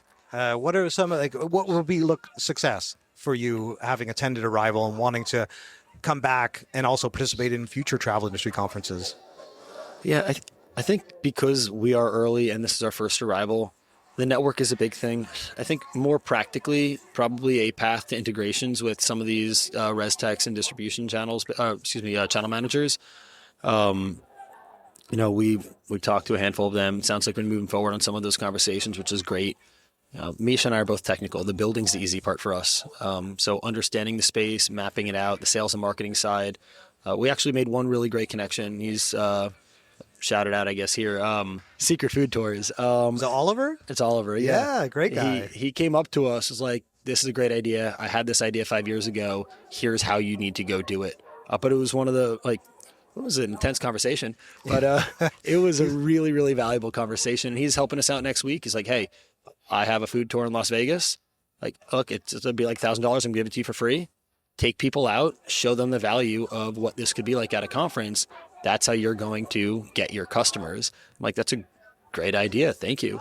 So we're working with him right now. So that's awesome. And he's an intense dude. I had dinner with him last time we were together here at Arival, and he scaled his business to $20 million in revenue in a very short order. And so you don't get there without having that tenacity and the keenness to make sure you're using your time as wisely as possible. He's super efficient with how he approaches things and what's kind of the next thing that he needs to accomplish to grow his business. So yeah, good person for sure you to be connected to. And also just getting to know this community. I think that's 100%. Clearly what's already happening for you. It's like an incredible ecosystem at Arival. So I can't imagine a better conference for you to be at this stage of DayOf.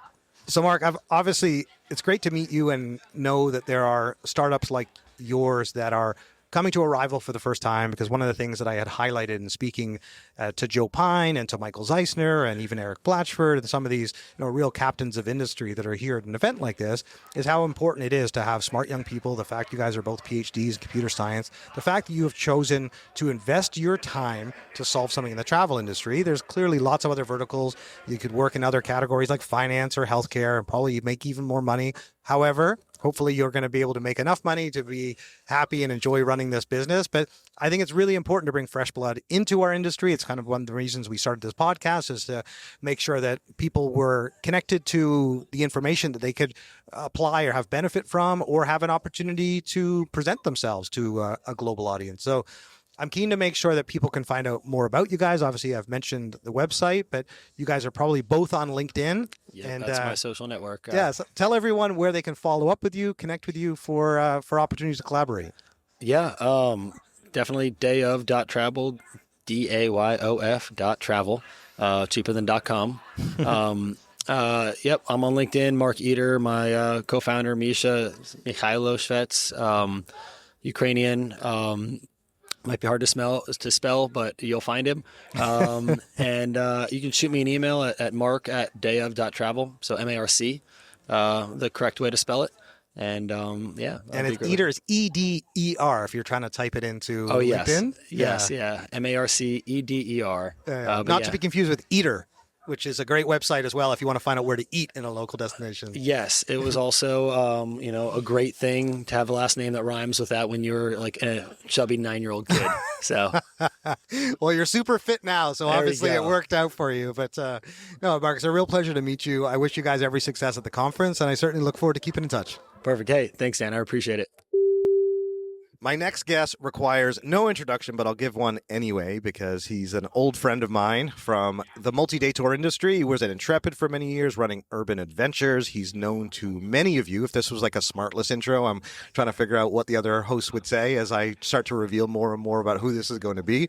He runs the Everything AI Travel podcast, and he also is a successful startup founder with a really cool AI video company called Videreo. So if you haven't figured out already, it's Tony Carne, ladies and gentlemen. Welcome, Tony. Thanks, Dan. Good to be with you, buddy. Yeah, absolutely. So here we are at Arival. You've traveled all the way from Melbourne, Australia. Tell us what brought you here. And obviously, one of the things I know is the AI Forum, which you've been such a critical part of bringing together for the first time here at Arival. Yeah, for sure. It's a good innovation of the Arival crew to bring AI in as a standalone day. Was unbelievably well patronised as well. Alex Bainbridge and I actually did a pre-event on the Monday before the Tuesday Forum itself. And to be completely honest, we thought no one would turn up, and we thought that we'd wait 10 minutes and then go get a beer. And we got to the room, it was standing room only. So, well patronised, a lot of desire for information in the industry about AI, which is fantastic because people, they need to be aware, and people are educating themselves. It's a really good thing. Yeah, that was a terrific way to start. There's the Executive Day, the AI Forum, and here we are on the second day of Arival 360. You kindly spoke at our AI Summit last year. You're attending and speaking at our AI Summit again this year.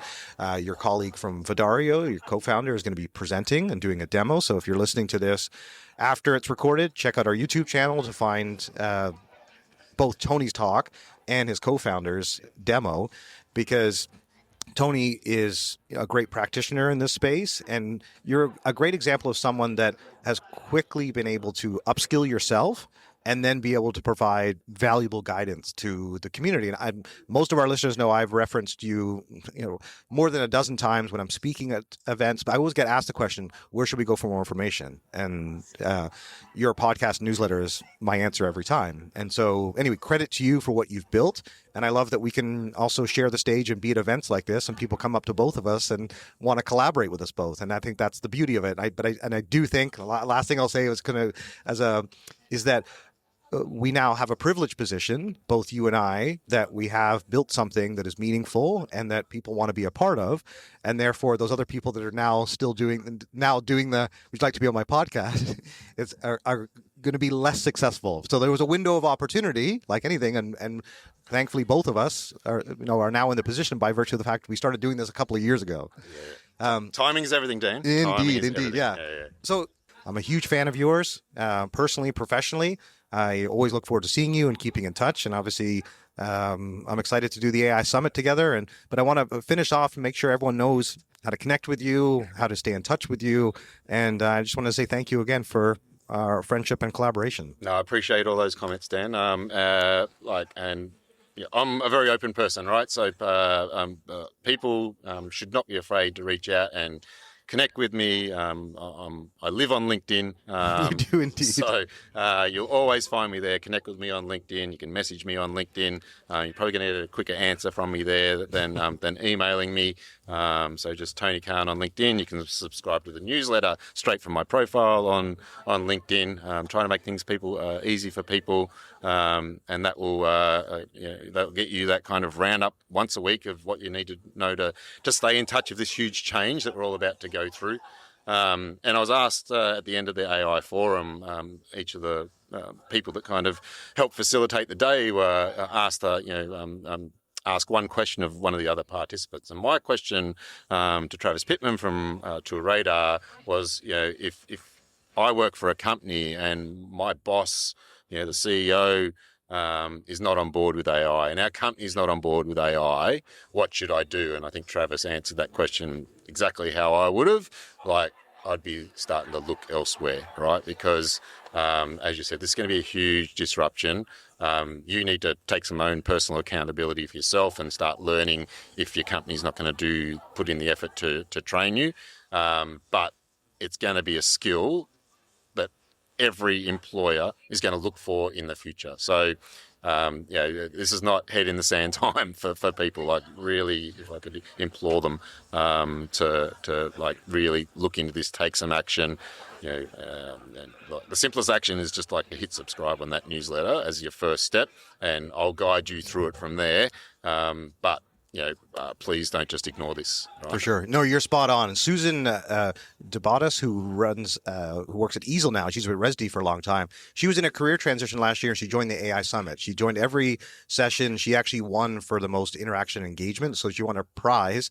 And when I first met her, she's like, "Do you remember I'm the lady that you sent a shirt in the mail to?" And I was like, "Oh my God, that's you, Susan." And she was saying how much she benefited from hearing everybody in the AI space, and she landed this great new job. So it's exactly to that point. But she had to take the initiative, and that's why obviously we're doing what we're doing to create those type of opportunities, because there isn't yet, and I think there has to be, to the point you made earlier, more formalized training, especially for the travel industry. So we'll pick up on that for sure. But yeah, thank you again, Tony. Safe travels home, and I look forward to seeing you at the next AI forum. Perfect, buddy. And before this professional education becomes something, there's the ad hoc version, which is the forum that you got coming up, right? The summit.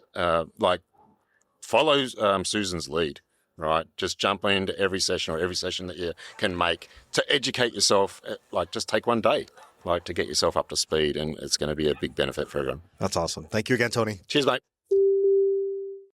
Hi, everyone. I now have the privilege to speak to Daniel Cerda, who is the CEO and founder of an incredible food tourism company called Eating with Carmen. He's based in Playa Carmen in Mexico. So he's traveled to be here for his very first arrival, and we've just had a chance to meet. I was so keen to have you part of this recording and this special event spotlight episode for two reasons. One, obviously, food tourism. It's everywhere, looking at Viator's reports and Douglas Quinby's opening, and Mexico.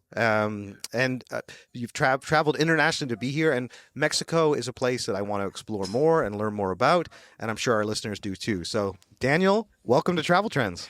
Well, Dan, thank you so much for having me here. It's an honor to be here with you and be able to talk a little bit about us and our experience here in Arival.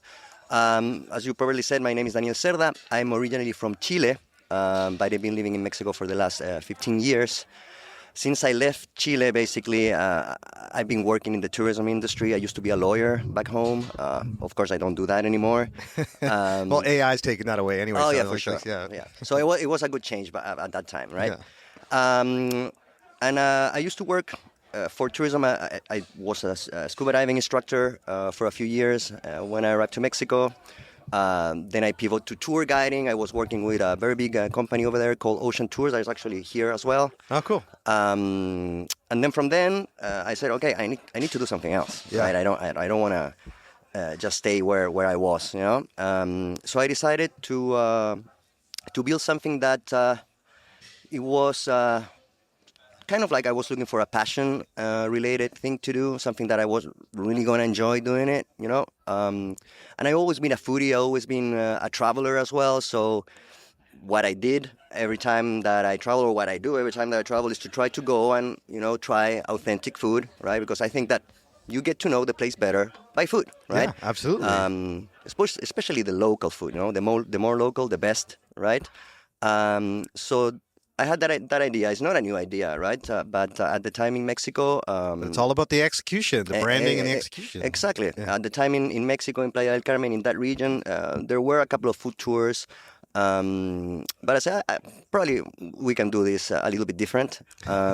So we started with Eating with Carmen.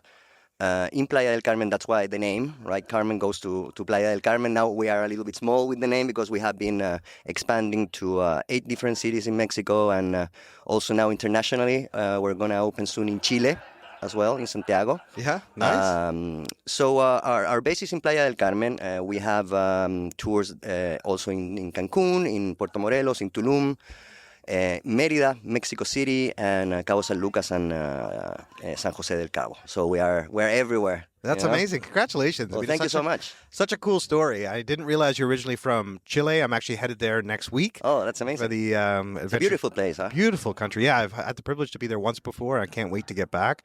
And one of the things that, when people come into this industry, I always find it fascinating. Is always why I want to start the conversation, to get to know the person and then what they're working on, because usually they're so interconnected. The fact you were a lawyer, obviously it's impressive. You have that, you've gone through that whole schooling, but then realize that's not what you want to do day to day. And you fell in love with tourism, and obviously you're already in love with food and like the magical combination of those things. And now there's a huge interest in food tourism. So you were ahead of the curve.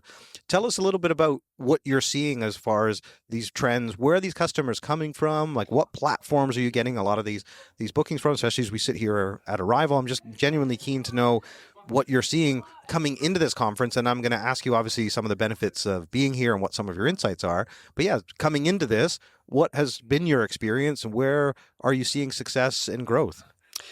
Okay, so the market is growing, right? It's been growing steadily since 2017, at least, that we are in the business, right? So every year for us, at least, it has been better and better. I see much more interest of everybody into food tourism. Food tours are just a part of food tourism, right?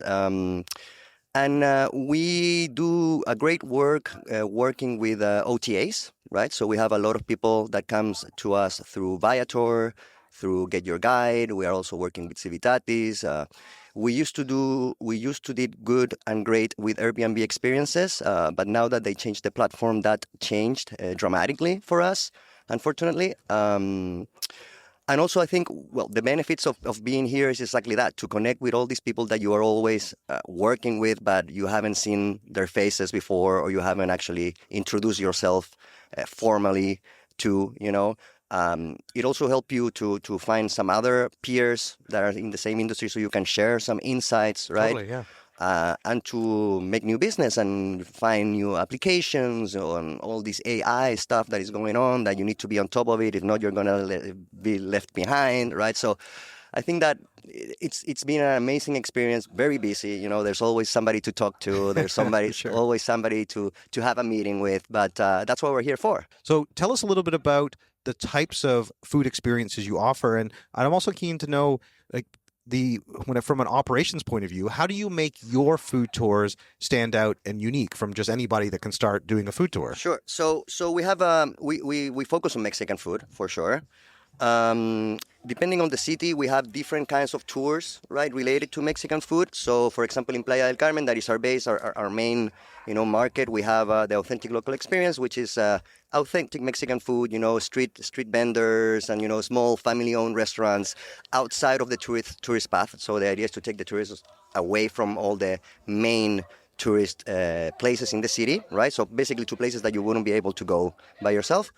We also have a tour that involves Mexican beer and seafood. Nice. Right? I like the sound of that. Oh, that's amazing. Cervezas, and what's that called? Yeah, it's called Mexican Beers and Seafood Madness. Ah, cool. Right? I like it. Yeah. We have another one that is a little bit more high-end, that is tequila mezcal with gourmet dining. You got me twice there. Tequila is my choice of cocktail anytime. I love tequila. Oh yeah, it's a big thing down in Mexico for sure. And also in Tulum and in Playa del Carmen, we have a vegan food tour. So we cater the Mexican food to vegan public, right? Which is all pretty interesting as well. Yeah. It's definitely interesting for the vegans.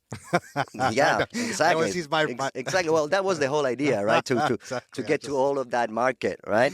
Yeah. I tease my brother's vegetarian. My brother-in-law's partner is vegan, and so I always tease the vegans and it's amazing now what they can do. They can make like a Thanksgiving dinner with a vegan. They can make things taste like turkey and. Oh yeah, I mean, actually, like the places that we visit during the tours are Mexican food. Like it's actually like you're eating the same food, but on a vegan version. Made of beans, made out of lentils. So it's no longer flavorless. It's now you're getting almost the full experience. I mean, if you are vegan, it's difficult to eat in Mexico, let's say, right? Because there's a lot of meat involved, a lot of pork, right? So we also wanted to include these people that are vegan into trying Mexican food and really know what it is about, totally. Without having to try meat or anything related to meat, Yeah. And we, what do is we just don't do food tours, right? We also include a lot of city touring on our food tours.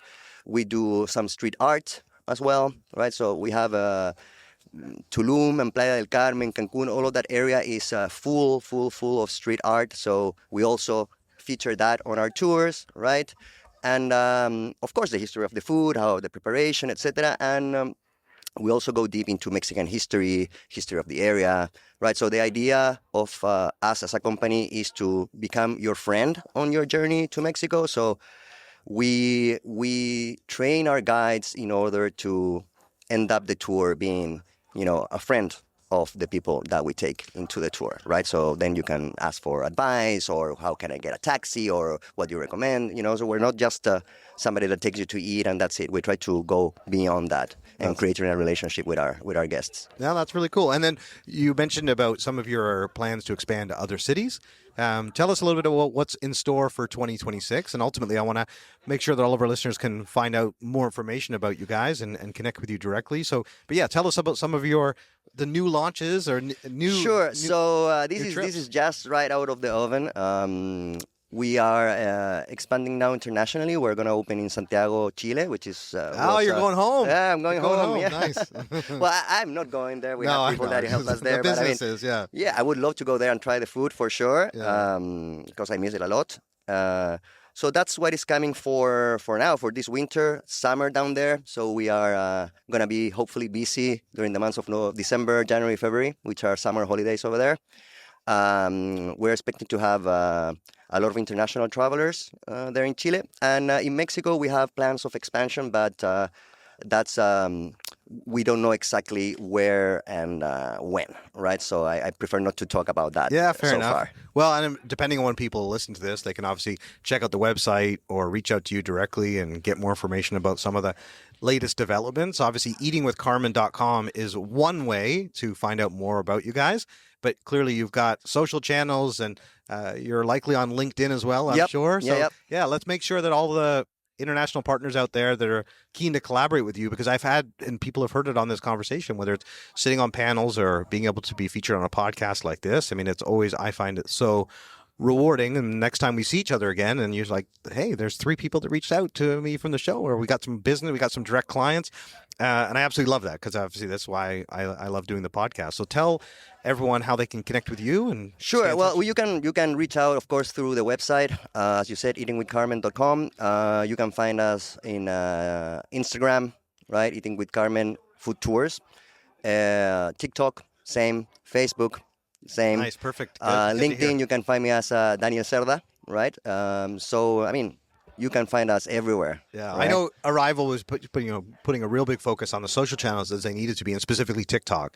So it's great to hear that you're on that channel and active on that channel. Maybe that's actually just one last question for you, is like the importance of social marketing for food tours. Oh, yeah, definitely. I mean, social media is everything at the moment, right? Yeah. So it's very important to be present in all of these platforms, even though you might not get too many sales from it. I think it's important as a presentation card, right? To have something there going on, that you are actually doing the effort of creating good content. We also work hard on YouTube. We're actually going hard on our YouTube channel. You can also find us on YouTube as Eating with Carmen Food Tours. And there we upload a lot of content of value about Mexican food, about Mexican landmarks, about Mexico in general, right? So you can find a lot of information of value about Mexico and Mexican food on our YouTube channel and on our blog as well. Fantastic. Well, I'm going to follow your social channels, and I'm going to make plans to come and visit you guys and experience it for myself, because I love Mexican food. I like the tours you've just described. I am salivating at the idea of the food and the drink. And so, yeah, I look forward to seeing you in Mexico, and wish you every success at the conference and everything planned with the business of the year ahead. Well, for sure, and we will be very happy to see you around there. And thank you so much for your best wishes. And of course, again, thank you so much for having me here. Thank you, Daniel. You're very welcome. With Alex live here at Arival and get his take on the conference and especially multi-day. So Alex, first of all, welcome to Travel Trends. Thanks for joining us. Hi, Dan. Thanks for inviting me. Yeah, that's a pleasure. For sure. Not only it's great to have you here in Washington, not only recording this together, but also having you as part of the multi-day tour series. I appreciate you making the trip across all the way from Amsterdam, and then also being on stage to talk about multi-day. But before we get into that, tell everyone a little bit about Tourseta and what it is you guys do. Yeah, absolutely. Tourseta is a all-in-one platform for multi-day and specifically for group tour operators. We help tour operators optimize booking flows, automate their operations, and improve customer satisfaction in many, many ways. So the platform consists of different modules to power multi-day tour operators and essentially make their life easier. Yeah, that's what we do. That's great. I know you did a fantastic job on stage. Tell us a little bit about this session, because I always prefer it when our listeners can hear from a guest who was on a panel. So Tell everyone a little bit about the panel you were on earlier today and some of the takeaways. Yeah, absolutely. So the panel was about the travel tech challenges when it comes to multi-day. We had 4 people on stage. That was a fantastic stage, I have to say. We discussed different options on how you can structure your tech around your company. What are the challenges? What to focus on? And my biggest takeaway from that was that the multi-day. And I wouldn't say this is something new, but this is always good to repeat, is that the multi-day technology segment is way outdated compared to other verticals when it comes to travel, hotels, and even day tours, right? So for multi-day, there are not that many software solutions that would power them, from A to Z. So this is a true challenge, and this is like what 3 of the companies presented on stage try to solve in one way or another. And this is like what we discussed about essentially. So that was a great stage overall. And thank you, Dan, for organizing that. And thanks to Arival for, hosting that as well. Yeah, for sure. I was thrilled that Arival decided to go down the multi-day path this year. And obviously, it was an honor to MC that session and to have you guys on stage. I think we had, the 3 right topics to focus on, the challenges around distribution, technology, and then marketing that we're going to be wrapping up with later tomorrow. But the session that you were a part of was obviously really important because a lot of companies are trying to figure out whether they buy or build. And it used to be the case they had to build, and now they actually can buy this technology. And the other thing that is interesting to me about what's happening in this space is that the multi-day tour industry, obviously I'm a big fan and supporter and I see the potential. There's a lot of new entrants. And I know outside of this, Alex, we're doing a series together on emerging tour operators, and we have one of your clients, a lady named Nabila, who runs a company at DayOf Travel that I hope our listeners will check out as well, because it's really fascinating to see a new tour operator that doesn't really know the travel industry trying to figure out what platform to use. So tell us a little bit about the learning so far with Tourseta, with finding these types of companies. I know obviously you're going to make more partnerships here at Arival, but tell us a little bit about the partners you have so far and specifically about Nabila. Yeah, absolutely.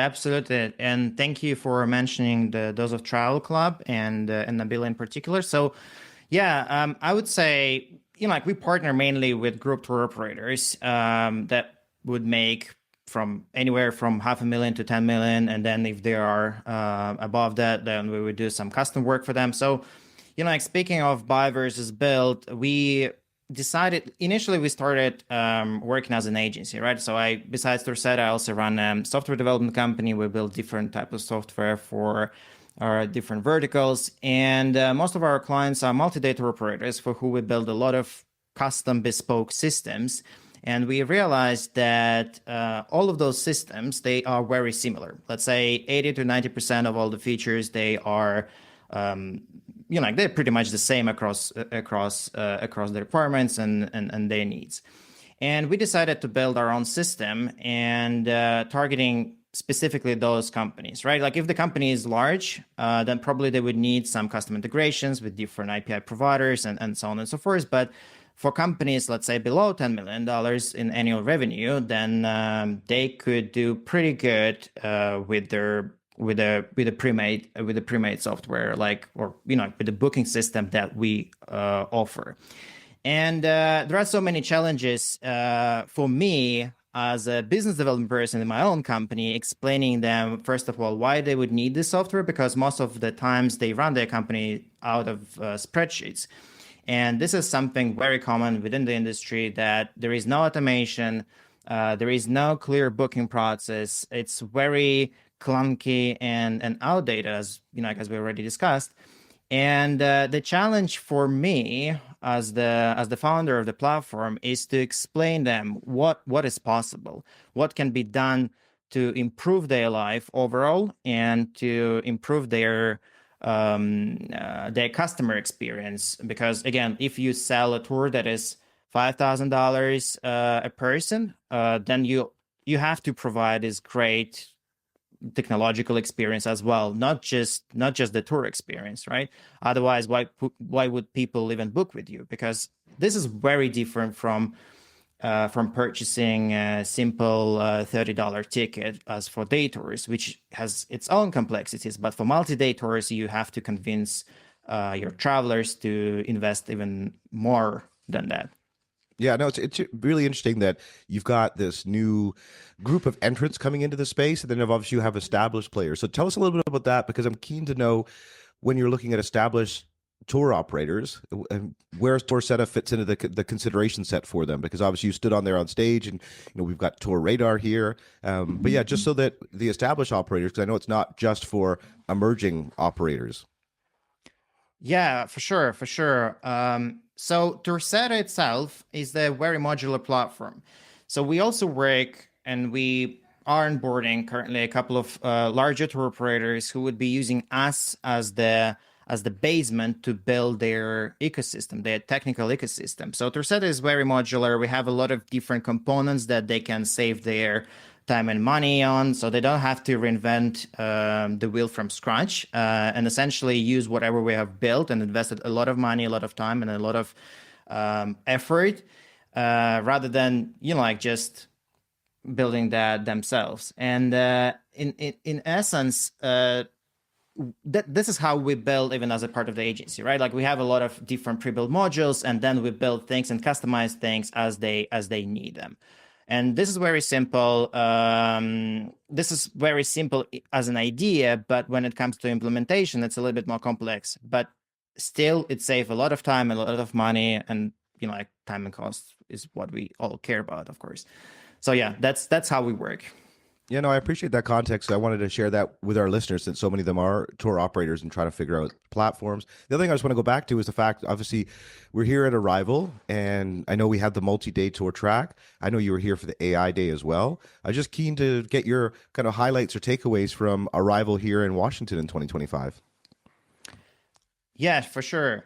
So I have to admit that this is my first arrival in the US, first of all. So this is very different from the European one, for sure. I enjoy it a little bit more. And specifically, of course, and specifically the multi-day track. Because previously that was about day tours, and this is great. A lot of insights, a lot of companies representing different day tours, and also the booking platform and booking platforms and everyone else. But the multi-day space is something that a lot of even day tour companies are trying to get into. And I received a lot of feedback after the session. And I also received a lot of inquiries from day tour operators asking us, hey, we run day tours at the moment. So what can we do to start doing that for multi-day? Because from the operational standpoint, it's very different. Those are two different type of companies, right? Like, here you got a simple payment system. Here you got installments, deposits, and whatnot. So a lot of insights were uncovered during Arival. This is like what I like a lot about that. Also for the AI day, there were a couple of great sessions where we no longer discuss AI theoretically, but also practically, right? So there were a couple of great examples when we were presented a couple of options on stage, how AI can help and streamline the life of different tour operators, and be it multi-day or day tour. So yeah, a lot of different sides on the AI world as well.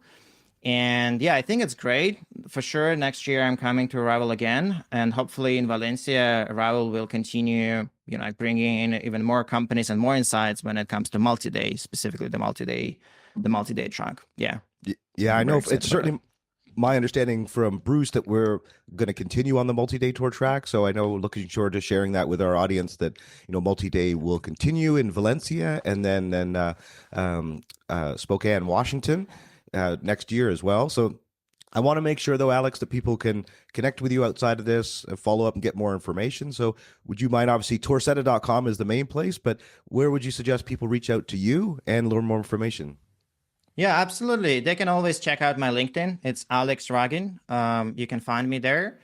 And feel free to add me to your connection list. Send me a message. I'll reply everything myself. I reply very quick. So if you have any questions, if you need insights, feel free to reach out, and I'll be happy to help.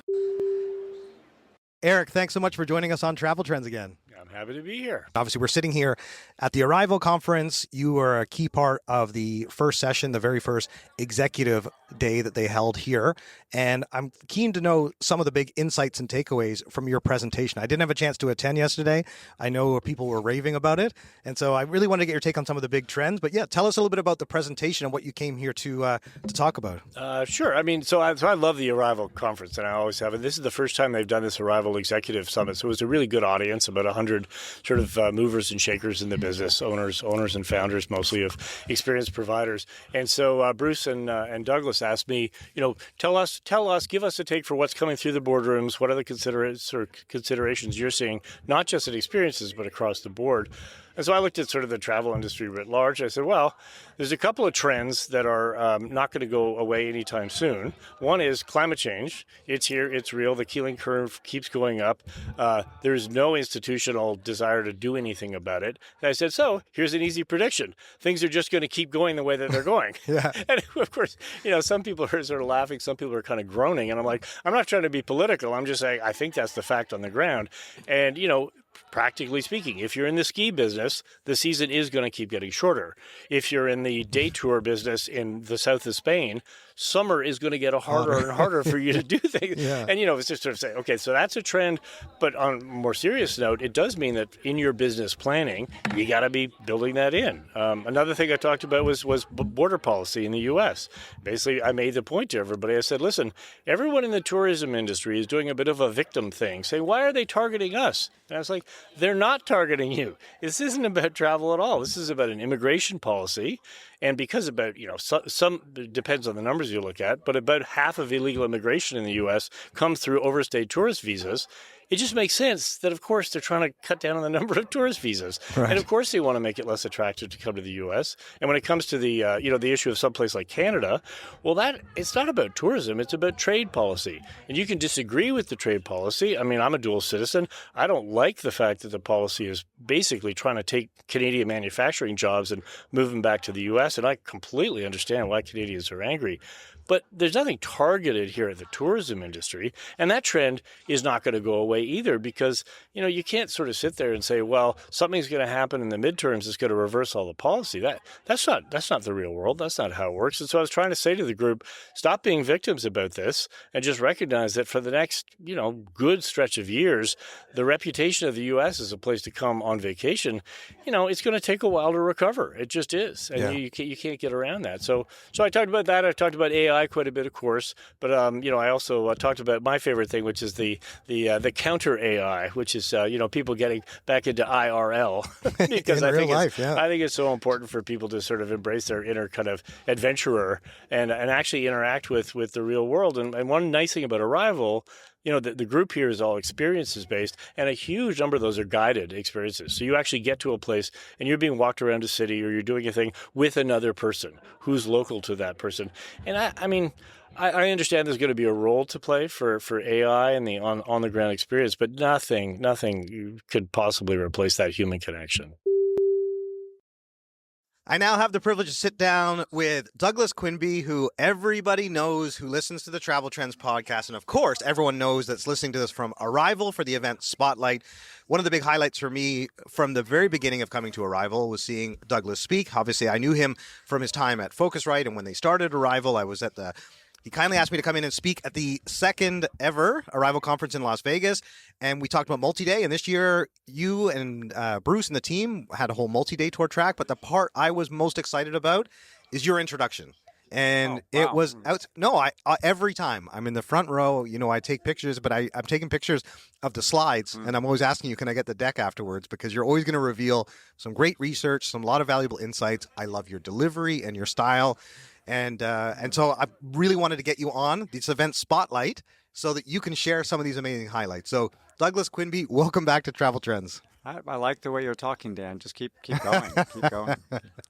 And you inspire me. One of my next trips I want to do is a Japanese cycling tour. I know that's what you had done a couple of years ago before. It's 5 years ago now. Oh, wow. Okay. The year before COVID, so 2019. That's okay. I did a cycling trip through Hokkaido, northern island of Japan. The I can't remember. It's like a national, or maybe it's a state park on the northeastern part of the island, like there's a mountain, very mountainous region. Yeah, it was amazing. So we had taken a trip just pre-COVID to Japan as well, and it's amazing to see what Japan, how they've entered the global stage.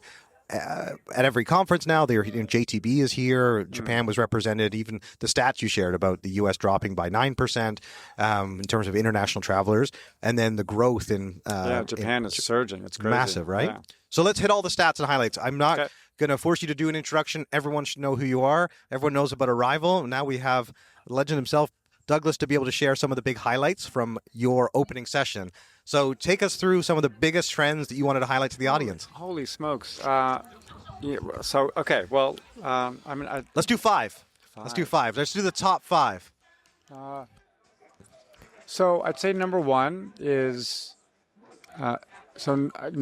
navigating uncertainty. There's been the most extraordinary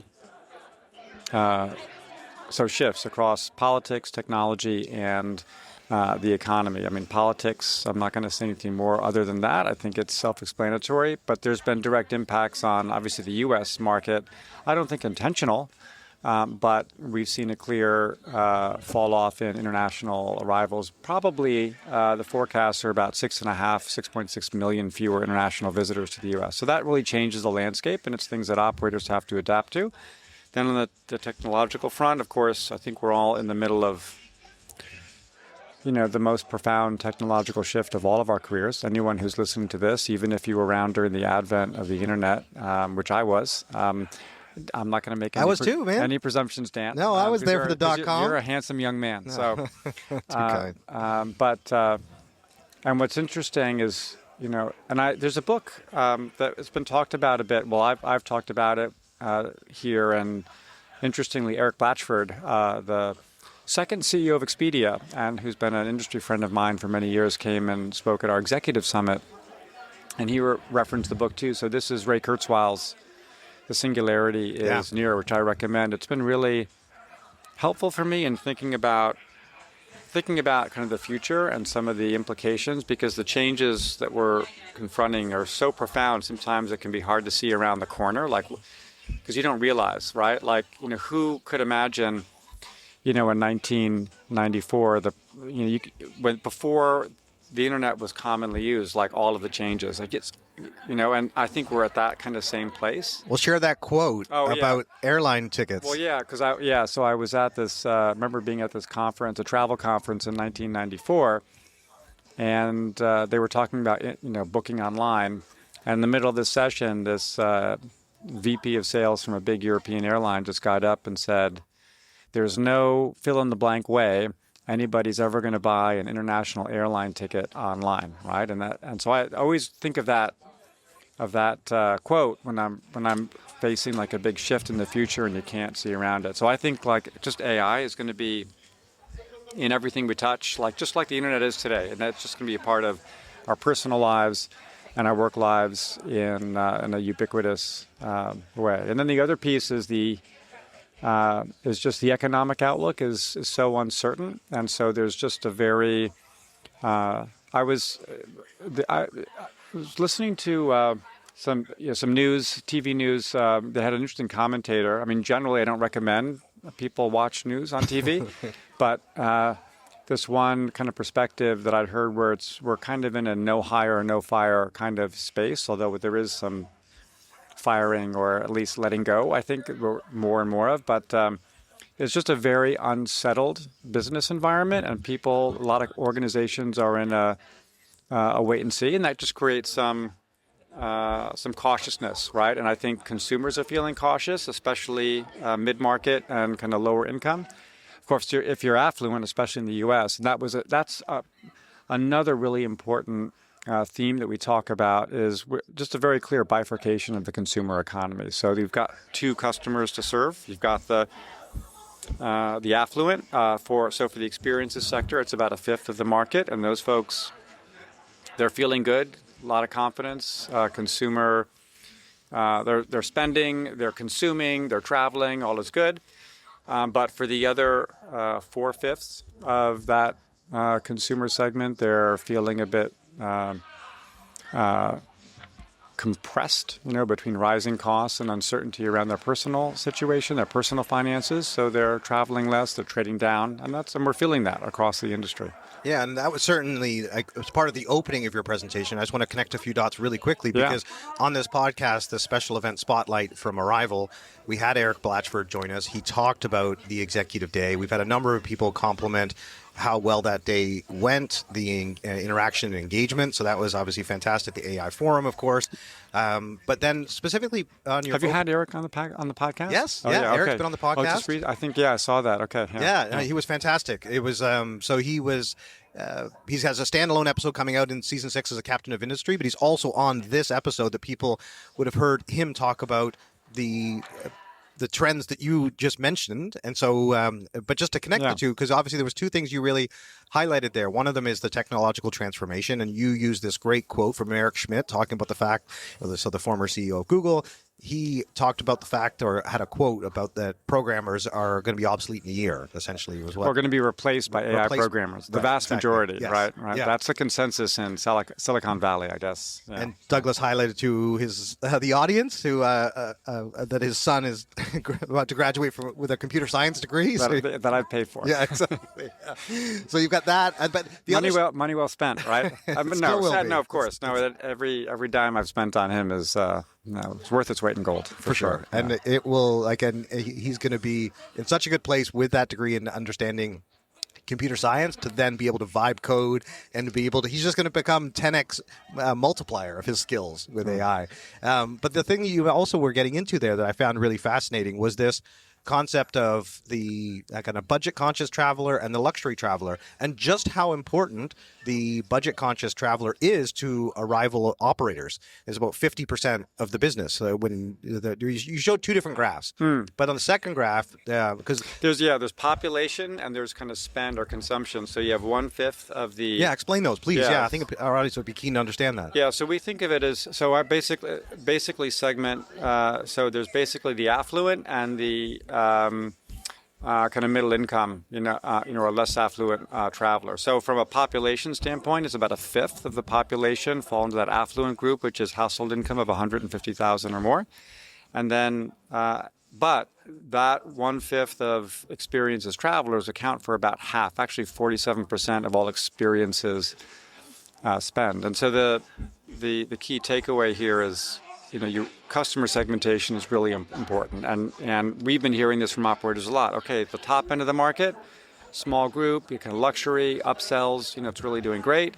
But then, the bottom end of the market, kind of price sensitive, the scaled, experiences are also doing well, and the kind of mid-market is struggling. You hear the same thing in the hotel sector as well, where it's the top end and the bottom end seem to be doing okay, and the middle market is, because folks are trading down. Yeah. So I know our listeners, and I have to be mindful too of our time together because you're actually about to go on for another session in a few minutes. So we're going to have to keep this session tight, but people can listen to the podcast that you're on. And obviously we did a preview episode, but I really wanted to have you on. Just tell me to keep my answer shorter, Dan. That's also fine. That's totally fine. I would talk to you all day, Douglas. You know how much I enjoy our conversations, but I want to just go to two, make sure we cover two things. One is on that research, I want to make sure that our listeners can find out more information on how to get access to those reports. So I know if you're with Arival, and obviously this is a combination of people listening to this that know travel trends and know Arival, but if people want to get access to that data that you shared on stage,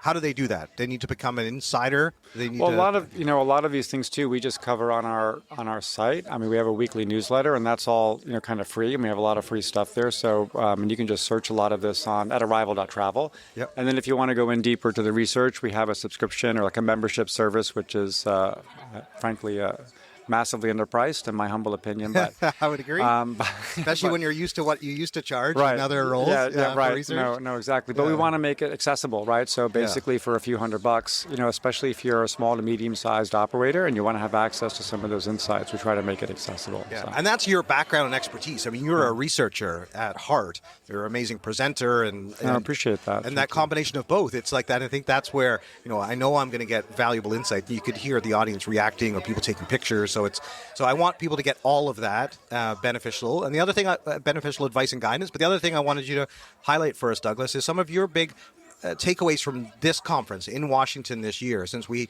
talked about all the things we wanted to do or you guys wanted to achieve with this Arival 360, and I know next year it's in Spokane, Washington. Mm-hmm. So I just want to make sure that our listeners hear directly from you, and ultimately what were the big highlights of Arival 360 here in Washington this year? You know what? When I get asked that question, I always have such a hard time answering because it's such a diverse industry, and there's probably we have like 400 and change companies attending here, but just among the supply side, so the operator community, there's probably 40 to 50 different types of businesses, right? Like it's not just, tours, activities, and attractions, right? It's just within the tour sector, there's so many different businesses. Just here's one example, right? So I met at the conference, and I was not aware, but he's been coming for 3 years. Jonathan, and I apologize, can't remember his last name, but he runs a hip-hop party bike business in Houston, Texas. He started in 2022. He does. He's got four bikes. He does like 30 departures a weekend. They're all sold out, and it's groups of folks who get on the party bike, and you're listening to hip hop with a knowledgeable kind of DJ and driver, and you have a blast. And I'm ready to go to Houston, right, to give this. Because I'm just so personally, I'm a huge Juice WRLD fan. Nice. I love.